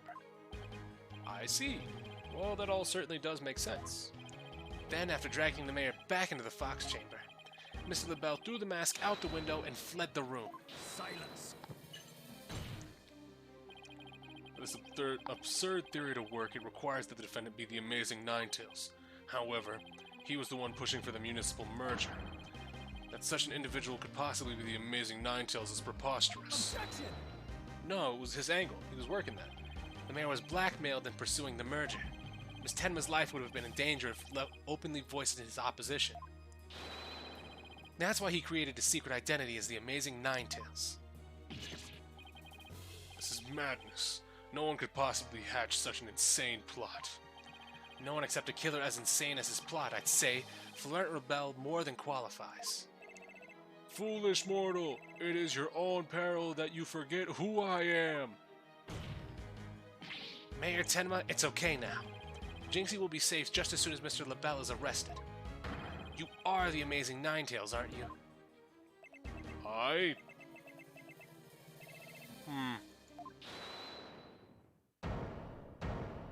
LaBelle, Jinxie. LaBelle, okay. You have quite the active imagination. Mayor Tenma is not the amazing Ninetales. Objection. How'd you change your hair again, by the way? What do you mean? Well, has the mayor admitted to it yet? That means he was sweating over in that fucking witness stand. I would have liked to see that, but that's just... And even if he did admit to such nonsense, I would reveal the truth behind Tenmataro right here and now. What? Why, you would dare reveal the secret? My good friend at the Alderman told me all about it. But it wouldn't be good to expose the truth. What with the superstitions now, would it? The truth behind Tenmataro. What's he talking about? So go ahead, say it. Say I am the amazing Ninetales. I dare you. Objection! Talk to him, Apollo. Wait. Will somebody please explain what's going on here? Mayor Tenma will do anything to keep the truth behind Tenmataro a secret. A dark, terrible truth that has been kept secret by the village superstitions. And if the mayor admits to being the amazing Ninetales, he'll expose the truth? Right. I won't have him walking free because of some nonsense you made up. So, he's just revealed himself. He's literally just he's called himself out. So what now, Justice? Without the mayor's admission, your theory is as useless as you are in battle. Did you not hear the guy just fucking confess? By saying he'll expose the truth if he confesses? Are we a little bit dumb today? I'll show you who's useless. Apollo, don't you dare give up now. I know. Your Honor, I believe Mr. LaBelle's statements warrant a thorough cross-examination. Ooh. After all, the true identity of the amazing Ninetales is the cornerstone of this case. You do have a point there. Please answer this court, Mr. LaBelle. Is the defendant the amazing Ninetales or not?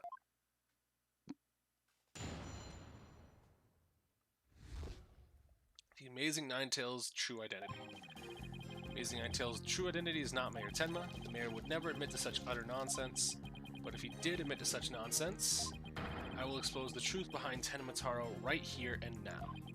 And that would bring ruin upon Ninetales Vale, just as the superstitions say. So, what do you mean? Talk about out of the pot and into the fire. At this rate, the mayor will be found guilty for sure. This is one thing I really do not like about Ace Attorney is, and I've said it a million times by this point already, right? We have pushed this case in such a direction that it would be foolish to think otherwise just because he does not admit to being the amazing Ninetales. With that omission aside, you have LaBelle coming into the courtroom, his hair changed, screaming that, hey, if he does that, I'll reveal the secret. That's fucking blackmail in a courtroom. That doesn't stand. Now you look hyper guilty. There's been a lot of cases of this where it's like, oh, the person who's clearly the guilty party will say like, oh, you can't prove that, and if you think you can prove that, I'd like to see some proof. And then you show the proof and they're like, well, you couldn't have gotten that proof, so what do you mean? I'm not admitting to doing it, but you can't prove that I did not do it. And it's like, what? You've exposed yourself. You've lost. Listen, this is what happens in the dark age of the law. The law suck. Fuck 12. I'm afraid I don't see how the defense has much of a case here. See, this is what I mean. I've gone 95 yards. I'm at the goal line. All I gotta do is fucking score. And, well, I mean, yeah. It's basically when you game over in Danganronpa and everyone suddenly suspects you despite proving otherwise. Yeah, good thing I never game overed in that fucking game series. Because that would have been tragic. 0 game overs in Danganronpa, but I do know what happens, where like you take enough damage and it's like, why is everybody not believing me? But it's like, that happens only on game overs. That happens when you fuck up tremendously. It happens in Ace Attorney when you go the right direction. Like it usually happens. There's very few times where it doesn't, where everybody's like, well, maybe he can't prove this, but he's proven like 48 other things that point to this guy. So, I mean... And let's just leave it at that, shall we? We all know Alderman QB was the amazing Ninetales anyway. I mean, that's how Ninetales Vale made a comeback. The Alderman was so popular. There's gotta be a hole in that testimony somewhere. But even I don't know where to start. since we don't have any proof that the mayor is the Amazing Ninetales, play Phoenix Wright versus Professor Layton. People don't use logic at all. Like, come on. I wasn't going to play that game anyways because I'm not super fond of the Professor Layton games, but that's crazy. But if he admits it, LaBelle's going to expose the secret behind Tenmataro. We're so close, I know it. The defense may cross-examine the witness. Well, let's hear why it would bring upon ruin. Using our handy-dandy skip feature.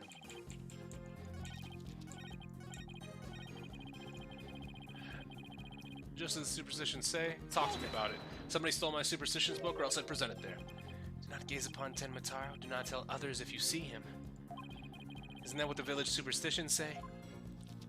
Exactly. Telling others what Tenmataro looks like would reveal the truth. That's why the superstitions, were written down in the first place. And ruin coming to the village if you free him. Is that a warning not to expose the truth? Bingo! And that truth is Tenmataro is a great greed-inspiring fortune. That's what the whole battle over Ninetales Vale is about. Tenmataro is a great fortune? Come to think of it. Yeah, it do make sense. That would explain the lunk of gold in the scroll that was in the Forbidden Chamber. Could Tenmataro actually be Forbidden Chamber treasure? Telling the villagers that Tenmataro is a terrifying yokai is what has scared them away from the Forbidden Chamber and the treasure within. Oh, I didn't click save, but alright. Or maybe I did, I didn't mean to. That's how the treasure has been kept secret all this time. Well, well, well. It seems our ace attorney... They said the name of the game. Everybody clap. Here has uncovered the truth that must not be revealed. Mayor Tenma looks like he wants to keep the truth hidden as much as I do. Tragedy is doomed to repeat itself as long as Tenmataro exists. That's why the secret must be protected. As long as Tenmataro exists, huh? Mr. LaBelle, please add that statement to your testimony. Tragedy is doomed to repeat itself as long as Tenmataro exists. Because niggas are just gonna steal it over and over again, aren't they? Objection! Mr. LaBelle, what if Tenmataro no longer existed? Revealing the truth would no longer be the issue, would it? If Tenmataro no longer existed? What on earth are you talking about? Oh, apparently you haven't heard. Tenmataro no longer exists. But I guess you didn't get to do a thorough search after the key was taken from you. Because when we searched the Forbidden Chamber, there wasn't any treasure there. Really? Well, maybe you weren't looking in the right place. Sorry, but I have proof that Tenmataro no longer exists. Take a look at this figure. What do we have here? It looks like some sort of creature. We found this in the Forbidden Chamber. It's an Azuki Kozo figure. The great thief Azuki Kozo used to leave them at the scenes of his crime. Are you suggesting that Tenmataro has been stolen? Yep. Phineas Filch's grandfather, a master thief, was the culprit. And by that hideous moronic caretaker's grandfather, no less? No! My beautiful golden Tenmataro was... The greed inspired by Tenmataro can no longer bring ruin upon Ninetales Vale. Isn't that right, Mayor Tenma? The root of tragedy would indeed seem to be gone. In fact, I now recall the alderman revealing the secret to me on the day of our meeting.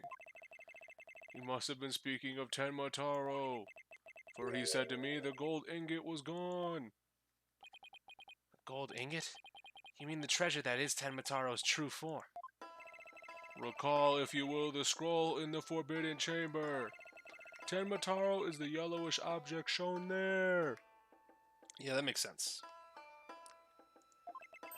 A giant gold ingot that my nomadic ancestors bestowed upon Ninetails Vale. Also, was Tails spelled wrong there? Did I see that correctly? It was Tales? I could have just read it wrong, never mind. And that would become Tenma Town.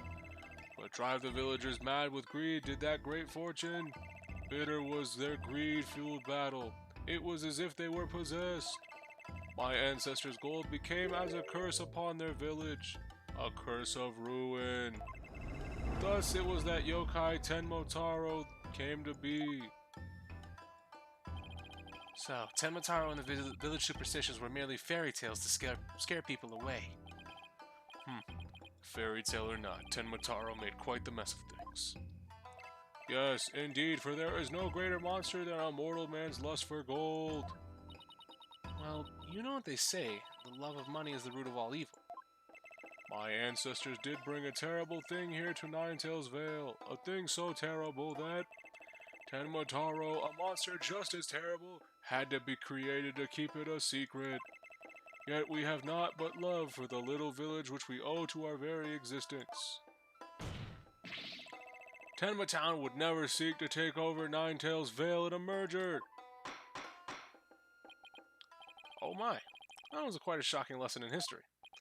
Mr. Mayor, now that we know that Tenmotaro no longer exists, are you ready to admit your secret? You are the amazing Ninetails, aren't you? No, don't do it. Please, no. We got him. We got him on the ropes. Be gone, you demented demon. Ahem. Now, where was I? The Golden Lord of Yokai, the amazing Ninetails, is indeed me.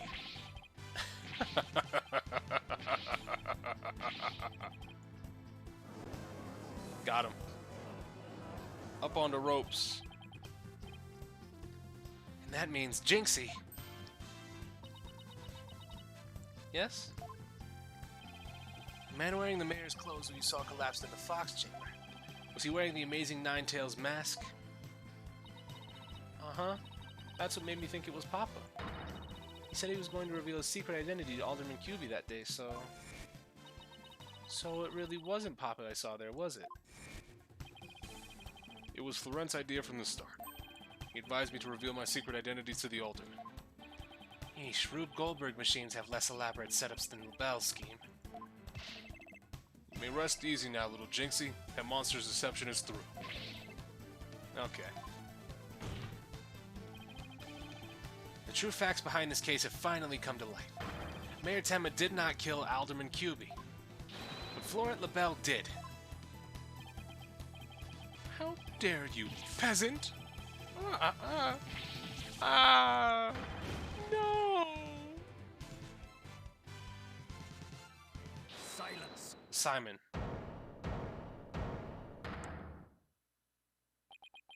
He has all but literally said the words, "I did it." And you are going to sit here and do this. Justice. You should at least have a real blade in your hands if you desire to cross swords with me. Or have you mistaken this battlefield for a training ground? What's this guy want now? Evidence is like a razor-sharp blade that cuts through bone as though it were butter. But you have only blind guesses, a dull blade of even incapable of cutting even a cake. He has you there, Mr. Justice. No, he doesn't. After all, evidence is everything in a court of law. But... They're right. Let's see some evidence. Of course, a perfect being like me wouldn't leave any incriminating evidence behind. This is the final battle. Just a samurai must live and die by the sword. You will live or die by the evidence you hold. My swift blade of judgment awaits. Now, present your conclusive evidence. Or don't you have any? Oh, crud. Do I have anything conclusive? Of fucking course we do. The mask. Evidence? Oh, I have evidence. You do? Of course. It's just the conclusive evidence we need, too. I'm going to finally prove Mayor Tenma's innocence. Here comes justice. What is this? Ooh. Let's review the facts. The most damning evidence against the mayor was the crime scene itself. The mayor and the victim were the only two people found in the room. Also, we all thought the alderman was killed because we thought that he was the Amazing Ninetales. But, as we now know, of course, we were all way off. The Amazing Ninetales is really Mayor Damien Tenma. That's why when his daughter Jinxie saw the Amazing Ninetales collapse at the scene, she mistook him for her father. These are the facts we have revealed. However, Mr. LaBelle asserts that he did not leave any evidence at the crime scene. But he didn't say anything about evidence outside the crime scene. Maybe he isn't clever as he thinks. Any of the evidence... Yup, because the mask was caught in the mirror. Clue inside the mask? Yo, this is pretty sick! Oh, I know. The Amazing Ninetales mask. It was found washed up along the river. What sort of clue does that mask hold? White hair.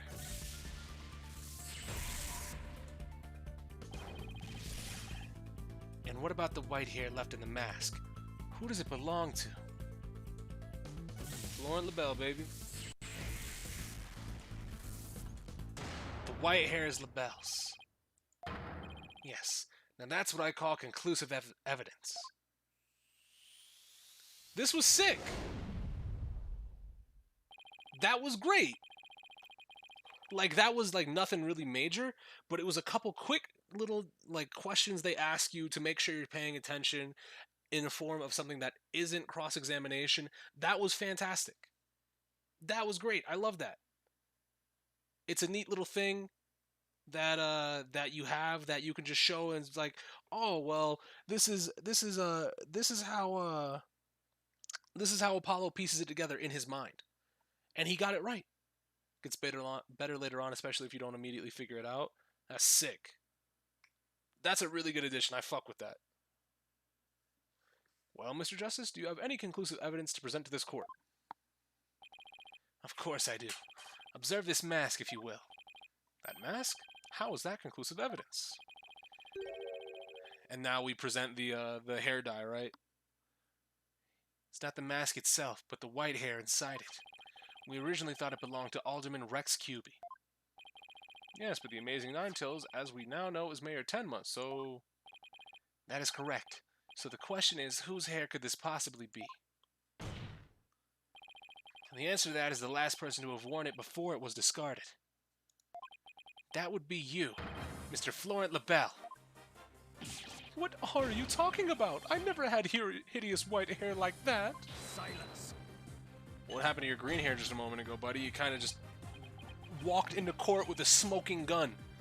It would appear your coup de grace... Ah, fuck me. Every single time. This freakish fop is not the white hair type. Because he's busy being one ludicrously garnished color or another. Objection!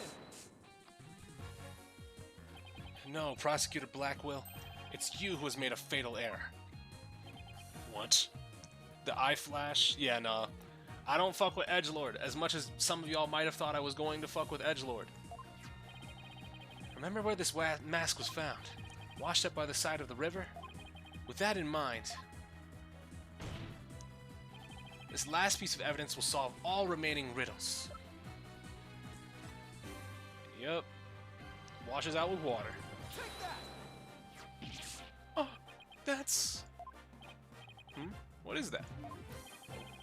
Excuse me. This is Mr. LaBelle's own private brand of hair color. It washes out with just water. The court will also recall that the Amazing Ninetales mask washed up along the side of the village river with white hair inside it. What's this? Are you saying that Preening Peacock's hair color is... That's exactly what I'm saying. Mr. LaBelle's hair color is a freaky work of fiction. But thanks to the river flowing through Ninetales Vale, now we have a real-life expose. White hair in this mask is conclusive evidence proving you're the real killer. A DNA test is all we need to prove it, and we both know that we'll get a match. Admit it. Florent LaBelle, you're the one who killed Alderman Rex Cubey. You peasant, how dare you?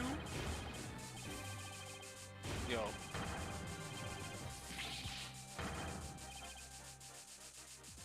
My makeup about to be ugly as fuck, huh, boy?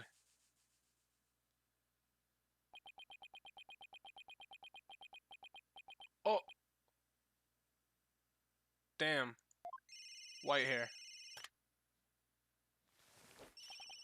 Hello, this is LaBelle. What? The project is off? This is LaBelle. The sponsors have pulled out. LaBelle speaking.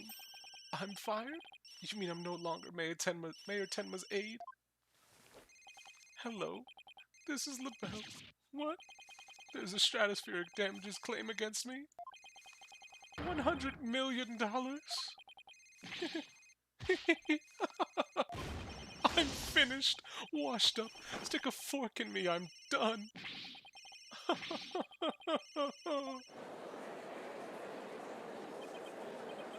This is preposterous.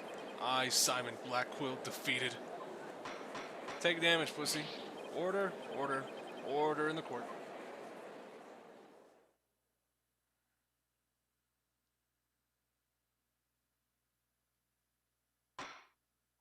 Well, this is quite the unexpected outcome. I must hand it to you, Mr. Justice. You really turned this case on its head, just like the other lawyer, Phoenix Wright. Why, give Apollo some props on his own, man. Nobody said no word to Phoenix. Or no, not one person got a word from Phoenix in here.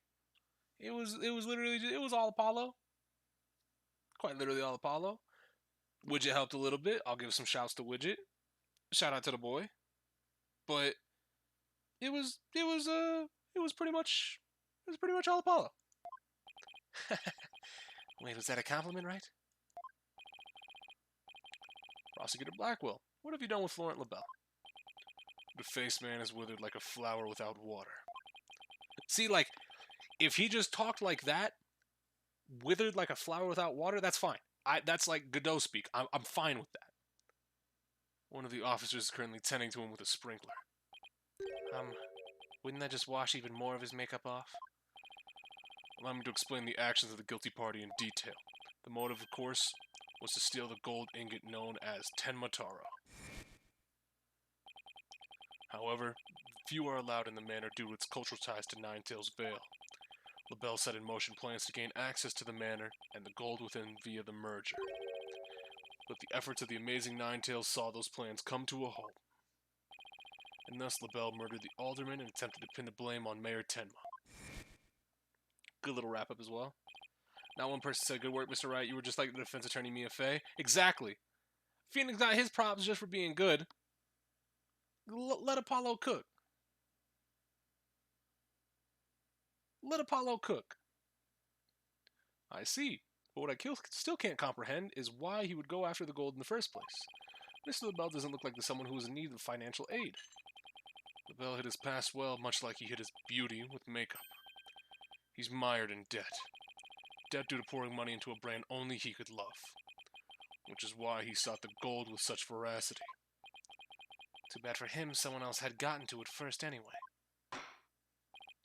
I see. Very well then.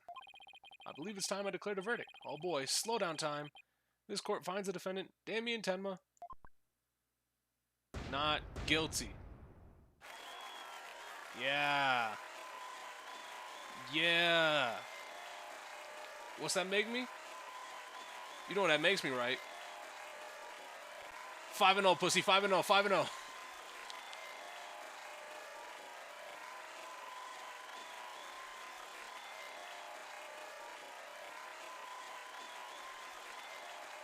Technically 6-0.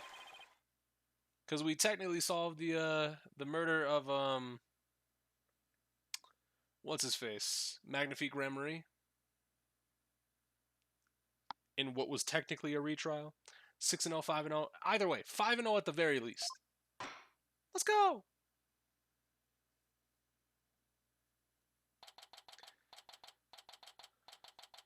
With the slowdown, close-up takes longer than they should. Yeah, I don't like it. April 19th, 1:23 p.m. District Court, Defendant Lobby, number 3. That was some seriously good lawyering, Apollo. Even if I didn't see that coming. Just got lucky, I guess.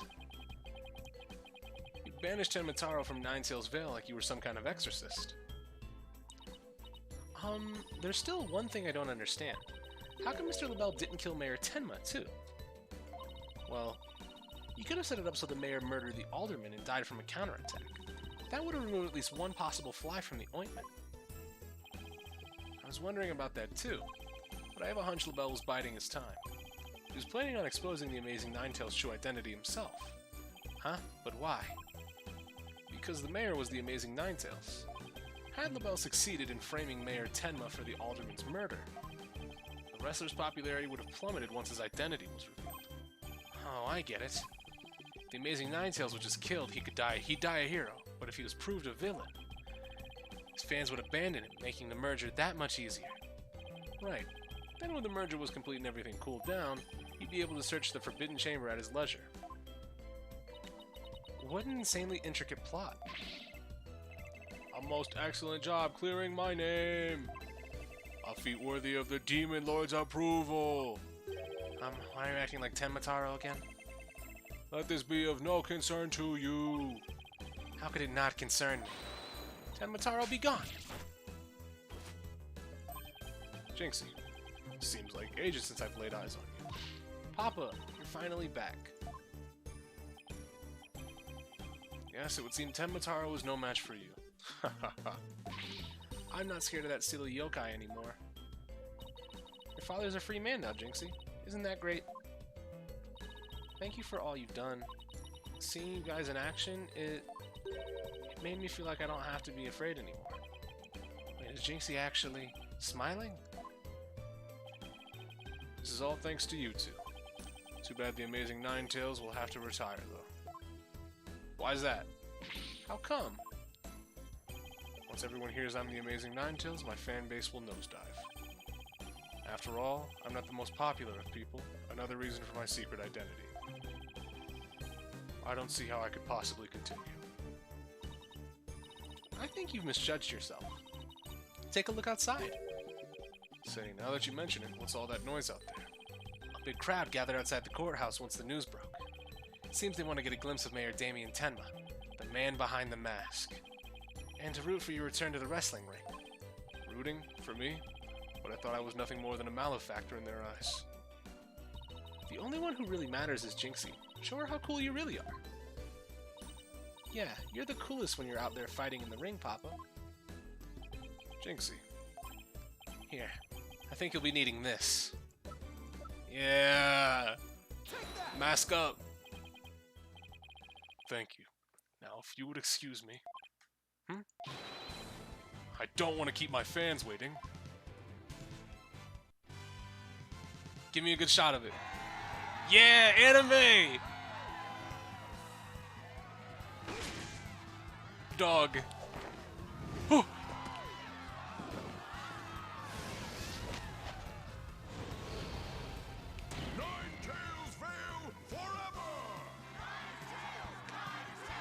He had the belt on him the whole time, by the way. I sure hope they can settle the problems between Tenmatown and Ninetails Vale. Me too. I'm sure they'll be fine, after all. The blackmailer slash killer behind bars is behind bars and the merger's no longer an issue. Plus the Amazing Ninetails is obviously still a hit, and I suspect Ninetails Vale will still be too. And it's all because we believed in our client, just like you said. Okay, people, now that we've got one in the bag, let's go get something to eat. I'm starving. Sounds good. I've been so nervous that I haven't eaten since yesterday. Better keep eating, Apollo, or you just might have to start looking up at me. Huh? I'm definitely past my growth phase, and you should be past yours too. Are you kidding me? I'm just getting started. Ready or not, It's face stuffing time. Keep eating like that, and the only direction you'll grow is sideways. Very funny. But I've got a hollow leg. I can eat as much as I want without gaining an ounce. Really? Wow, I can't wait to see this. Calories? Ha! Just let him try to stick on me. Alright already, you two. Let's get going before the old man closes shop. Eldoon's new... Pog! Eldoon's still in business! Let's go! I'm with Mr. Wright. Let's go. I've been waiting to have a bowl from there ever since Mr. Wright told me about them. Well, what are we waiting for? Noodles are on me today, so I expect some serious eating from you two. What's going on, Nestor? Yay, thanks, boss. To be fair, yeah, of course it's like not that long after 4-2. So it's like, what, at most, like maybe a little bit over a year, maybe a year and a month, of course. But I expected Eldoon's Noodles to not have that many, you know, customers, especially after the whole, hey, you were involved in a murder plot thing, but that could potentially make more customers come. So either way, yeah, no, I guess it's on how you interpret it. Probably less than a year, TBH. Well, no, because it was a year after the end of Apollo Justice, right? Oh, okay, yeah, no, you're right. This is a bit before 5-1, right, of course. Athena has no idea what she's getting into. Mr. Eldoon's noodles are so hot and salty. 2 bowls would kill a man. She had no idea. That was our first case together. And it felt like, oh. Yeah, okay, we get it. Yeah. All about some bullshit. We got you. It was too slow. I did not care about the ending of that from Athena. Gonna be honest. A new episode has been added. What's the name? Turnabout Academy. Ooh. Save game. Yerp. DLC time, correct.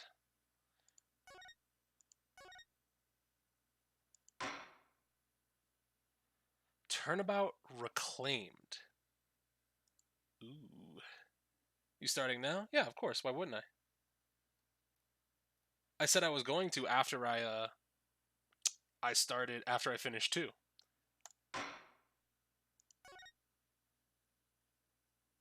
Let's go. My name is Phoenix Wright, head of the Wright Anything Agency and a lawyer. Although, I was doing something else entirely for a while there. Playing poker? As for why I decided to formally get back into lawyering, let's just say there's unfinished business to take care of. Anyway, I thought I'd reminisce about my first case back on the job. And what a case it was. It happened only a few months after Athena joined our office. Nice. Special episode, Turnabout Reclaimed. It's better to play DLC now in chronological order. Is that a fucking pirate ship? What's going on here?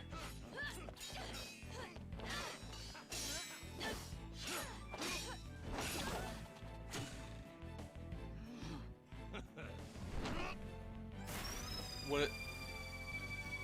Is that a fucking orca with a mustache? Morla, he made it just in time. Dog! What is going on here?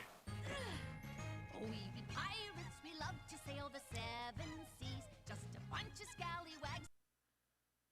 What is going on here? What did I step into?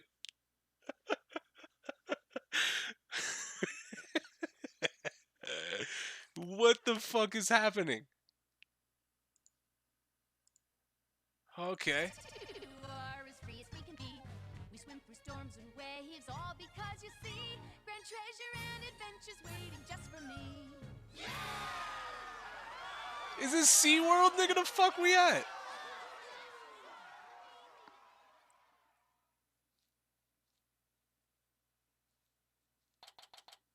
July 20. That's a day after my birthday. Midnight 37? Yo, what am I doing up? Today's my first day back on the job as a lawyer. Putting this journey's badge on again really hits home. Boy, am I pumped. Even Shrusi said, looking good, daddy. So, Athena, Apollo, what do you think of the old attorney's badge? Wow. This ship-shape aquarium show is great. I can't get enough of it. Athena? Still can't believe they showed the Swashbuckler Spectacular on TV. Good thing I recorded this. Now, who's ready for another viewing? You've already watched it 5 times. Let's watch something else now. How can you even suggest such a thing? This show is therapeutic. Boss here, asking you guys a question. What's so therapeutic about watching a killer whale? What? Don't you know anything?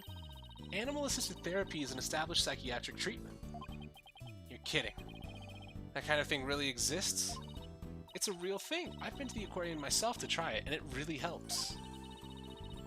I think that's a typo. Should be PM. Bro.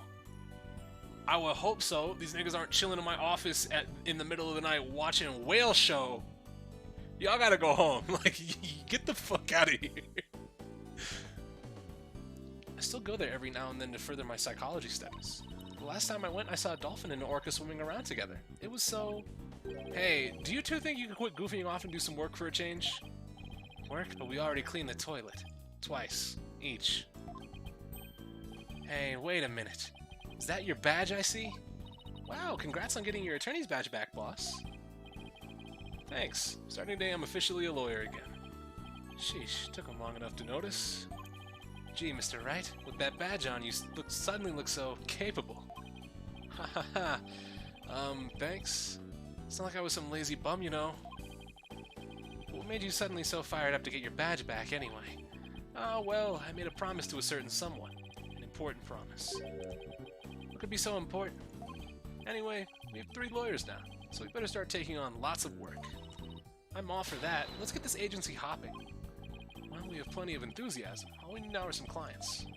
It's been 8 years since I last wore this badge. I feel like a rookie all over again. And this just in. The owner of Ship-Shape Aquarium, Captain Jack Shipley, has been murdered. Great. Fantastic. The suspect in the case is reportedly already in custody inside the aquarium. Isn't that the aquarium we were just watching, Athena? It is. I can't believe it. A murder at Ship-Shape Aquarium? But I love that place. We need to get to the bottom of this.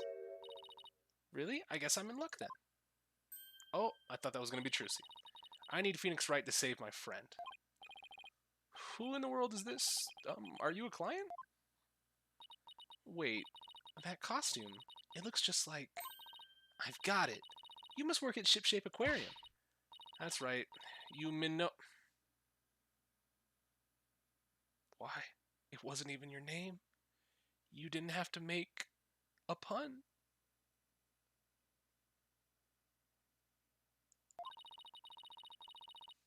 I perform like an agile catfish in our pirate show. It'll blow... Minnow, blowfish... These puns floundered a bit. Phoenix! Phoenix! Come on, man! I figured out the client's identity. Chalk one up for analytical psychology. My friend is under suspicion of murder, so I really need some help. That's why I've got to find this Phoenix Wright guy. Well, I'm Phoenix Wright.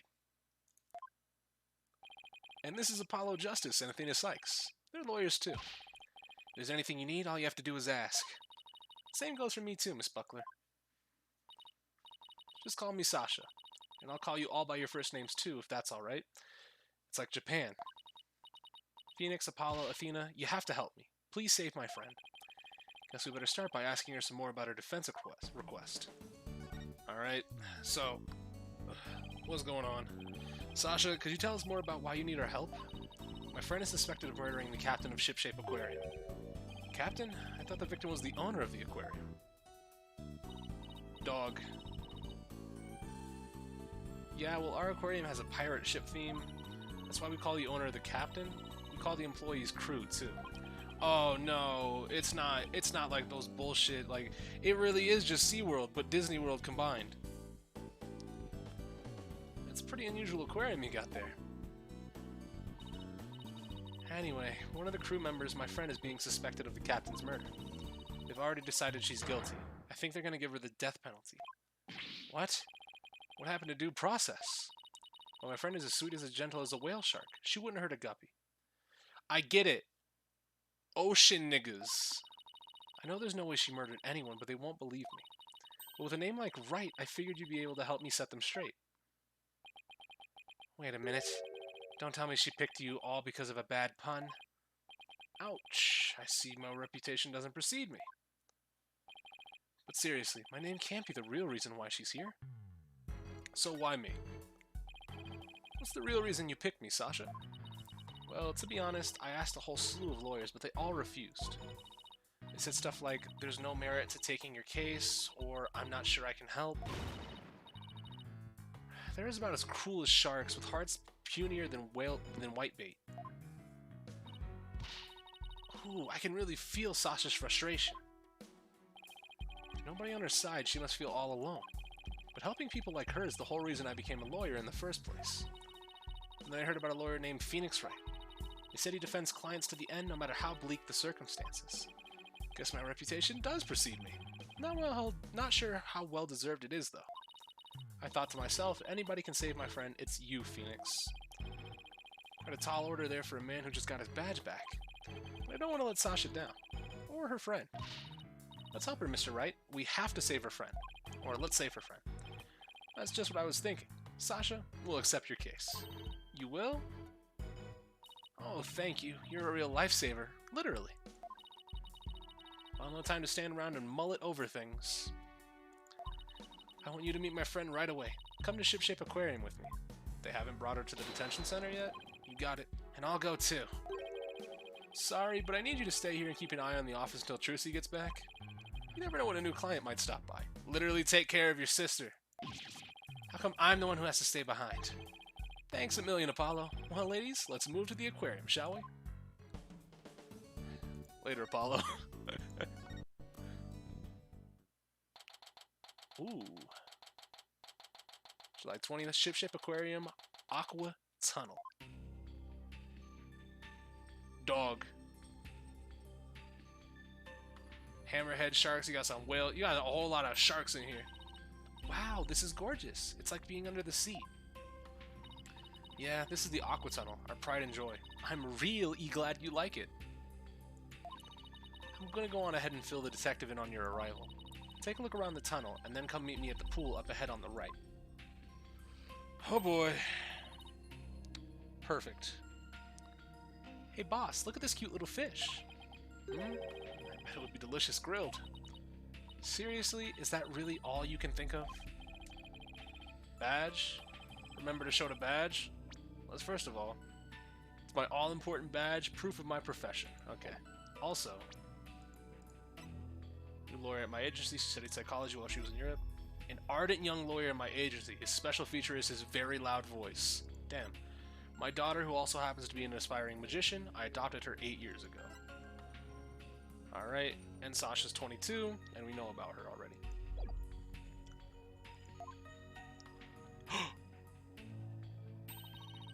That's not a chicken, it's a penguin. Come here, little cutie. I hope I get to cross-examine the penguin! It ignored me. Maybe it was hungry, too. Oh, look, it dropped something. It's an ad for Swashbuckler Spectacular Show. That penguin had a whole bunch of these stuff in its backpack. So it's passing out flyers, huh? How cute. A carrier penguin that distributes flyers? We could use one of those for our office. Sick. Dog, I really hope that I get to cross-examine the penguin, and then on top of that, Athena uses the mood matrix shit to fucking examine his true penguin feelings. I'd love that. Well, can't keep the client waiting. We better get going. Yeah, you're right. Time to roll up our sleeves. July 20th, Shipshape Aquarium, triple question marks. Huh? I don't see Sasha. Ah, are you two the lawyers Miss Buckler mentioned? Detective Fulbright, are you the lead detective on this case? That's right. As long as evil exists in this world, there'll be no rest for me. And who is your sea urchin-like friend there? I don't believe we've met. Is he talking about me? I'm the defendant's lawyer, Phoenix Wright. Well, I'm Detective Bobby Fulbright. People don't usually get to see this area. It's only open now because of the investigation.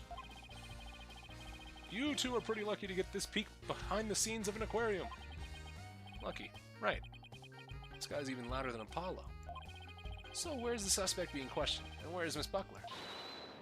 Here I be, me buckos. Eek! Ah!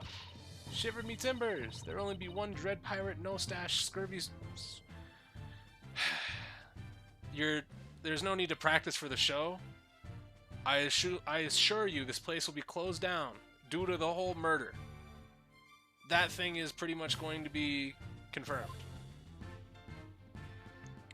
I beg your pardon. I'm not anybody's swab, scurvy or otherwise. More shameless than a sea lion you be trying to make off with me best bucko. If you want to pick a fight with us, you'd better bring along an army of great white sharks. Back up. Just back up, whale. Sasha, what's going on here? Let me introduce you. This is the friend I was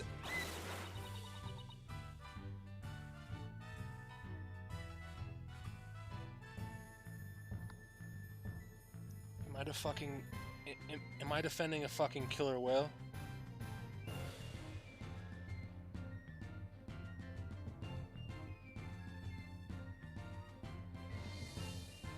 The whale did it.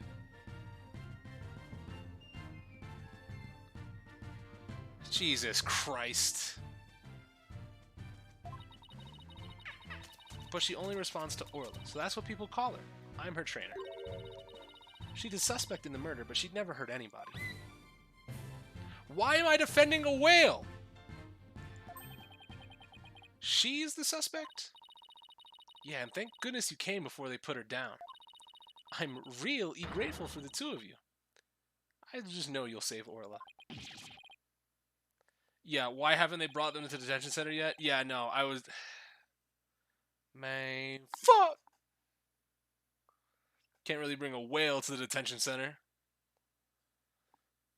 Don't tell me you didn't even know who your client was? An orca is the suspect? Our client is an orca. Is this for real? Oh, did I forget to mention that? Oopsie. That's one very big oopsie.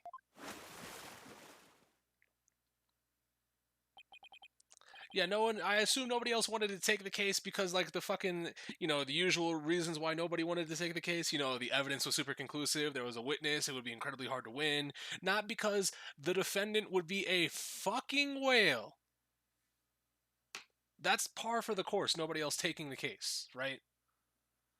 But whale. There's a whale? Whale. By the way, what was with that mustache earlier? Oh, this be part of me costume for the Swashbuckler Spectacular. When I be wearing the mustache, I be one of Captain Orla's swashbucklers. A transformation as dramatic as a pufferfish's, wouldn't you say? I don't think I would ever say that. Yeah, no one wanted to take Edgeworth's case, no one wanted to take Mia's murder. Like, there's been a couple times where people will just say, nope, I'm laissez-faire of the whole thing. I'm not touching that one. It's a pirate-themed aquarium, so that's why Orla's wearing a pirate hat, right? Yep, she really loves wearing hats. She puts them on all the time. But her fake mustache keeps falling off, so that's a problem. I see. Well, why don't we start with you telling us a bit more about Orla? Also, this song is nice. Even though it's some bullshit, I like it. I'm a big fan of this. Orla the Orca. So, you're really serious about me defending Orla? Of course I am. You're the only one who can do it, Phoenix. I heard you once questioned an animal during a trial, and that got your client off the hook. No, stop. The parrot confirmed nothing. The parrot was not helpful. No way, you did that? I might have tried something like that at one point in my career. Ooh, you're gonna have to tell me about that later, or I'll ask Apollo for all the juicy details. The parrot wasn't as helpful as we think. The parrot could have been a piece of paper. The parrot could have been a piece of paper that said, oh, it was Von Karma did it, and it would have been in it, because Von Karma retrained the parrot. The parrot didn't say pretty much anything. Parrot was funny, but parrot didn't really do too much because Von Karma retrained it. It's still connected DL6. Yeah, like I said, a paper could have done that. Like, I'm not downplaying the parrot, but at the same time, you know, it could have been a couple things. But a paper wasn't there to do it. You shut the fuck up. The parrot could have been a paper, and it would have been fine. They just wanted to be funny and coy and put in a just shut up and defend the whale. All right, fuck you. Okay. When I heard you didn't discriminate against animals, I knew you'd hear me out. I have to warn you, though, I don't know anything about orcas. I mean, they don't eat people, do they? Get the fuck back in the water. I think I made her mad. I won't have you talk that way in front of Orla. Orcas have feelings too, you know. Yeah, boss, they have emotions just like we do. Sorry, is anger the only feeling I inspire in women?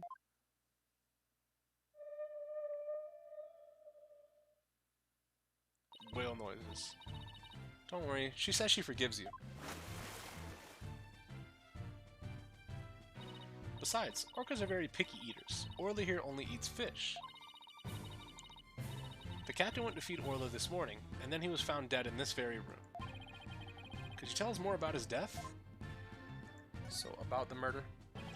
So, the owner of the aquarium, Jack Shipley, was discovered murdered. Yeah, it was about 10:10 this morning, just after the aquarium opened. A visitor was viewing the orca pool from the visitor's corridor and screamed.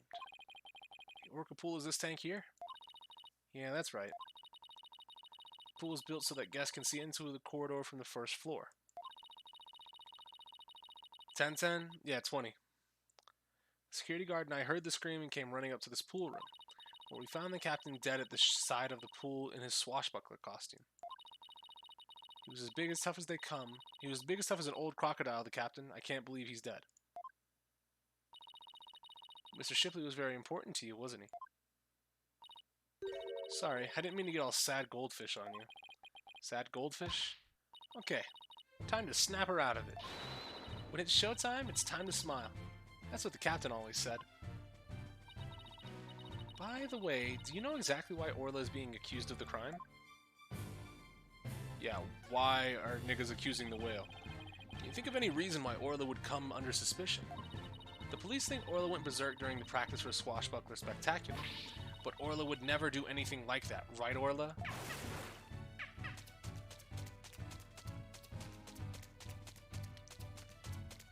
Okay. Quick question. How are we getting the whale in the courtroom?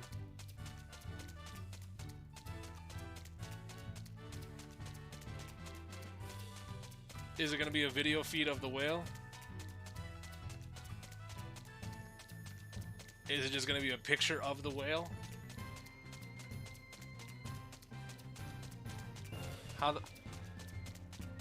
Does the defendant have to be... I assume the defendant has to be present in the courtroom. That only makes sense. Don't think, just go. Brain off, thoughts empty. Just look at that face. Isn't she adorable? The charges just have to be false. I hate to break it to you, but the police don't usually base decisions on cuteness. That's right, we base them on facts. Take a look at this. No, his doubloons. Photo of the victim, huh? He's got a wound on his head. Very perceptive. The victim and the orca were the only ones here. What's more, we couldn't find a weapon of any kind around. You can't arrest a whale? Yeah, well that's why they said they're not trying to arrest or detain the whale. They said if the whale is found guilty, they will just kill the whale. They'll put the whale down. Photo of body added to the courtroom. It's hard to make out the details of the body. Why is that? So what's the theory on how Orla supposedly killed the victim? They say orcas sometimes kill their prey by ramming into them underwater. We believe this orca did just that by pulling the victim into the 65-foot pool and then ramming him while they were in the water. What? Without any suspects besides Orla, this could be one tough case. Cross-section view of the first and second floor sections of the orca pool. The pool is about 65 feet deep. Now, normally I'd be in full investigatory mode. I'm just gonna turn my brain off for this one, because I'm defending a fucking whale. No official autopsy has been ordered, but an orca attack makes sense. Why hasn't one been ordered? Accidental death due to a failure to exercise proper oversight over an animal. The medical examiner said it wasn't a homicide, so we don't need an autopsy. It's not how that fucking works. Okay, brain off, brain off, brain off, brain off, brain off. So Orla's gonna be put down without a proper investigation? That isn't fair. That's nothing short of police negligence, Detective Fulbright. The incident wasn't determined a homicide, so there's nothing we can do, Miss Sykes. Ordinarily, the owner of the aquarium would be held responsible for the oversight failure. But the owner is the victim himself, so all we can do is hold the orca responsible. Phoenix, isn't there anything you can do? They're gonna put Orca down. Or Orla down. Sasha and Orla are depending on me. I want to do everything I can to help them. But how do I help an orca?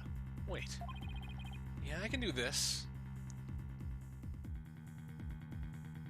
Find the real we could have set the whale free, too. Free Willy niggas. I'll find the real killer. Well, thank you, Phoenix. And I'll do everything I can to help you. Wait just one moment. You're not a police officer or a prosecutor. Look at the badge, nigga. Look at it. You're not even officially the defendant's lawyer. You have no right to investigate. Not officially Orla's lawyer, huh? In that case, I know exactly what I have to do. Yes, I can do this. What? Defend? What? I got my badge back now. So, I know exactly how, or exactly what I have to do. I'll defend Orla in court. Huh? Even an orca deserves a fair trial.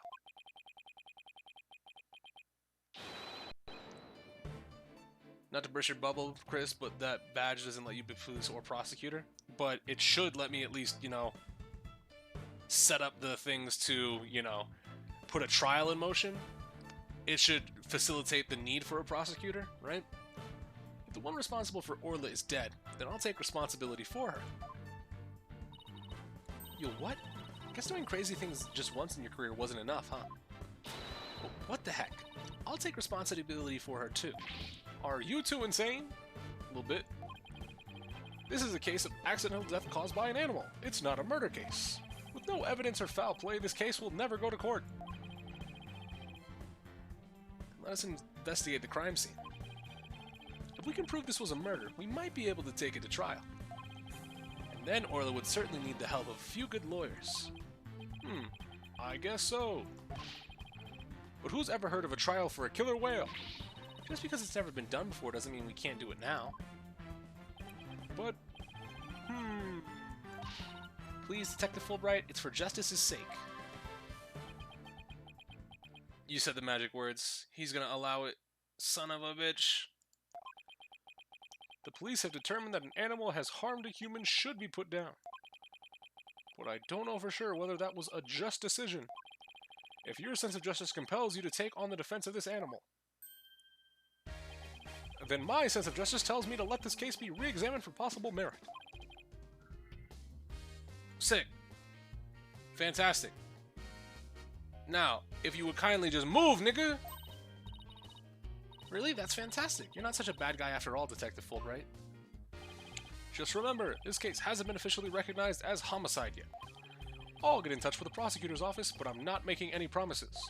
Please tell me I get to see... Show me Miles.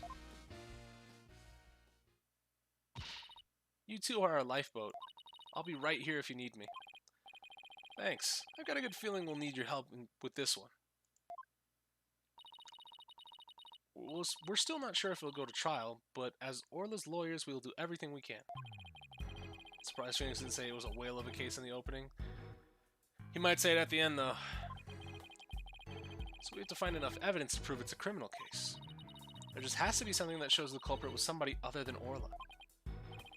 The Fulbright said there was no weapons in the area other than her. So we better look for something to prove him wrong. I better make a note of that so I don't forget. You sure are organized, boss. Maybe I should get a notebook of my own. Yep. Alright, so it's not just Apollo, it's everybody. Great idea. I'll add things too. And whenever we're stuck, we can just refer to the notes. Let's read the notes. Yep. Yep. We got this already. There. No jotting. Let's investigate this crime scene. There has to be some evidence here we can use in court. Examining the crime scene from every angle is the key here. That's right. If we change our perspective, we might come across new evidence.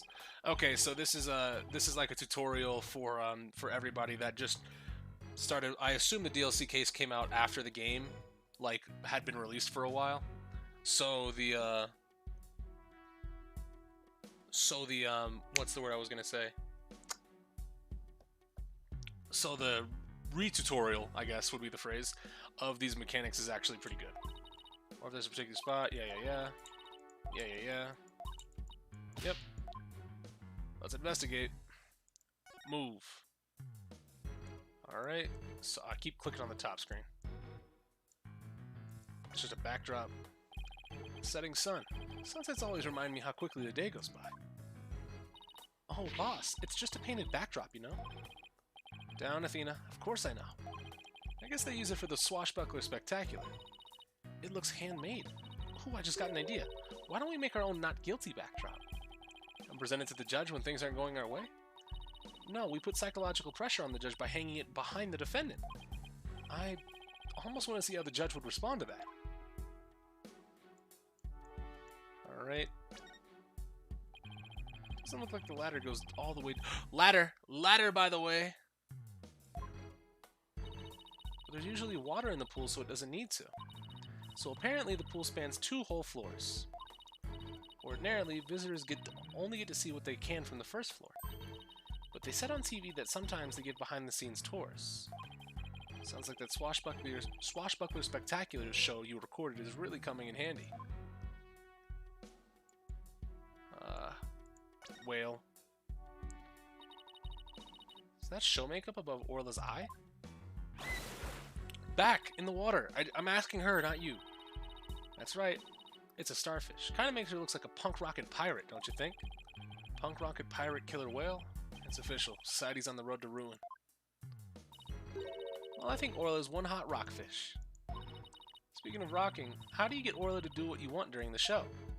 I give her signals with this whistle. Can't hear it. Come on, Chris, it's an orca with a stash. How can you not love it? Because I wasn't expecting to be defending the fucking orca with a mustache. Oh, but I didn't hear anything just now. Sounds out of the range of human hearing, just like a dog whistle.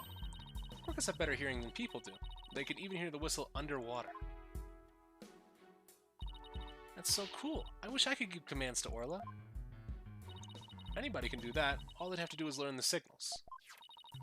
Here, Athena, you can have one of our whistles. Consider it a present. So they can command the whale if they know the signals. Interesting. Interesting. Underwater whistle sound like Cap?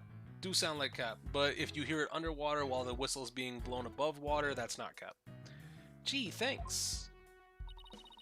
As for the actual commands, I am afraid I can't teach them to you. They're top secret. Alright. Boxes. Too far away to get a good look. I better get a little closer first. Also, what's up with this? Oh, sure, but the boxes are too far away. Fuck off, Apollo. Or Phoenix, excuse me. Got my spiky boys mixed up. Yikes, look at that huge octopus. That must be a show prop, too. One of its legs is missing, though. Wouldn't it be exciting to take on a huge enemy like that? I'd like to give it a try myself. As a lawyer, that is. You know you have an insufficient number of limbs to out-object it, right? So, one of its legs are broken. I don't know if that's in particularly important, or could be important later. Looks like it's everything in here, though. Oh. There's a piece of meat in a plastic hoop suspended from the ceiling.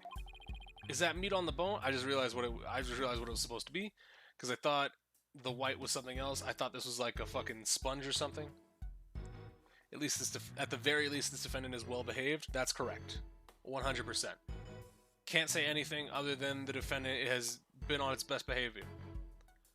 Talk about a clashy decor. I guess Orla really likes meat. Who knew they fed her such large chunks, though?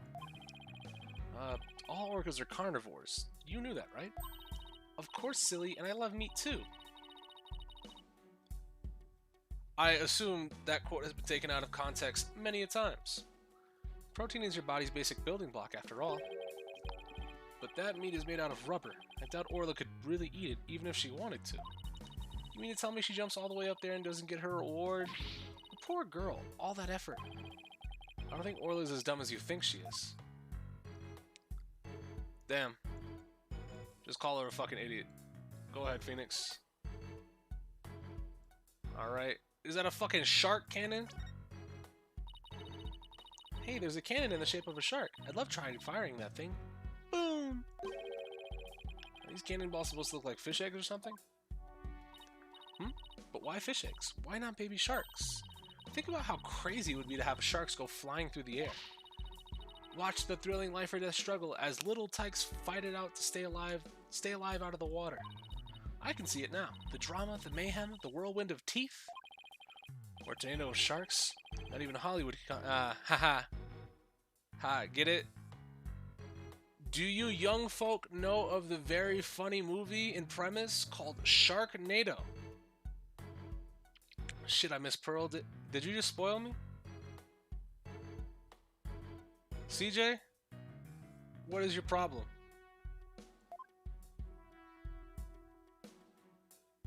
Why? What is your issue? Why can't you just shut up when you come into the chat room? Doors are slightly open and the police officers are standing guard outside. I guess they're watching to make sure we don't try any funny business. Well, now that you've said it, I suddenly feel like the urge to do something. How about if I suddenly break out some squat exercises? That would be pretty funny.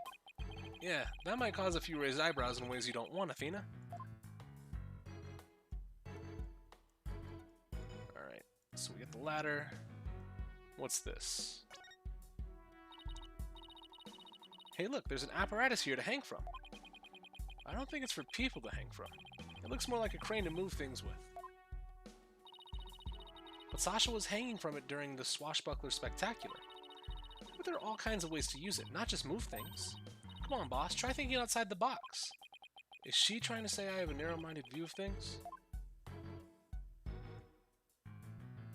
That's about it for there. What is this? Looks like the control panel for that crane apparatus. There sure are a lot of buttons. When I see this many buttons, I start to get fidgety. I know what you mean. You start itching to push them, right? Nah, I start itching to make a psychological study of people who want to push buttons. You know, remind you that I'm your boss, not your guinea pig? Got some extra hats over here for the whale. Is that all for over here? Wait, have I seen everything? Technically, I haven't seen where the body was found. Nothing much to see here.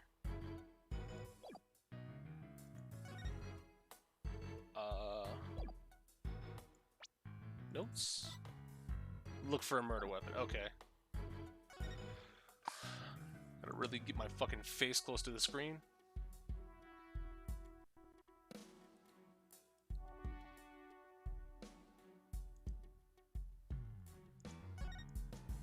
Nothing there. Oh.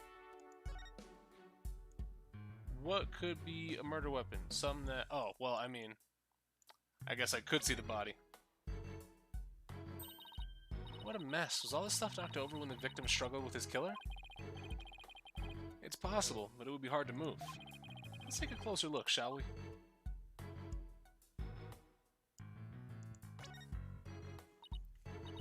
So this is where the body was found, huh? If they suspect Orla, maybe they found some evidence of an attack of the victim on the victim? Orla didn't attack the captain, she loved him. The captain rescued Orla when she was little, after she got beached on the shore, rather.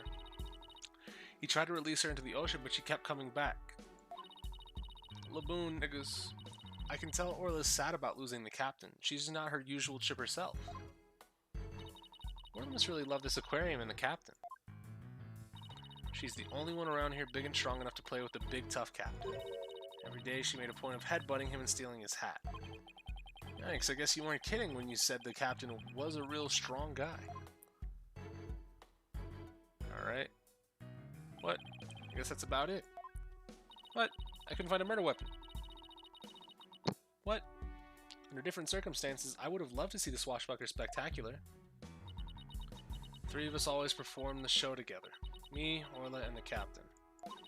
Today's show has been cancelled, but we could put on a little performance for you now. Whistle time. Well? Oh.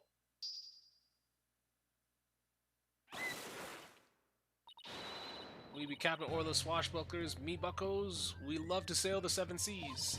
We've come to rout that mangy blackguard, dread pirate Nostache. Avast, there he be, Nostache himself. Prepare to feed the fish. Am I playing the role of Nostache? Well, Sasha has a stash and you don't, so I guess so. Hit him with your water Captain Cannon and spare no quarter. Yo, calm down. Yo, don't. I'm warning you. You idiot. Ah!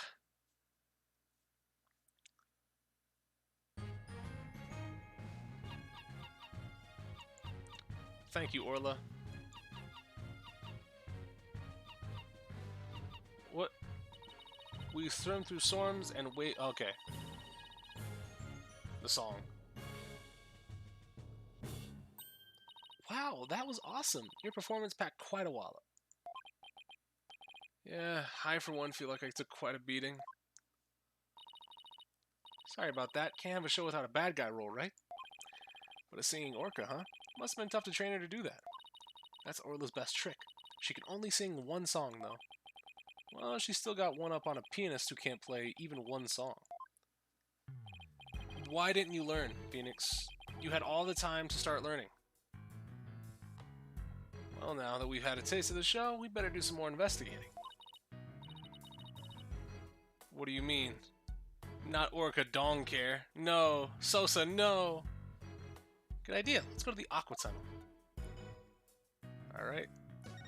Let's go to the Aqua Tunnel. Penguin buddy? Ah, fuck. Ship-shape aquarium, Aqua Tunnel. What's up, Fulbright? So, you all done investigating the pool already? We had a good look around, but now we're moving to other areas.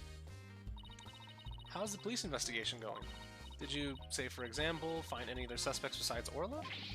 Ha ha ha! Wouldn't that be fortunate for you if we did? But no, I'm afraid not. And even more unfortunate for you, I'm afraid we found decisive evidence of the orca's guilt. What? Please tell us more, detective. Alright. Proof the orca did it. So what's the decisive evidence? Don't hold out on us now, Fulbright. I'm very sorry, but I can't share classified information with the defense. Especially not security footage that shows the moment the orca attacked the victim. Yep, I'm to personally see to it that this baby stays safe. It will never leave my side.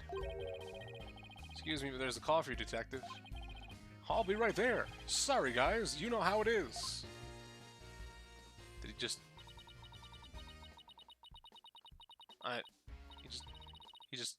He just gave us the fucking... Okay, then.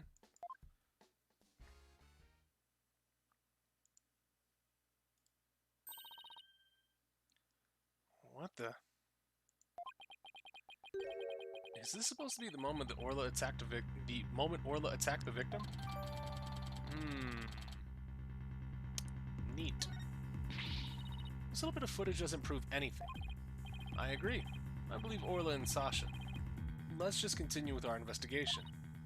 Good idea, huh? There's a sticker on this camera that says, "Return to the Pubbo Danger." If somebody there manages the cameras? Let's check it out later. Sorry about that. Prosecutor Blackquill called to remind me to go feed Taka. Damn.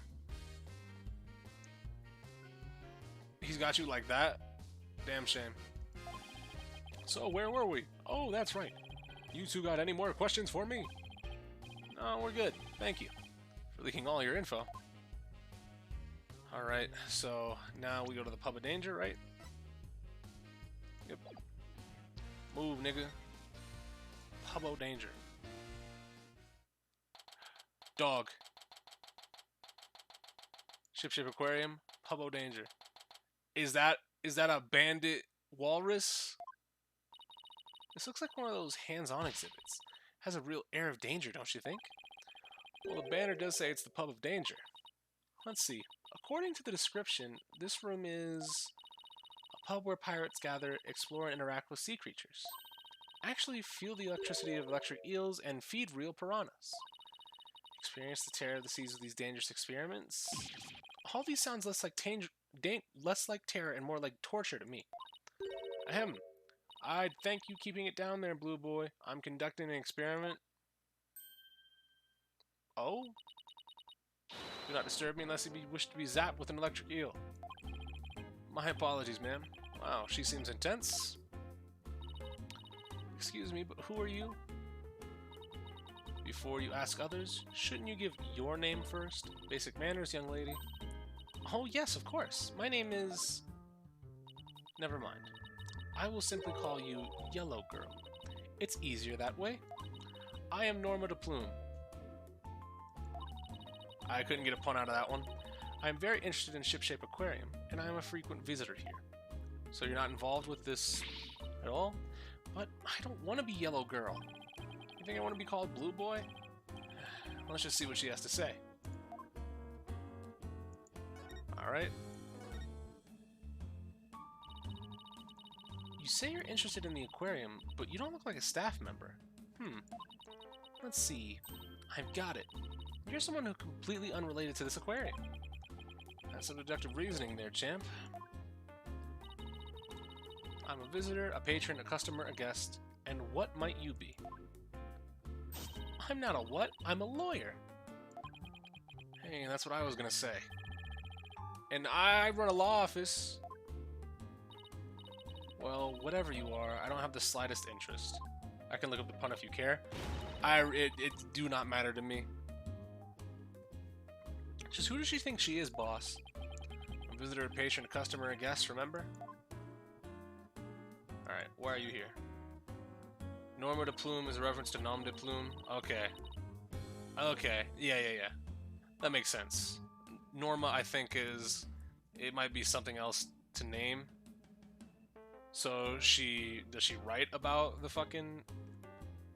The aquarium, there we go. Lost the word. Oh, but I have special permission, you see. And why exactly is that, if I may ask? Well, because of the Heavens, I've said too much. Magatama? Let's go! I remember this. Cyclox. Huh? Psychedelic rock? Cyborg clocks? What? No, Cyclox. It's the power of this Magatama. It gives me the ability to see secrets locked away in someone's heart. If I can remove the locks, I can uncover their secrets. I didn't know you had a magical item like that. Looks like this lady knows something about what happened. I'll use my Magatama and undo her Cyclox. Huh? I can't see the locks anymore. The color of that stone looks different from before. That's funny. Maybe it's just out of juice? It can do that? Yeah, a certain girl I know poured her spiritual power into it for me. Without that power, I can't undo the Cyclox. No way! What? Why do I have to keep quiet about it anyway? I've never been any good at keeping secrets. But I did promise after all, so I guess I had better keep my mouth shut. Who did you promise what to? No comment. No, go away. Just when I thought we could find out more about the case. Let's go try to find some other way. I'm sure we'll find something.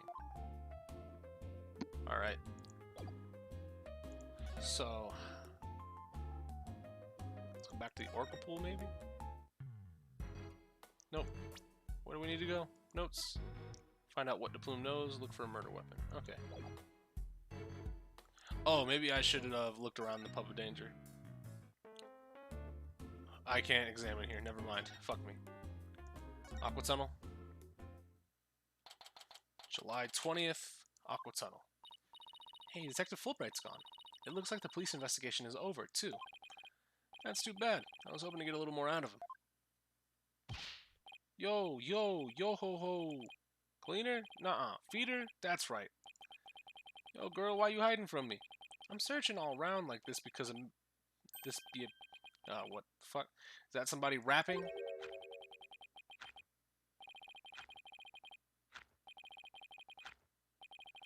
What?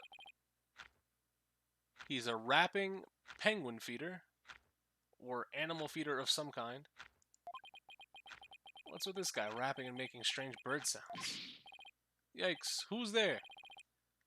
You didn't hear me rapping, did you? Yeah, well, maybe. Look, just do me a favor and pretend you didn't hear nothing. Fine by us. And who might you be? I'm Marlon Rhymes. Yes, you do. I'm an animal keeper here.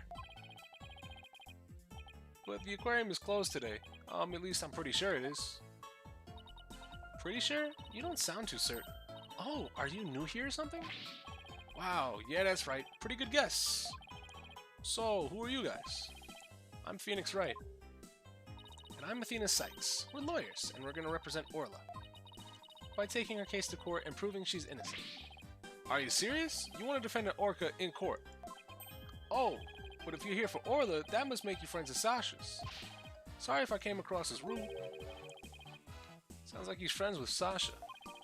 Sometimes when I'm by myself, I like to rap to pass the time. Especially when I'm around the animals I love. Yeah. He's got that heavy-ass chain on. He's done. Don't call him a feeder. He's an honest DPS main. Pog. I get it. Ooh, I love animals too. Especially marine creatures like dolphins. I like marine creatures too. Just the ones you can eat. Yeah, well, people who like animals are good people. That's what I always say. If there's anything I can do for you two, just say the word.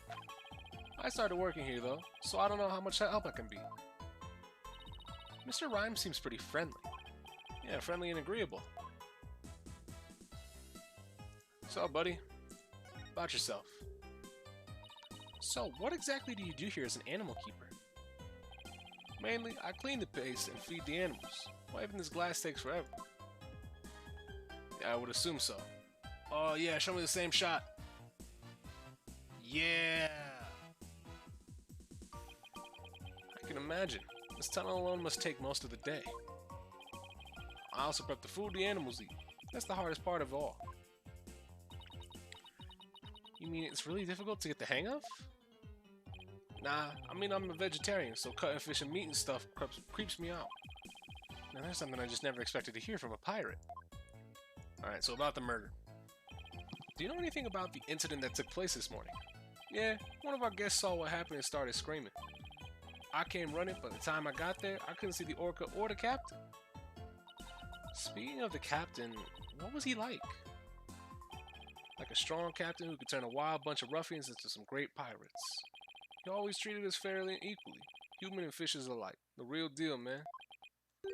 Hey, what are you crying for? Athena, no. I'm not crying, it's just, I can feel your heart crying, that's all. Girl, what you talking about? I'm not crying either. I guess I won't mention that his eyes are puffier than a pair of pufferfish. I bet Sasha and our vet, Dr. Crab, are even more upset by his death. Vet? This aquarium has a resident vet. Yeah, yo, hold up. I haven't seen Dr. Crab this morning. Staff are supposed to stay put. Night shift has been on duty since last night, but they won't let us go home. Sasha even had to get special permission to go out looking for a lawyer this morning. We haven't seen anybody who looks like a vet. Alright. Tell me about Rifle. Were you rapping something about looking for a weapon earlier? A rifle or something? No, not a weapon. Rifle is the name of one of our penguins. A penguin? Why would you name a penguin something like that? That's a sick name. No, absolutely not. Nope, nope, nope, nope. Hell no. Anyway, that's what she's like, so we named her Rifle. Okay, but did you have to wrap it? That's just how I roll. Does Rifle wear a backpack by any chance? Yeah, that's the one. So you seen her, huh? She always running away. She always such a good runner we decided to put her to work delivering flyers. Do you really want a dangerous penguin like that on the loose? Rifle's not dangerous. She only attacks people she don't like. We ran into her earlier. She didn't attack us. She straight up ignored us, actually.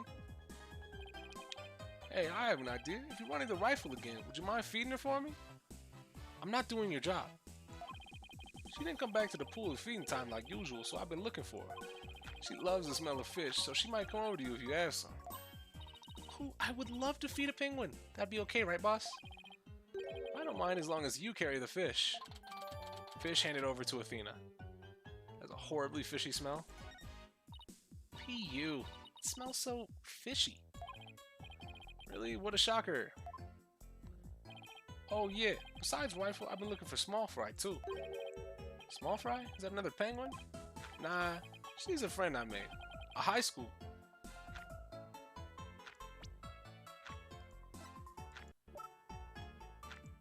Jail! Jail! Send him to jail!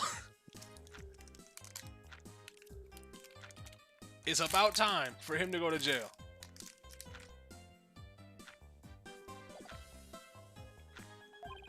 She went out looking for Rifle somewhere and hasn't been back. Is she your girlfriend? What? Nah, no way. Sasha's the one So you like Miss Buckler, do you? Well, I really respect her, you know?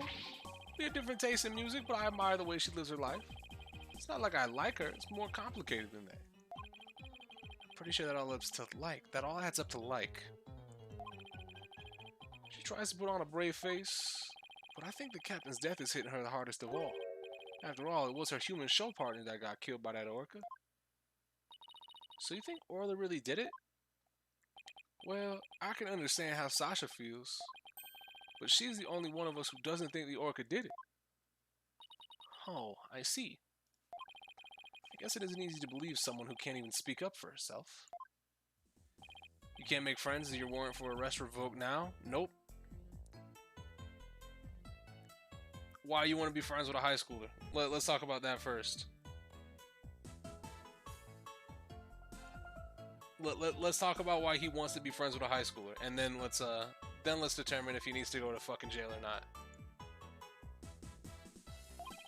Small Fry said she was gonna go check the orca pool. Maybe we'll head back there then.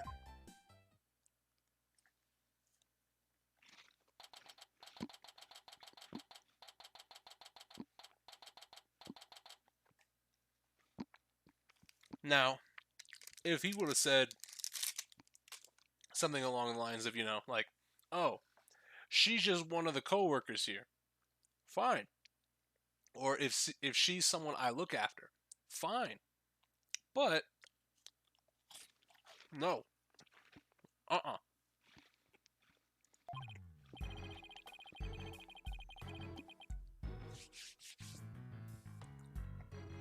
God, these fucking crackers are dry as hell.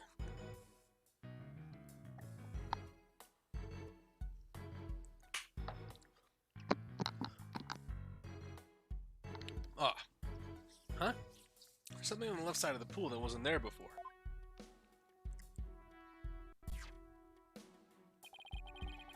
Looks like an electronic sword? Hey, you're back.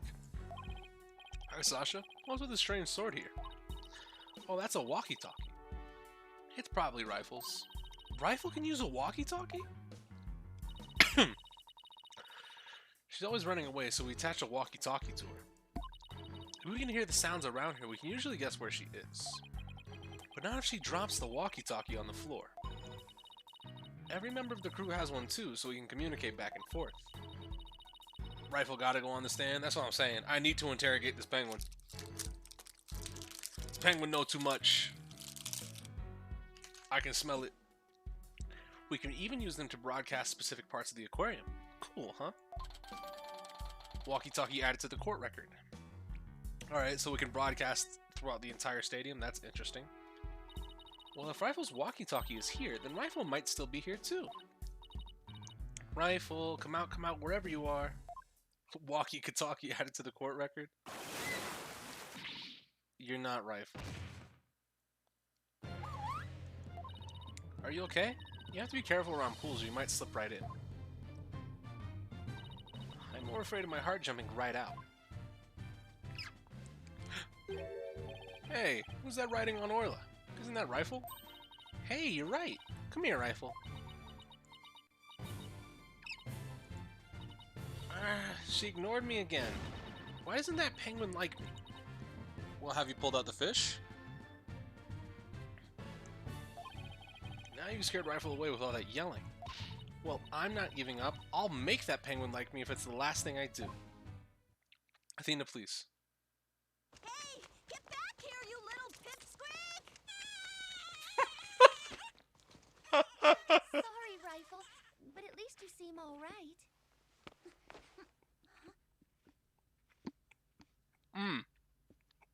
Oh. Damn. If only I didn't know.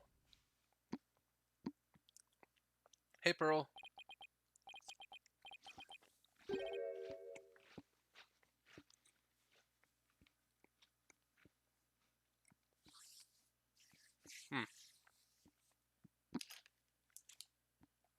Was a good time for me to finish my crackers, though. That was pretty good. Hey, it's Pearls? Oh, Mr. Nick! I haven't seen you in ages. Theme back. Theme updated as well.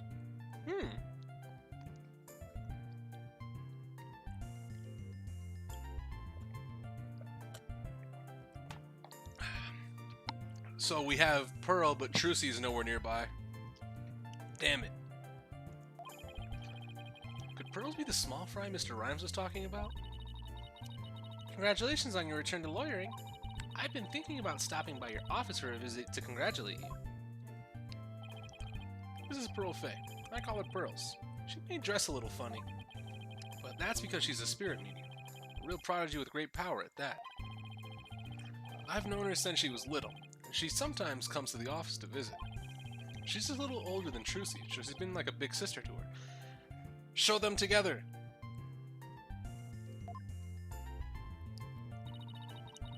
I guess everyone here knows Mr. Nick then? He's such a nice guy, don't you think? Is she trying to be my big sister now too? Hey, Pearl. What are you doing here, Pearls? My summer camp is here on a field trip. I've never been to such a big aquarium before, so I was really looking forward to it. But then that incident happened, and the police just finished questioning me. Oh, I see.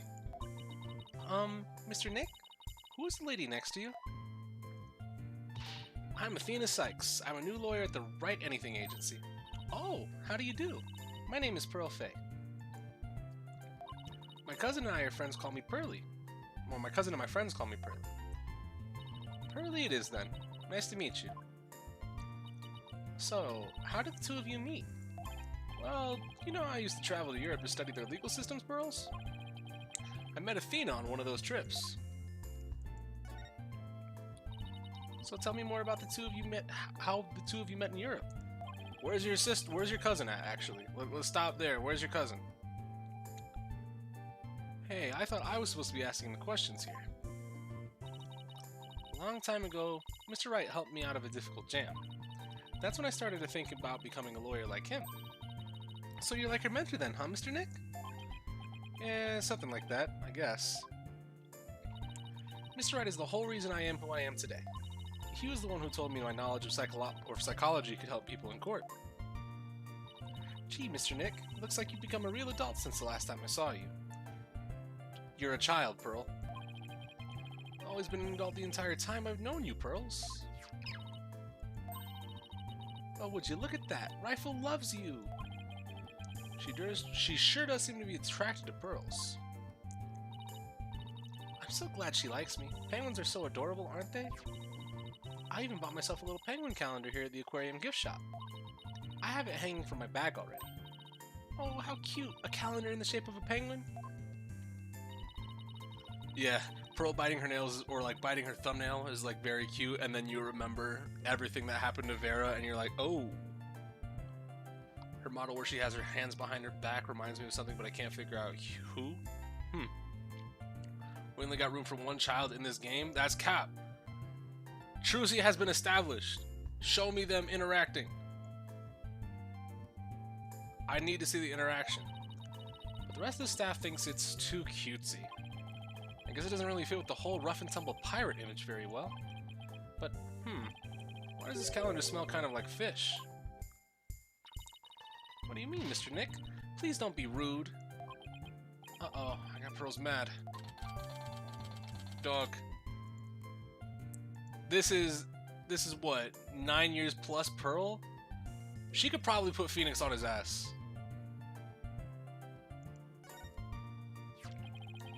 So you were looking for Rifle too? That's right. I was trying to help Mr. Marlin, the animal keeper. Come here, Rifle. Come on. Shame. She went towards Orla instead. Why can't I get Rifle to like me? Maybe she quit chasing after with that scowl of yours. Mr. Nick, how could you speak to a lady so rudely? Uh-oh. I hear Pearl's mad. Again. Why don't you try to get a Rifle to take some food from you? Oh, great idea. And I have just the thing to offer her, too. Alright. Present some fish. Rifle, I have a present for you. It's chock filled with love. Here you go. Dog. I don't want to defend the whale. Hey, Orla ate my love-filled fish. At least it looks like she enjoyed it, though. I think Orla and I just had a bonding moment.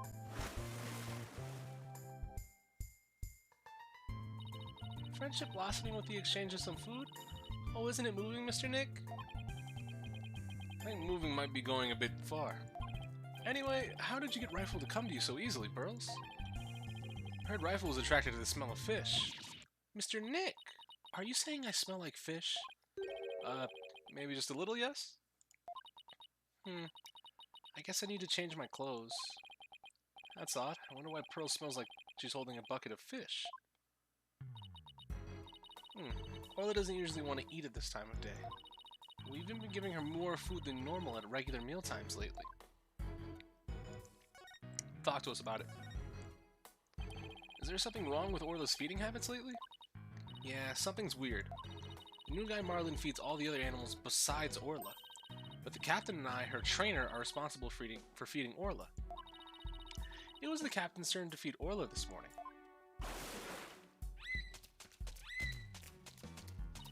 Orla keeps coming to me and signaling like she's still hungry. She wants my fish chock full with love.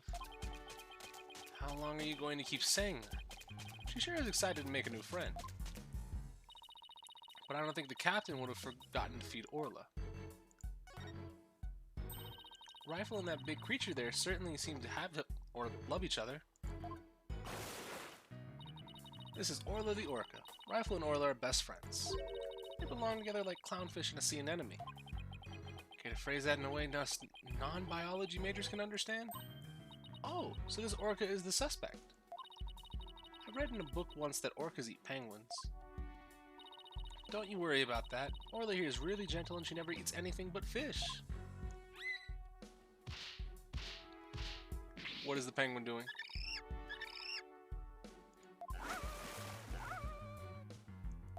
What? She's an old sweetheart. As a matter of fact, she even tolerates Rifle picking on her. It's true, she does seem very gentle. She hardly seems like a killer whale. Get it? As lawyers, we have to do everything we can to save this beautiful, gentle creature. Wow, you're going to defend her in court? She's quite the defendant, isn't she? She's the biggest defendant we ever had. Literally. Oh, Pearls, I have a big favor to ask. What is it, Mr. Nick? Oh, charge my Magatama. There we go. Oh, that Magatama brings back memories. I remember pouring my spiritual power into it. That was so many years ago. I guess that's why it's almost out now.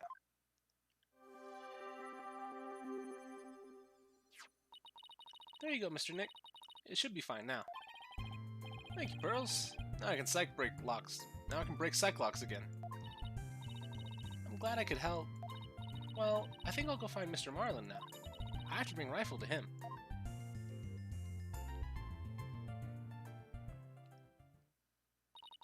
High school Pearl, high school Pearl. Where is Maya, though? Where is your cousin? Pearlie sure seems right at home in this aquarium. You're right. But didn't she say this was her first time here? Apparently that girl was in the staff corridor early this morning. No. That's why the detective was questioning her. What was Pearls doing in the staff corridor? I don't know. I thought she was Marlin's friend or something. Staff corridor, huh? Something about that doesn't sit well with me. Pool diagram updated. Well, if it bothers you, why don't you just ask her about it? Yeah, good idea. Let's go catch up with her. July 20th. Ship-shape aquarium. No. Don't tell me. Looks like Mr. Rhymes and Pearls are talking.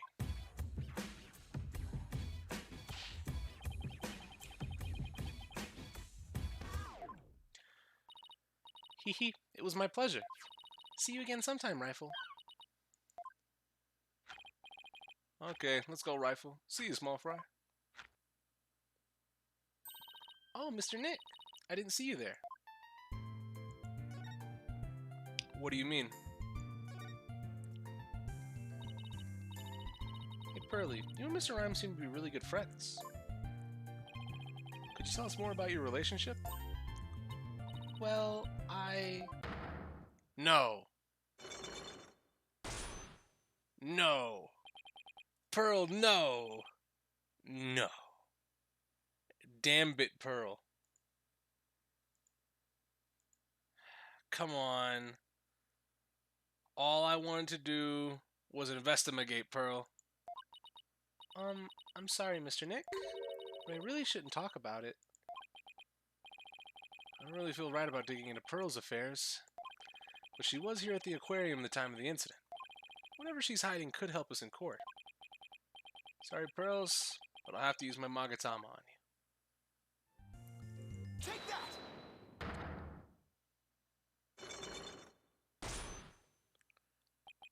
A psych lock. A lock on a person's heart that only I can see. The deeper the secret is hidden, the more locks will be there. Pearls only has one lock, so I should be able to undo it fairly easily. But if I make a mistake, I'll be locked in a loop and won't be able to move forward. Okay, time to give it a try. Relation to Rhymes. Pearls, you have to tell me about your relationship with Mr. Rhymes. Alright, my brain has been off, but probably the diagram that shows her in the staff corridor. Cyclock music update. The flute is nice. The update to this song is nice. Now, it's not even Imagine lying to Phoenix knowing he has a Magatama. It's Imagine lying to Phoenix knowing he has a Magatama that you just charged.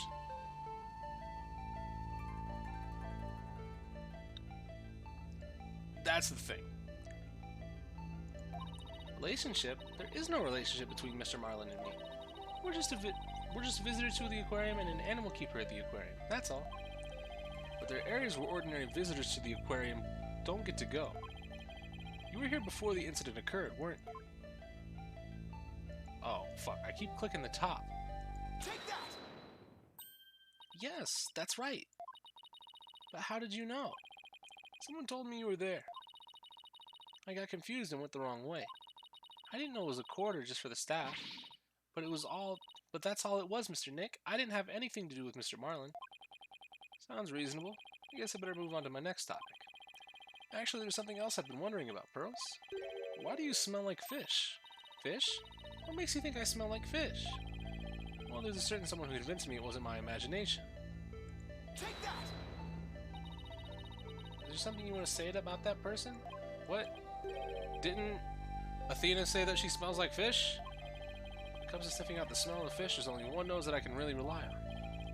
What?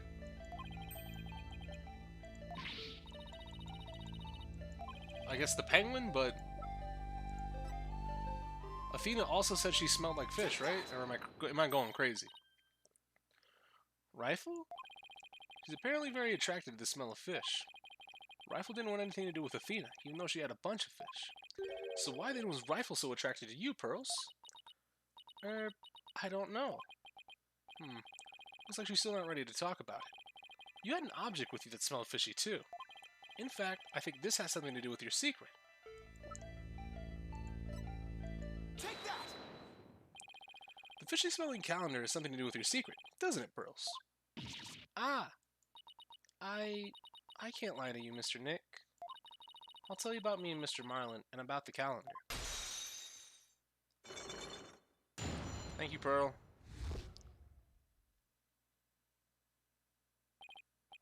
Oof, there's only one lock, but it sure took some work. Yeah! Please tell me about your relationship with Mr. Rhymes. I became distracted by the gift shop almost as soon as we got to the aquarium. Before I knew it, everyone else had moved on, and I got lost.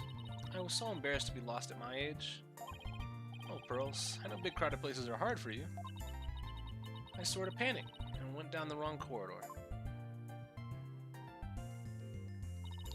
I ended up in the food prep room, and that's where I met Mr. Marlin. I really startled him when I called out to him. He jumped so much, he startled me too, and I lost my balance and fell down. So that's why you smell like fish. Okay. Guess that explains why you smell fishy. Pardon the pun. No, don't say pardon the pun. You meant that shit.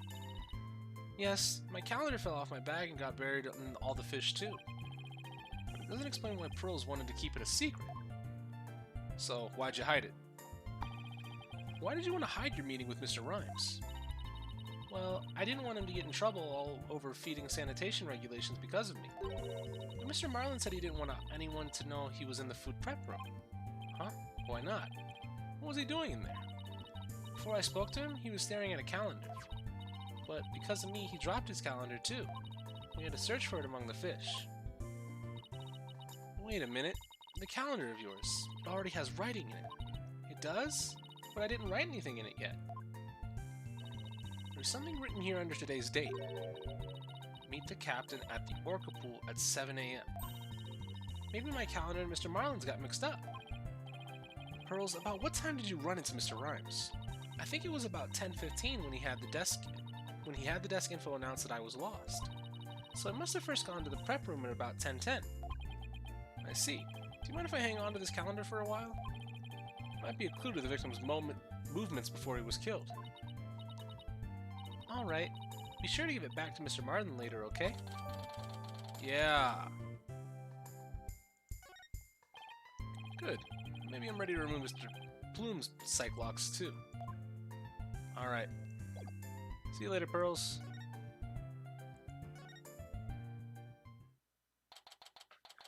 July 20th.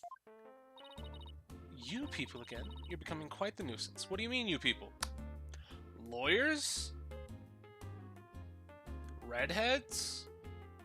Lawyers? Pearl's theme is still good. Yeah, Pearl's theme is great. If that veterinarian won't come out, then I just might have to give up and leave. Veterinarian? Is that Dr. Crab Mr. Rhymes was talking about? You are correct. He likes to shut himself up in that room back there and won't come out. But I don't think he's even in there today, so I'm about ready to go home. She sure seems to know a lot about the workings of this aquarium. And maybe a little something else, and maybe a little something about the incident this morning, too. Mr. Wright, this is no time to be standing there thinking to yourself. It's time to put your psychedelic clock skills to work and uncover her secrets. That's Psychlock, Athena. Psychlock? Alright. Take that! Why the fuck you here?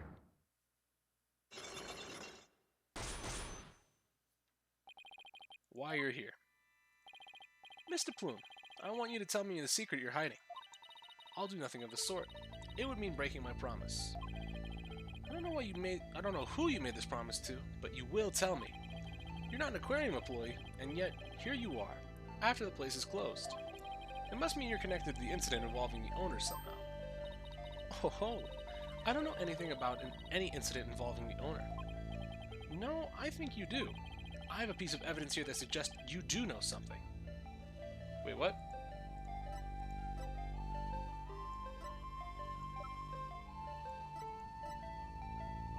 Take that! According to Detective Fulbright, this shows the orca attacking the victim. And the person in this footage is wearing an outfit just like yours, Mr. Plume. Oh, I suppose there is no hiding this bombshell figure, is there? Yes, it is I. And I think I can guess why you're here at the aquarium. You aren't simply a visitor to the aquarium. What you really are is a witness to the murder. Ba-da-ba-ba-da. You're a visitor who also happened to witness the death of the owner, Jack Shipley. That is Oh, I want to say it, but I promised the police. It's not good for you to keep things inside, you know. I'm sure you'll feel much better once you get it all out. I give up. I'll tell you everything. That was much easier than Pearls. Pearls was just hiding some nonsense. If she wanted to tell me this badly, why couldn't she have just done so from the top? I didn't think anyone would agree that I held it for as long as I could. But I couldn't be expected to withstand this commoner's badgering any longer. Please calm yourself, Mr. Plume, and this top-class badgering to you. You are correct. I witnessed the killer's whale's crime with my own eyes. You got a problem with that, Blue Boy? Boss, Mr. Plume's anger is so powerful. Even I feel like I'm about to explode. You have to do something, quick. Please don't explode on me. So, why the fuck you here? Could you start with telling me what you saw? I witnessed the very moment the killer whale attacked the victim. I told the police what I saw as well. I'm the sort of person who simply can't rest until the truth is known. So both Mr. Plume's statement and the footage point to Orla's guilt. Pardon me, but you seem pretty pleased that you witnessed this incident. What? Pleased? Shame on you. Are you implying that I'm happy about an innocent man's death? No, of course not. I just don't get the sense that you were afraid of Orla. It's more like you were interested in her. Are you? You know, I wasn't sure, but I was thinking that maybe... Are you perhaps one of my fans? Is that how you knew? That I am the non-fiction writer, Norma de Plume? Yeah, author. There you go. Oh, that Norma de Plume. So, big fan, huh? No, I've never even heard of her. Well, now that you figured me out, there's no sense in trying to hide who I am, I suppose. Talking to fans is part of a writer's duty, after all. But I'm not a fan, I tell you. Alright, so you're a non-fiction writer. Talk to me about it. So what exactly have you written, Mr. Plume? Oh my, you mean to say you truly aren't familiar with my work? I write the truth. I take great pride in my craft, you know. I've been gathering information on Orla, the killer whale, for a year now. I've been very worried about Orla's violent tendencies, and today my concern was proven to be well justified. Orla isn't violent, she's a sweet and gentle soul. Ho ho ho! The moment you let your guard down with that killer whale, chomp! Shipshape Aquarium has always denied the killer whale's violent streak, but it has been rumored to attack people. But rumors aren't just rumors, they aren't necessarily true. Yes, I realize that, but I only write the truth. That is why I questioned the owner directly. But he refused to allow my research, and he even had the audacity to say to me, "You're nothing but a nuisance, coming here day after day. Don't ever come back again." Sounds like her research was a bit too much to take. But then, how did you get here if you've been blacklisted? I have my methods. Oh, this lady is shameless. Alright, so about this violent streak. We won't let you speak badly of Orla. We're gonna defend her. I'm only stating what I saw with my own very eyes. I came to the aquarium today to observe the killer whale, but on my way to that thing's tank, I heard its cries. You can hear Orla from the visitors corridor? There are speakers in the corridor up near the ceiling. Apparently that speaker is there so visitors can hear the killer whale's sounds. In any case, I approached the killer whale's tank and heard its cries. And when I arrived, I saw something terrifying. I've seen plenty of Ohoho Ojo-sama variants, but this is a new one? Yeah. A little bit. What did you see? The killer whale stealing the swashbuckler spectacular hat the owner was wearing. And then, the moment it bit him and shook him mercilessly to death within its jaws. What? Orla bit the owner to death? In just as we trust. So I take it Mr. Plumes finished telling you what she saw? Detective Fulbright. I guess you've already heard it too. Yep, when we took her statement earlier. As you've heard, I'm afraid the accidental death is really the only thing it could be. Yes, and a dangerous creature like that cannot be allowed to harm anyone ever again. But she's not dangerous. Sorry, but the prosecutor's office said the case didn't have enough merit to go to trial. There was one prosecutor, though, who expressed an interest in the case. Really? And could we have that prosecutor take a look at the investigation reports? Unfortunately, I doubt he'd even take action without evidence of a homicide. Look, I understand how you feel, Mr. Lawyer, but maybe you should give up on this one. Not a chance. We'll just re-examine the crime scene and strengthen our case. Well, if that's your version of justice, I won't stop you. We won't rest until we find proof it was an accidental death, Detective. You'll see. Let's go, Mr. Wright. Let's check out that crime scene one more time. And we back. July 20th. Shipshape Aquarium, Orca Pool. Alright then, let's start the re-examination. Pronto.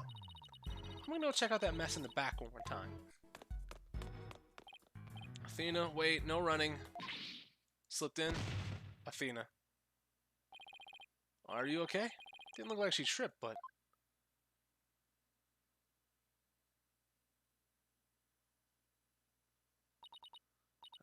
I slipped. Huh? Orla? What is it, girl? Orla, no! Damn. Athena, are you alright? She crashed into all that stuff behind her. I tried to get out of the way, but all I did was slip and fall. Again. That was a pretty amazing wipeout. Are you hurt? I'm okay. But why did Orla spike that ball at me? After all the fish I gave her, I thought she liked me. Maybe she thought you were the main entree. Very funny, boss. In any case, let's give the ball back to Orla. Hey, looks like everything got shifted around when I fell on it. Ugh. Hey, you're right. There are things now that we couldn't see before. Like another ball. I guess Orla really does like them. Look, there's something by the outline near the body, too. Better take a good look around. Okay, I guess I don't want to look at it then. Oh, fuck, wrong way. Can I guess, do I have to click down here again and get a closer look? Think so. Alright, so, we have this pirate statue. Oh no, that child is hurt. What? Call an ambulance. Hey, it's just a dummy. It is? Oh, I mean, of course it is. I was just testing your response to an emergency. Well, I guess we just found out that you don't bluff well under pressure. I guess I'll just have to keep practicing then. I wonder what the dummy is for anyway. Oh, that? We use it to train Orla. It's smaller than a human, but it does the job. Some of our tricks can be pretty dangerous, so Orla practices them on the dummy first. Forget the tricks, those bite marks look pretty dangerous. Yeah? I do be correct. What's this? What's this? A coin? Is it a balloon? Mr. Wright! There's blood on it! You're right, but it's dried. Do you think it could be the victims? What was it doing all the way over here in the first place? Not sure, but now that we found blood outside the pool, it just might help us prove that there's more to this case than just accidental death. Hey, you're right. Orla certainly can't leave the pool after all. Alright. Bloody coin. Speaking of coins, take a look at this. There are a few coins around the body here, too. You're right, boss. But where did they go? They aren't here anymore. You don't think somebody picked them up, do you? Interdast. So what's this? There's a broken sword here.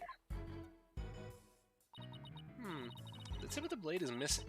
Guess it just broke off? Don't tell me it happened when Athena fell over. You better not be trying to pin the blame on me, boss. What? No, of course not. No use trying to hide it. It's written all over your face.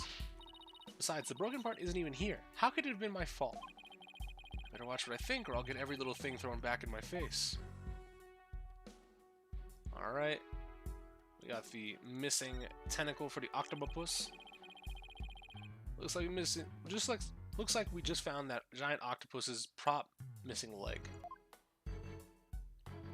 Wow, I bet you could get a whole lot of carpaccio from a giant leg like that.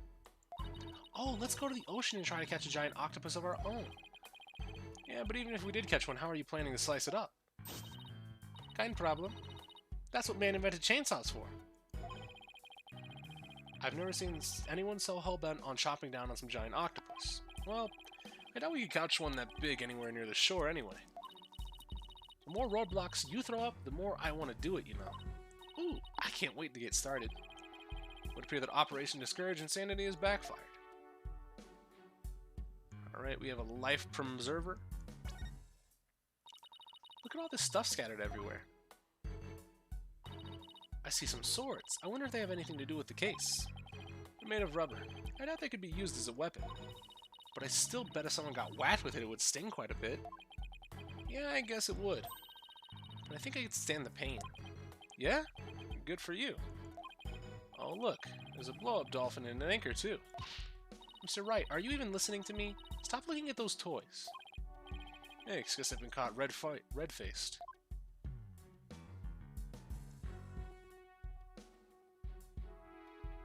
Masochist vibes. Is there something else I'm missing over here?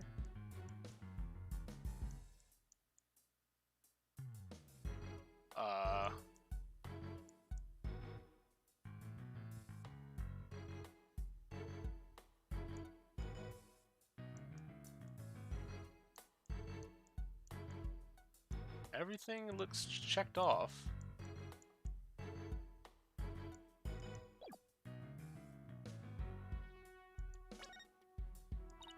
Oh. Nope.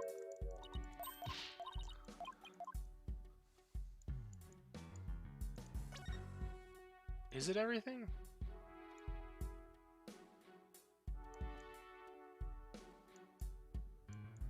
I cannot tell.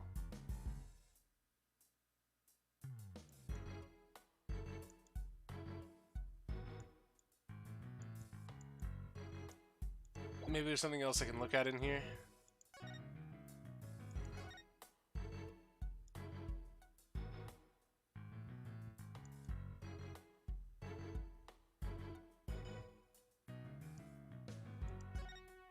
What? Search the crime scene again, but I mean, I am.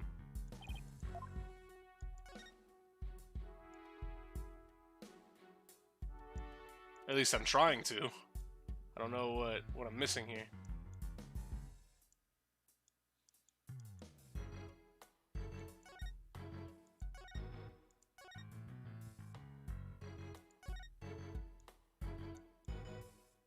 Am I stupid?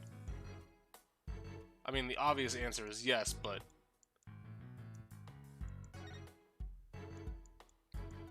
there's gotta be something I'm missing here, right? Oh, of course. Hey, look at this mark on the floor. What do you suppose it is? That's where we stand when we want to play volleyball with Orla. Volleyball, huh? Yeah, if we stand there, she'll spike the ball right at us. So when Orla spiked the ball at me earlier, that was one of her tricks? It doesn't mean she hates me? Nah, she just wanted to play with you. She loves volleyball. She used to play it with the captain all the time. Aw, Sasha looks so sad. Okay, time to snap out of it. There is no time to be dejected and mopey like a blobfish. Not the blobfish, damn it. That's right, time to put on a smile and stay strong, right? What's a blobfish? Or do I not want to know? There we go. Hey Sasha, would you happen to know anything about this coin? Oh, I guess I missed one. I just finished cleaning up the rest of them.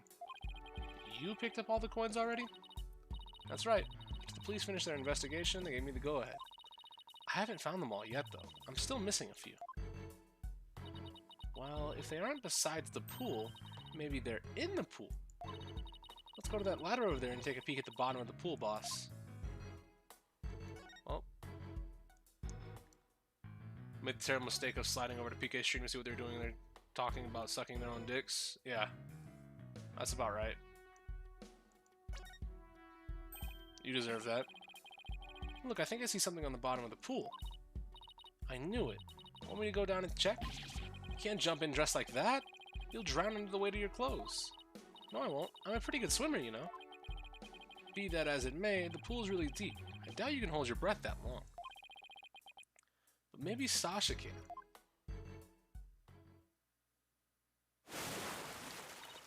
Whew. Phoenix, look at all these coins I found at the bottom. Thanks, Sasha. So there really were more down there, huh? You seem to be finding them all over. I wonder how many there are altogether. Including the ones I put away, there are 300 of them. They're for the show. Sounds like they'd be heavy. About 7 pounds, I'd say. A little lighter than a stringfish. Well, I better go put these coins away where they belong. So, 7 pounds of coins scattered around the scene, one of them with blood on it. There might have been more with blood. They have to be related to the case. I wonder how the blood got on that one coin. Wait a minute.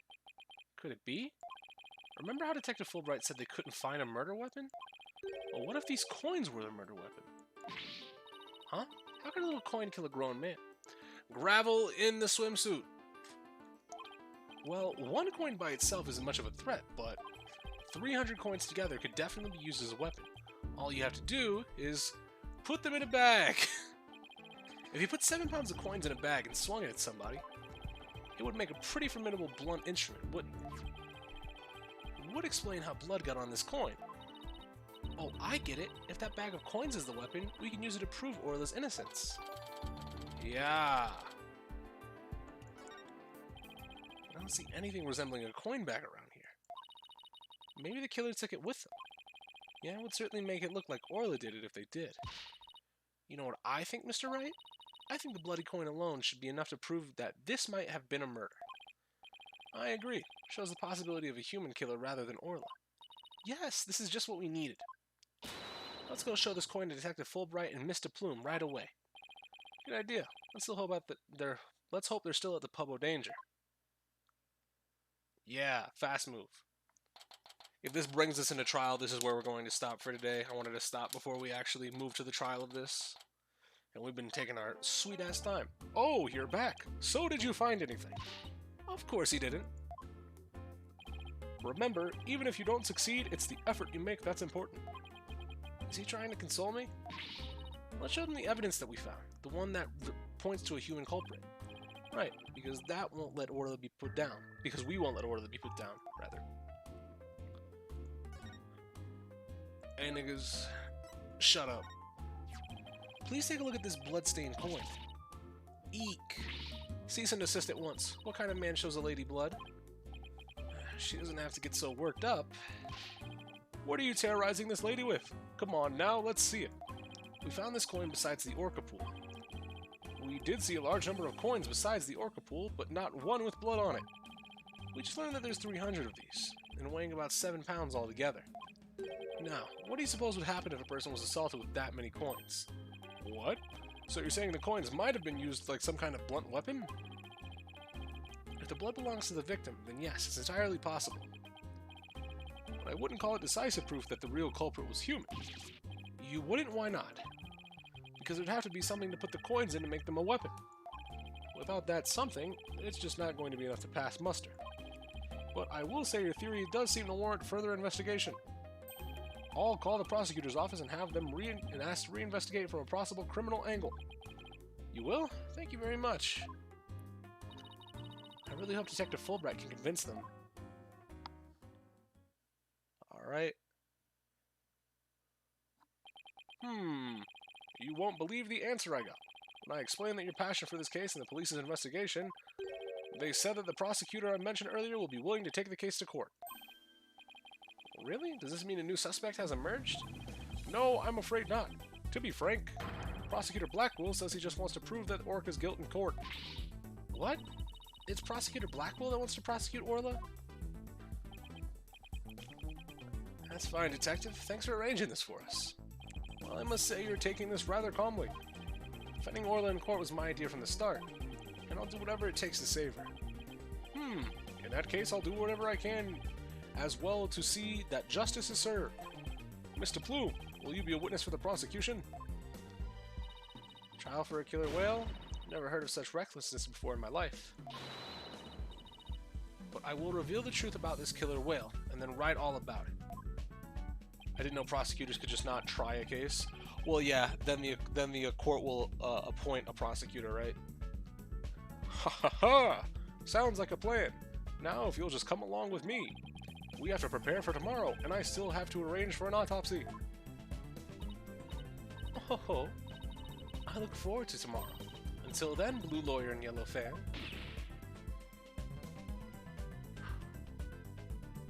Neat. Done. I am not a fan. Well, at least we managed to get the case to go to trial. But how in the world do we defend an orca in court anyway?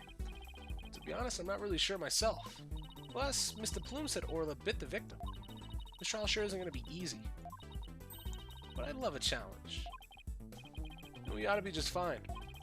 Guess I should go over that swashbuckler spectacular you were watching this morning. Yeah, we can have a formal viewing back at the office. There's nothing decisive against Orla in the security tape, but it doesn't mean much. I'll just have to find a more concrete way to save Orla at tomorrow's trial, or else. To be continued. Alright. And like I said, that is going to do it for us for today.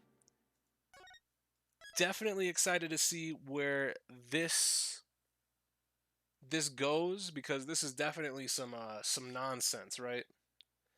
But aside from that, I'd like to thank you all very much for coming out. Sorry you had to miss most of the rest of the second chapter, Alonso, but the VOD is going up right now, so you will be able to check it out if you really want to.